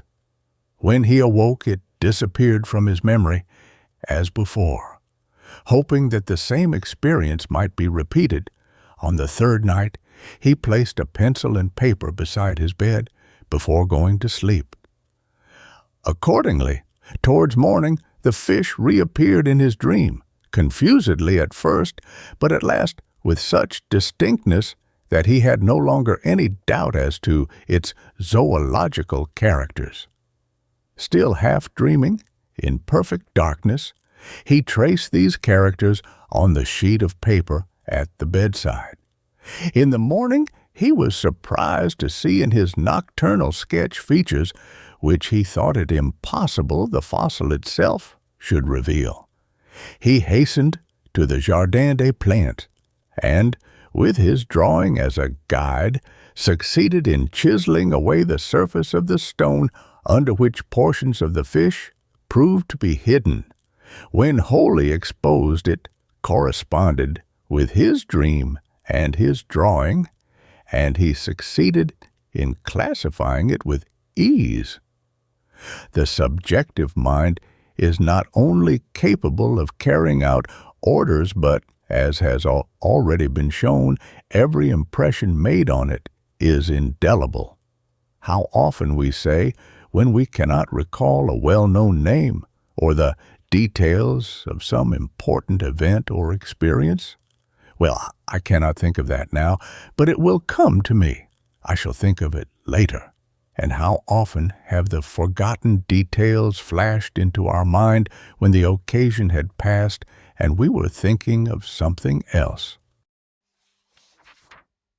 Again and again have we puzzled our brains at night, trying to think of some particular thing which had gone out of our memory, only to find it waiting for us in the morning. We are beginning to realize that all of our experiences during the day, all of our thoughts, emotions, and mental attitudes, the multitude of little things which seem to make but a fleeting impression, are not in reality lost. Every day leaves its phonographic records on the brain, and these records are never erased or destroyed. They simply drop into the subconscious mind and are ever on call.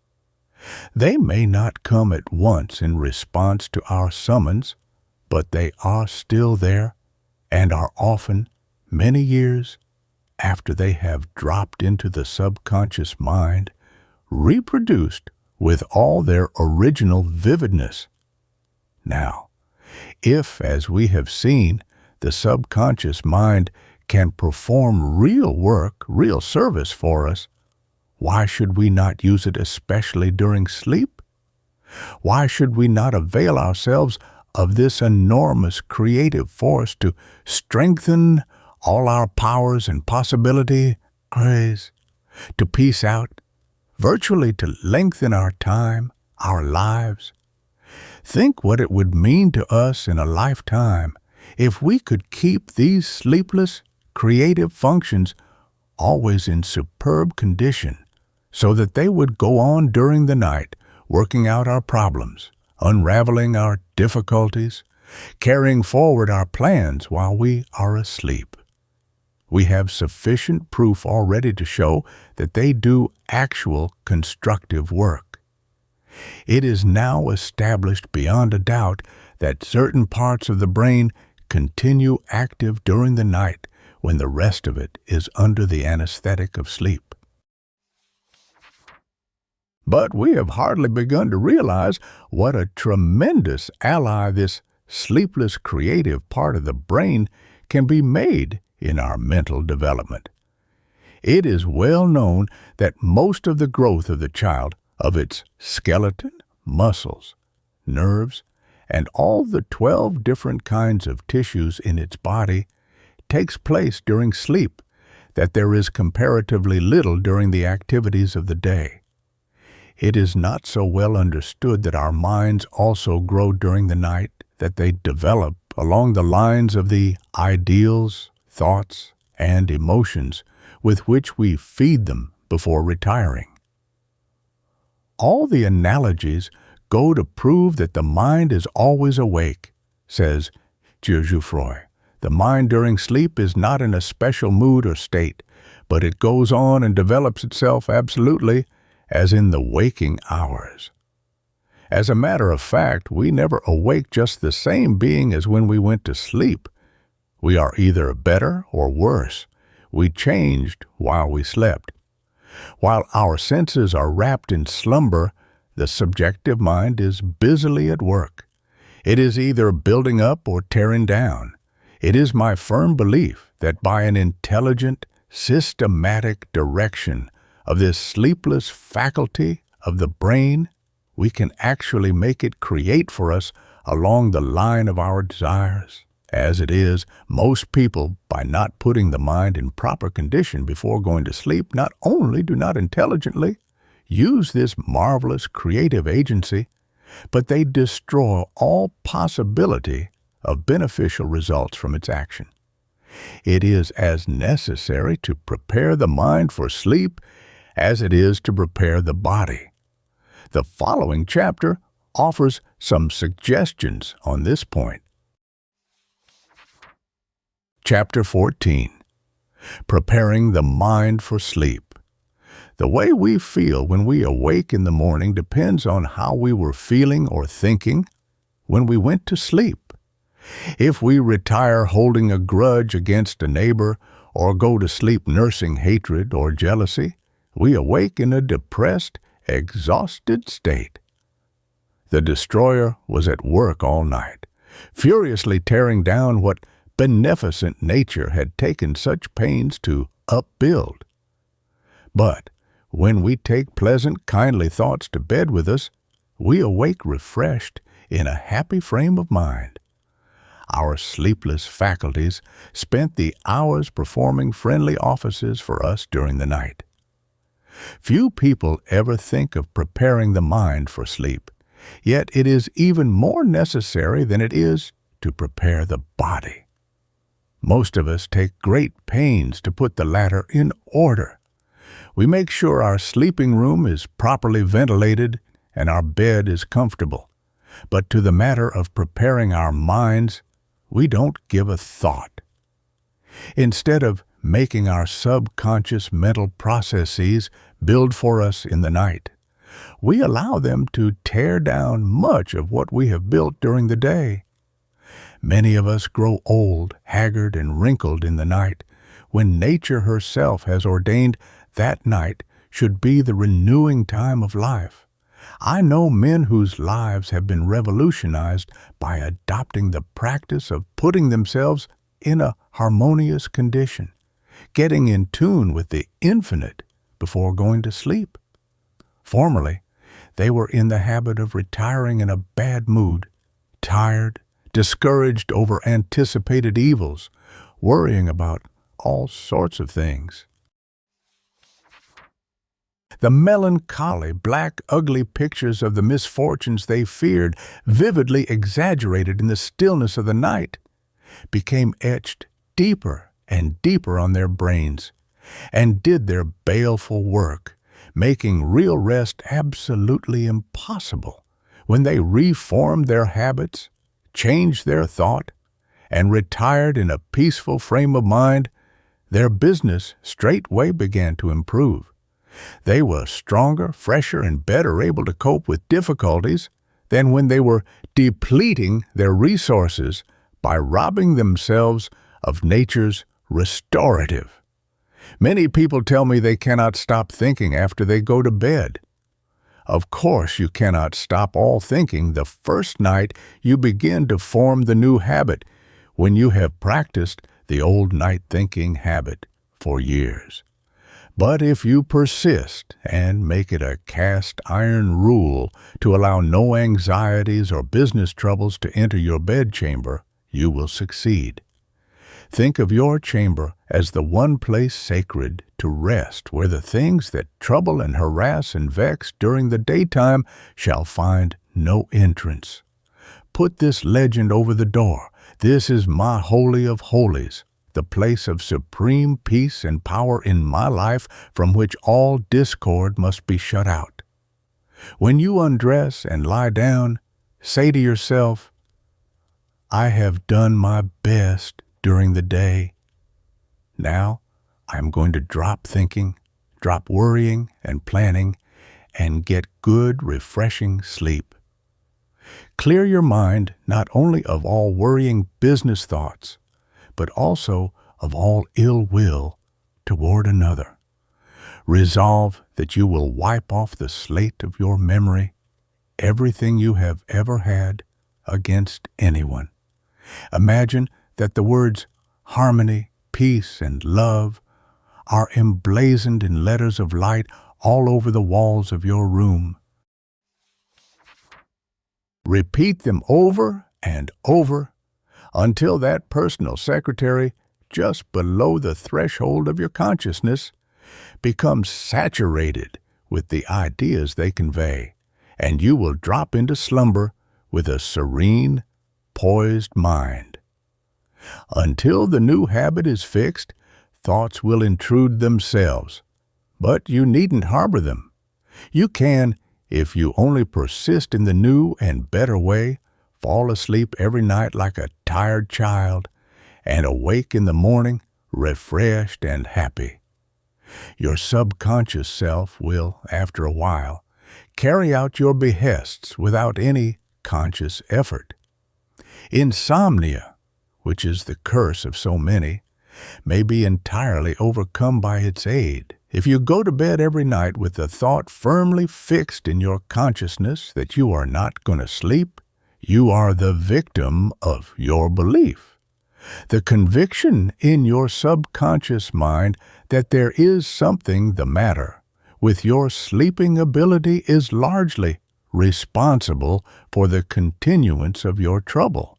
We can convince ourselves of almost anything by affirming it long enough and often enough.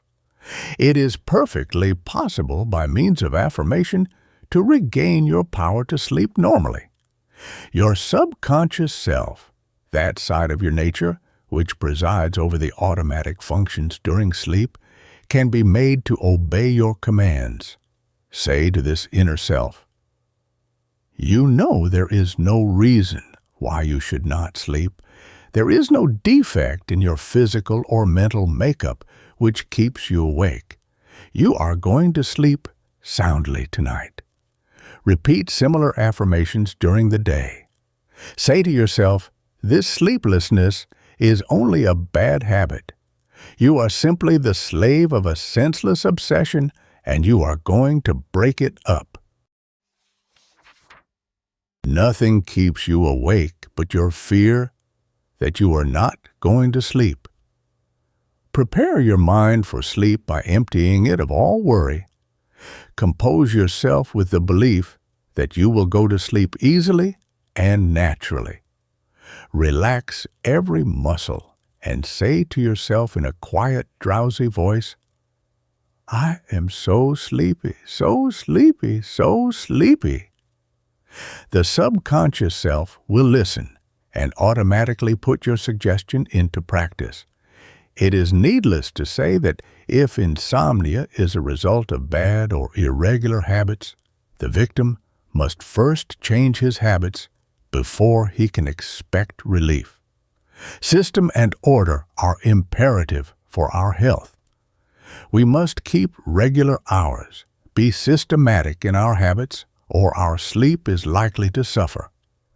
Give your mind a mental bath and clothe it in beautiful thoughts, and you will in a short time establish the habit of sound, refreshing sleep. Whatever else you do, form the habit of making a call on the great within of yourself before retiring. Leave there the message of uplift and self-enlargement that you yearn to realize. Registering this demand for something higher in your subconsciousness will work like a leaven during the night, and after a while, all the building forces within you will unite in helping you to realize your vision. The period of sleep may be made a wonderful period of growth. Instead of making an enemy of your subconscious self by giving it destructive thoughts to work with, make it your friend by giving it strong, creative, helpful thoughts with which to go on building for you during the night. Every thought dropped into the subconscious mind before we go to sleep is a seed that will germinate in the night and ultimately bring forth a harvest of its kind. By impressing upon it our desires, picturing as vividly as possible our ideals, we will be surprised to see how quickly that wonderful force in the subjective self will begin to shape the pattern. In this way, we can correct habits which are wounding our self-respect and overcome vicious tendencies which the willpower may not be strong enough to correct in the daytime. If the subconscious mind can make us happy or miserable according to the pattern we give it before going to sleep, why do we not avail ourselves of this tremendous force for character building instead of for life-destroying? One reason is that we are only just beginning to discover that we can control this secondary intelligence. We are finding that it is comparatively easy, while a person is in a hypnotic state, to make wonderful changes in disposition and to correct vicious habits through suggestion. We are in a similar condition when asleep as when in a hypnotic trance, and experiments have shown that marvelous results are possible, especially in the case of children, by talking to them, advising them, suggesting things that are for their good during their sleep. Parents should teach their children how to prepare their minds for sleep so that the subconscious self would create something beautiful instead of the black images of fear, which terrorize little ones before they fall asleep. A child should never be scolded or frightened just before bedtime. It should be encouraged to fall asleep in its sweetest, happiest mood in the spirit of love. Then its sleeping face will reflect the love spirit, and the child will awaken in the same spirit. Children are peculiarly susceptible to the influence of our suggestions to them during sleep. Their character can be molded to a great extent, their ability developed, and their weak points strengthened. In some ways, the suggestions made to them in that state have more effect than those made to them when awake, because the subjective mind gradually absorbs and reflects every suggestion. If you want to make your child beautiful in character, think beautiful thoughts into its mind as it falls asleep. Speak to it of beautiful things while it sleeps. Its aesthetic faculties, special talents, and latent possibilities will be developed through suggestion. In the marvelous interior creative forces lies the great secret of life, and blessed is he who findeth it. Doubly blessed is he who findeth it at the start of life. Chapter 15.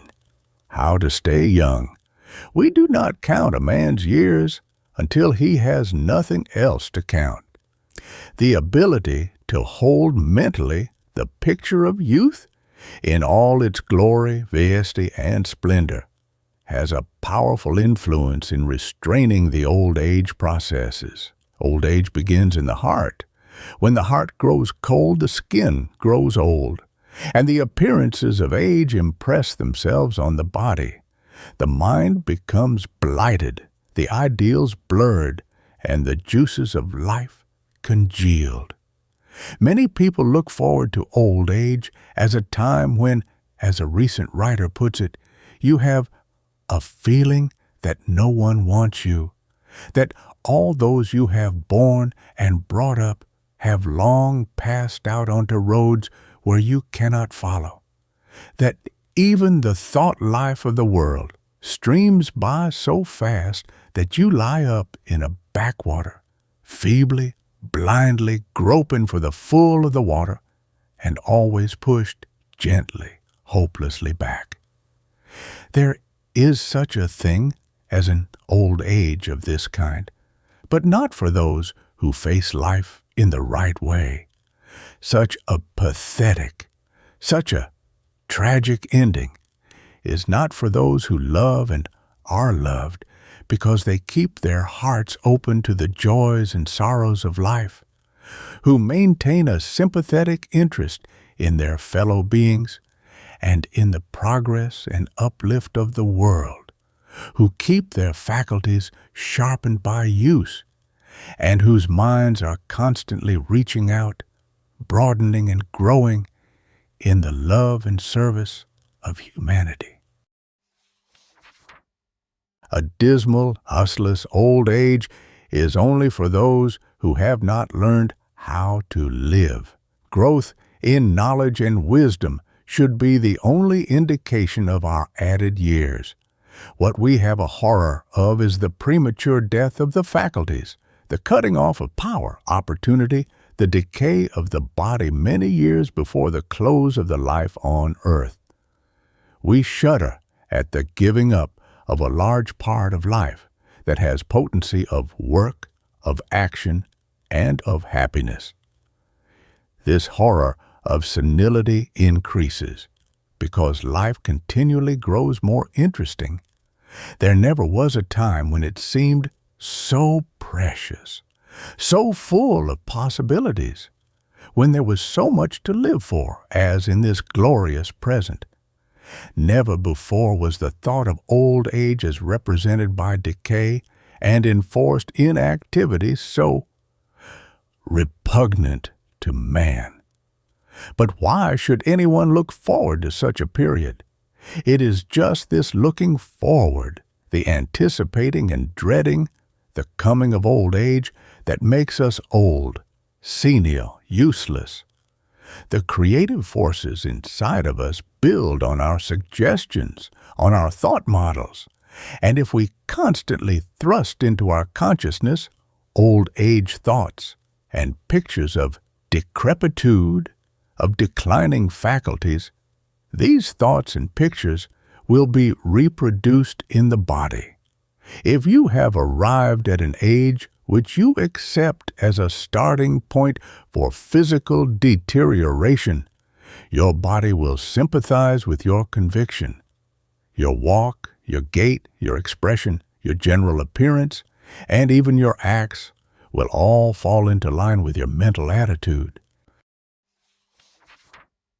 The great trouble with those who are getting along in years is that they put themselves outside of the things that would keep them young. Most people after 50 begin to shun children and youth. Generally, they feel that it is not becoming to their years to act as they did when younger, and day by day they gradually fall more and more into old age ways and habit. We build into our lives the picture patterns which we hold in our minds. This is a mental law. When you have reached the time at which most people show traces of their age, you imagine that you must do the same. You begin to think you have probably done your best work, and that your powers must henceforth decline. You imagine your faculties are deteriorating, that they are not quite so sharp as they once were, that you cannot endure quite so much, and that you ought to begin to let up a little, to take less exercise, to do less work, to take life a little easier. The moment you allow yourself to think your powers are beginning to decline, they will do so, and your appearance and bodily conditions will follow your convictions. If you hold the thought that your ambition is sagging, that your faculties are deteriorating, you will be convinced that younger men have the advantage of you, and, voluntarily at first, you will begin to take a back seat, figuratively speaking, behind the younger men. Once you do this, you are doomed to be pushed farther and farther to the rear. You will be taken at your own valuation. Having made a confession of age, acknowledged in thought and act that, insofar as work and productive returns are concerned, you are no longer the equal of young men, they will naturally be preferred before you. If people who have aged prematurely could only analyze the influences which have robbed them of their birthright of youth, they would find that most of them were a false conviction that they must grow old at about such a time. Needless worry, silly anxiety, which often comes from vanity, jealousy, and the indulgence of such passions as excessive temper, revenge, and all sorts of unhealthy thinking. If they could only eliminate these influences from their lives, they would take a great leap back toward youthfulness. The laws of renewal, of rejuvenation, are always operating in us, and will be effective if we do not neutralize them by wrong thinking. The chemical changes caused in the blood and other secretions by worry, fear, the operation of the explosive passions, or by any depressing mental disturbance, will put the aging processes in action. Whatever we establish as a fixed conviction in our lives, we transmit to our children. And this conviction gathers cumulative force all the way down the centuries. Every child in Christian countries is born with the race belief that 70 years or 70 years and 10 is a sort of measure of the limit to human life. This has crystallized into a race belief, and we begin to prepare for the end much in advance of the period fixed. As long as we hold this belief, we cannot bar out of our minds the consequent suggestion that when we pass the half-century limit, our powers begin to decline. The very idea that we have reached our limit of growth, that any hope of further progress must be abandoned, tends to etch the old age picture and conviction deeper and deeper in our minds. And of course, the creative processes can only reproduce the pattern given them. Some men cross the zenith line, from which they believe they must henceforth go downhill a quarter of a century or more earlier than others. Because we cross this line of demarcation mentally, first, cross it when we are convinced that we have passed the maximum of our producing power and have reached the period of diminishing returns. Many people have what they are pleased to call a premonition that they will not live beyond a certain age, and that becomes a focus toward which the whole life points. They begin to prepare for the end. Their conviction that they are to die at a certain time largely determines the limitation of their years. Multitudes of people start out in youth handicapped by a belief that they have some hereditary taint, a predisposition to some disease that will probably shorten their lives. They go through life with this restricting, limiting thought so deeply embedded in the very marrow of their being that they never even try to develop themselves to their utmost capacity. Just think of the pernicious influence upon a child's mind of the constant suggestion that it will probably die very young because its parents or some of its relatives did. That even if it is fortunate enough to survive the diseases and accidents of youth and early maturity, it is not possible to extend its limits of life much, if any, beyond a certain point. Yet we burn this and similar suggestions into the minds of our children until they become a part of their lives. We celebrate birthdays and mark off each recurring anniversary as a red-letter day and fix in our minds the thought that we are a year older. All through our mature life, the picture of death is kept in view, the idea that we must expect it and prepare for it at about such a time. The truth is, the death suggestion has wrought more havoc and marred more lives than almost anything else in human history. It is responsible for most of the fear, which is the greatest curse of the race. A noted physician says that if children, instead of hearing so much about death, were trained more in the principles of immortality, they would retain their youth very much longer and would extend their lives to a much greater length than is now general. I believe the time will come when the custom of celebrating birthdays, of emphasizing the fact that we are a year older, that we are getting so much nearer the end, will be done away with. Children will not then be reminded so forcibly once in 365 days that each birthday is a milestone in age. We shall know that the spirit is not affected by years, that its very essence is youth and immortality. In our inmost souls, we shall realize that there is a life principle within us that knows neither age nor death. We shall find that old age is largely a question of mental attitude, and that we shall become what we are convinced we must become.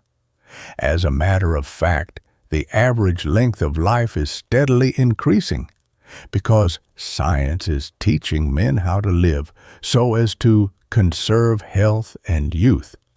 Formerly, men and women grew old very much earlier than they do now, and they died much younger.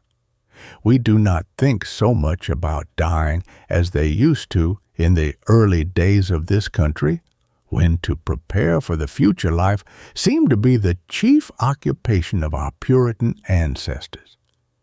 They had very little use for this world and did not try to enjoy life here very much. They were always talking and praying and singing about the life over there, while making the life here gloomy and forbidding. They forgot that the religion Christ taught was one of joy. There is no greater foe to the aging processes than joy, hope, good cheer, gladness. These are the incarnation of the youthful spirit. If you would keep young, cultivate this spirit. Think youthful thoughts, live much with youth, enter into their games, into their sports, their plays, their ambitions.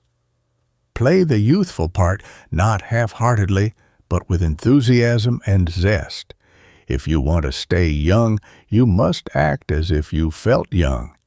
If you do not wish to grow old, quit thinking and acting as if you were aging. Instead of walking with drooped shoulders and with a slow, dragging gait, straighten up and put elasticity into your steps. Do not walk like an old man whose energies are waning, whose youthful fires are spent. Step with the springiness of a young man full of life, spirit, and vigor. The body is not old until the mind gives its consent. Stop thinking of yourself as an old man or an old woman. Cease manifesting symptoms of decrepitude. Remember that the impression you make upon others will react on yourself. If other people get the idea that you are going downhill physically and mentally, you will have all the more to overcome in your effort to change their convictions. The habit of growing old must be combated as we combat any other habit, by reversing the processes by which it is formed. Instead of surrendering and giving up to old age convictions and fears, stoutly deny them and affirm the opposite. When the suggestion comes to you that your powers are waning, that you cannot do what you once did, prove its falsity by exercising the faculties which you think are weakening. Giving up is only to surrender to age. We tend to find what we look for in this world, and if, as we advance in years, we are always looking for signs of old age, we will find them. If you are constantly on the alert for symptoms of failing faculties, you will discover plenty of them. And the great danger of this is that we are apt to take our unfortunate moods for permanent symptoms. That is, someday perhaps you cannot think as clearly, you cannot concentrate your mind as well, you do not remember as readily as you did the day before, and you immediately jump to the conclusion that a man of your age must begin to fail, cannot expect as much of himself as when he was younger. In other words, a person whose mind is concentrated upon his aging processes is inclined to draw a wrong conclusion from his temporary moods and feelings, mistaking them for permanent conditions. Instead of forming the habit of looking for signs of age, form the habit of looking for signs of youth. Form the habit of thinking of your body as robust and supple, and your brain as strong and active. Never allow yourself to think that you are on the decline. that your faculties are on the wane, that they are not as sharp as they used to be, and that you cannot think as well, because your cells are becoming old and hard. He ages who thinks he ages. He keeps young who believes he is young. Many of us do not realize the biological fact that nature herself bestows upon us the power of perpetual renewal. There is not a cell in our bodies that can possibly become very old, because all of them are frequently renewed. Physiologists tell us that the tissue cells of some muscles are renewed every few months. Some authorities estimate that 80 or 90% of all the cells in the body of a person of ordinary activity are entirely renewed within a couple of years. One's mental attitude, however, is the most important of all. There is no possible way of keeping young while convinced that one must inevitably manifest the characteristics of old age. The old age thoughts stamp themselves upon the new body cells so that they very soon look 40, 50, 60, or 70 years old. We should hold tenaciously the conviction that none of the cells of the body can be old, because they are constantly being renewed, a large part of them every few months. It is impossible for the processes producing senility to get control of the system or to make very serious changes in the body unless the mind first gives its consent. Age is not so much a matter of years as of the limpidity, the suppleness of the protoplasm of the cells of the body, and there is nothing which will age the protoplasm like aging thoughts and serenity enemies, such as worry, anxiety, fear, anger, hatred, revenge, or any discordant emotion. If you keep your protoplasm young by holding youthful ideals, there is no reason why you should not live well into the teens of your second century. Constantly affirm, I am young because I am perpetually being renewed. My life comes new every instant from the infinite source of life. I am new every morning and fresh every evening because I live, move, and have my being in Him who is the source of all life. Not only affirm this mentally, but also audibly. Make this picture of perpetual rejuvenation and recreation so vivid that you will feel the thrill of youthful renewal through your entire system. Work, love, kindness, sympathy, helpfulness, unselfish interest. These are the eternal youth essences. These never age.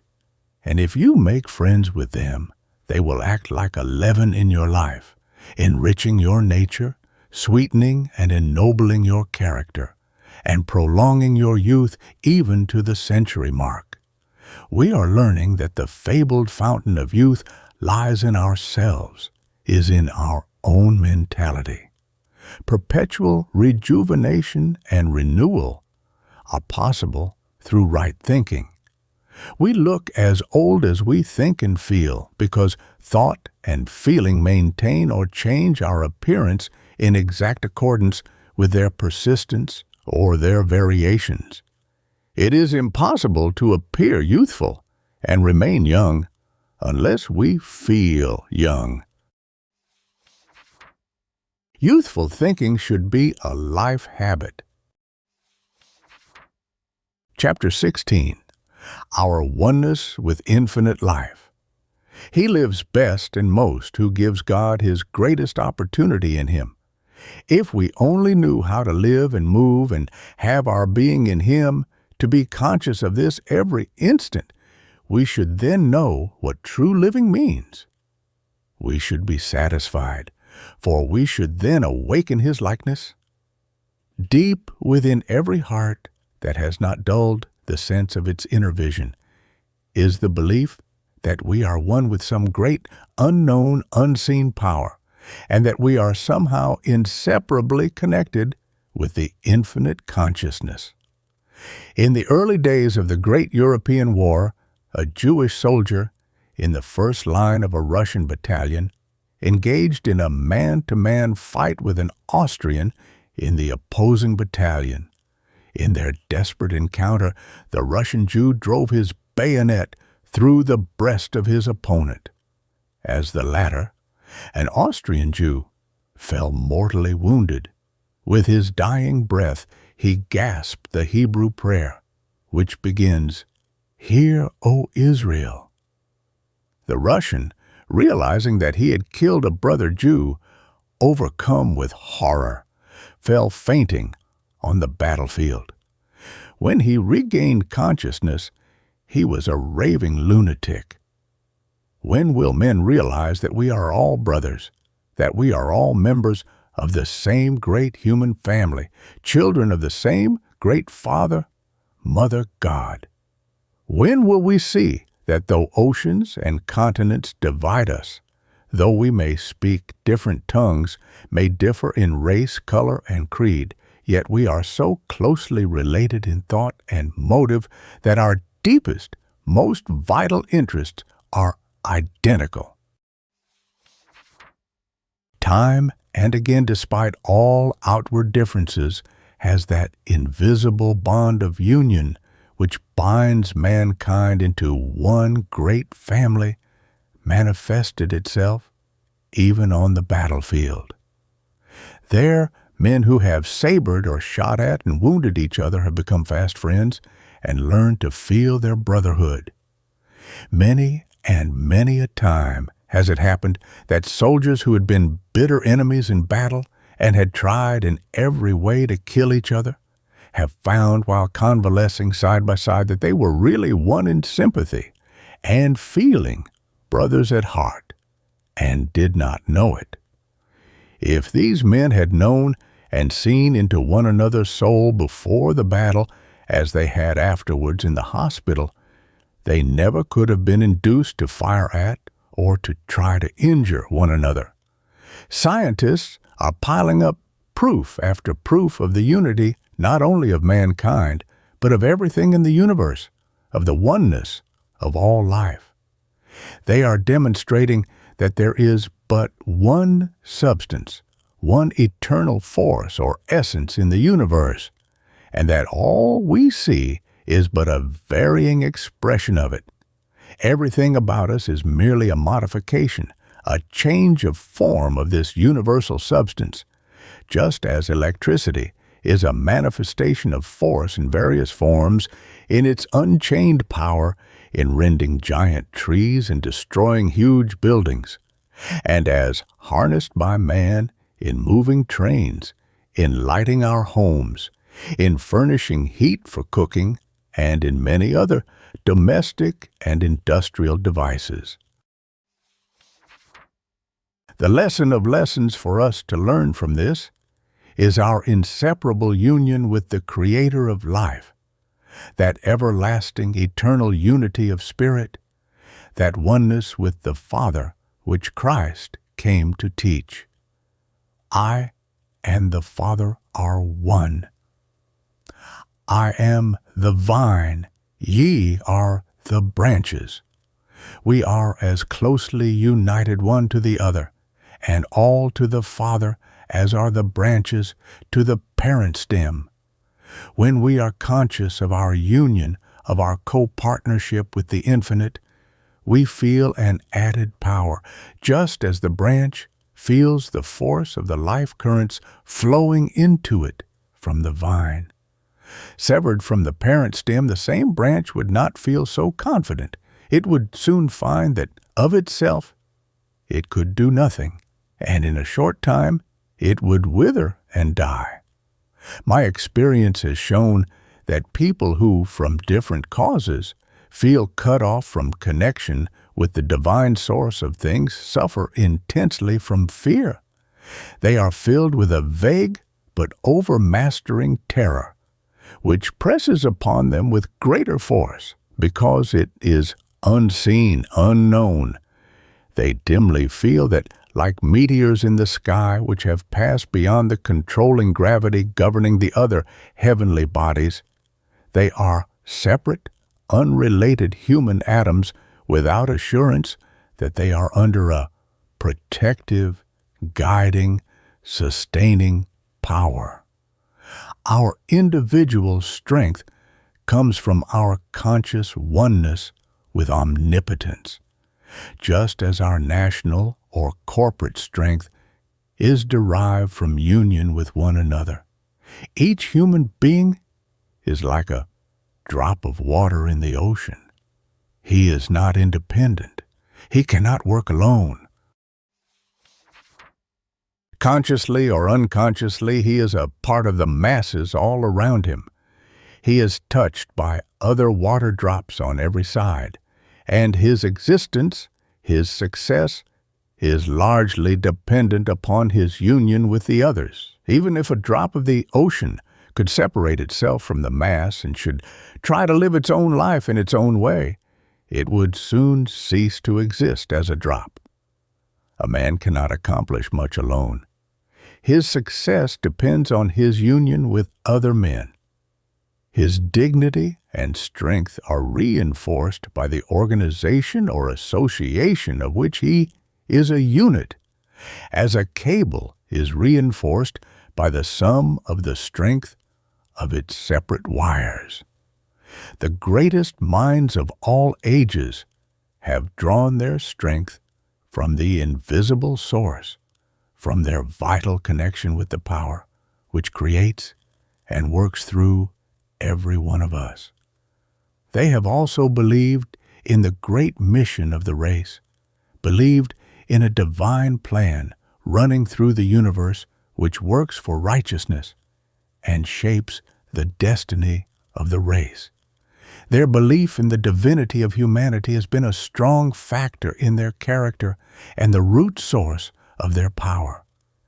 There is something beside brain force needed to make a man a real constructive power in the world, and that is his divine connection, his being in the current which runs Godward. Without this essential, notwithstanding all that the mind and the body can do for us, we feel a void in our being, a great lack, a longing, a yearning for something, we know not what. Without this, even though we have the most complete physical and mental equipment, we are like a new electric car, ready for service, thoroughly equipped in every detail except the trolley pole, which makes the connection with the electric current. Completion, satisfaction, devotieduming and energy can only come from attuning ourselves to something beyond the physical and the mental plane. We must put up our trolley pole and tap the infinite source of power, or else we are, so far as true progress is concerned, in the position of the car that is not connected with the motor force that alone gives it power to move forward. We must tap the divine current running Godward through contemplation, through prayer, through noble deeds, unselfish service, honest endeavor to live up to our best. We cannot make connection with divine power through any selfish cause, any greedy deed. Yet every time we consciously do wrong, every time we depart from the truth, every time we commit a dishonest, unworthy act, we separate ourselves from this current and lessen the omnipotent grip upon us. We break our connection and become a prey to all sorts of fears and doubts. The converse is equally true.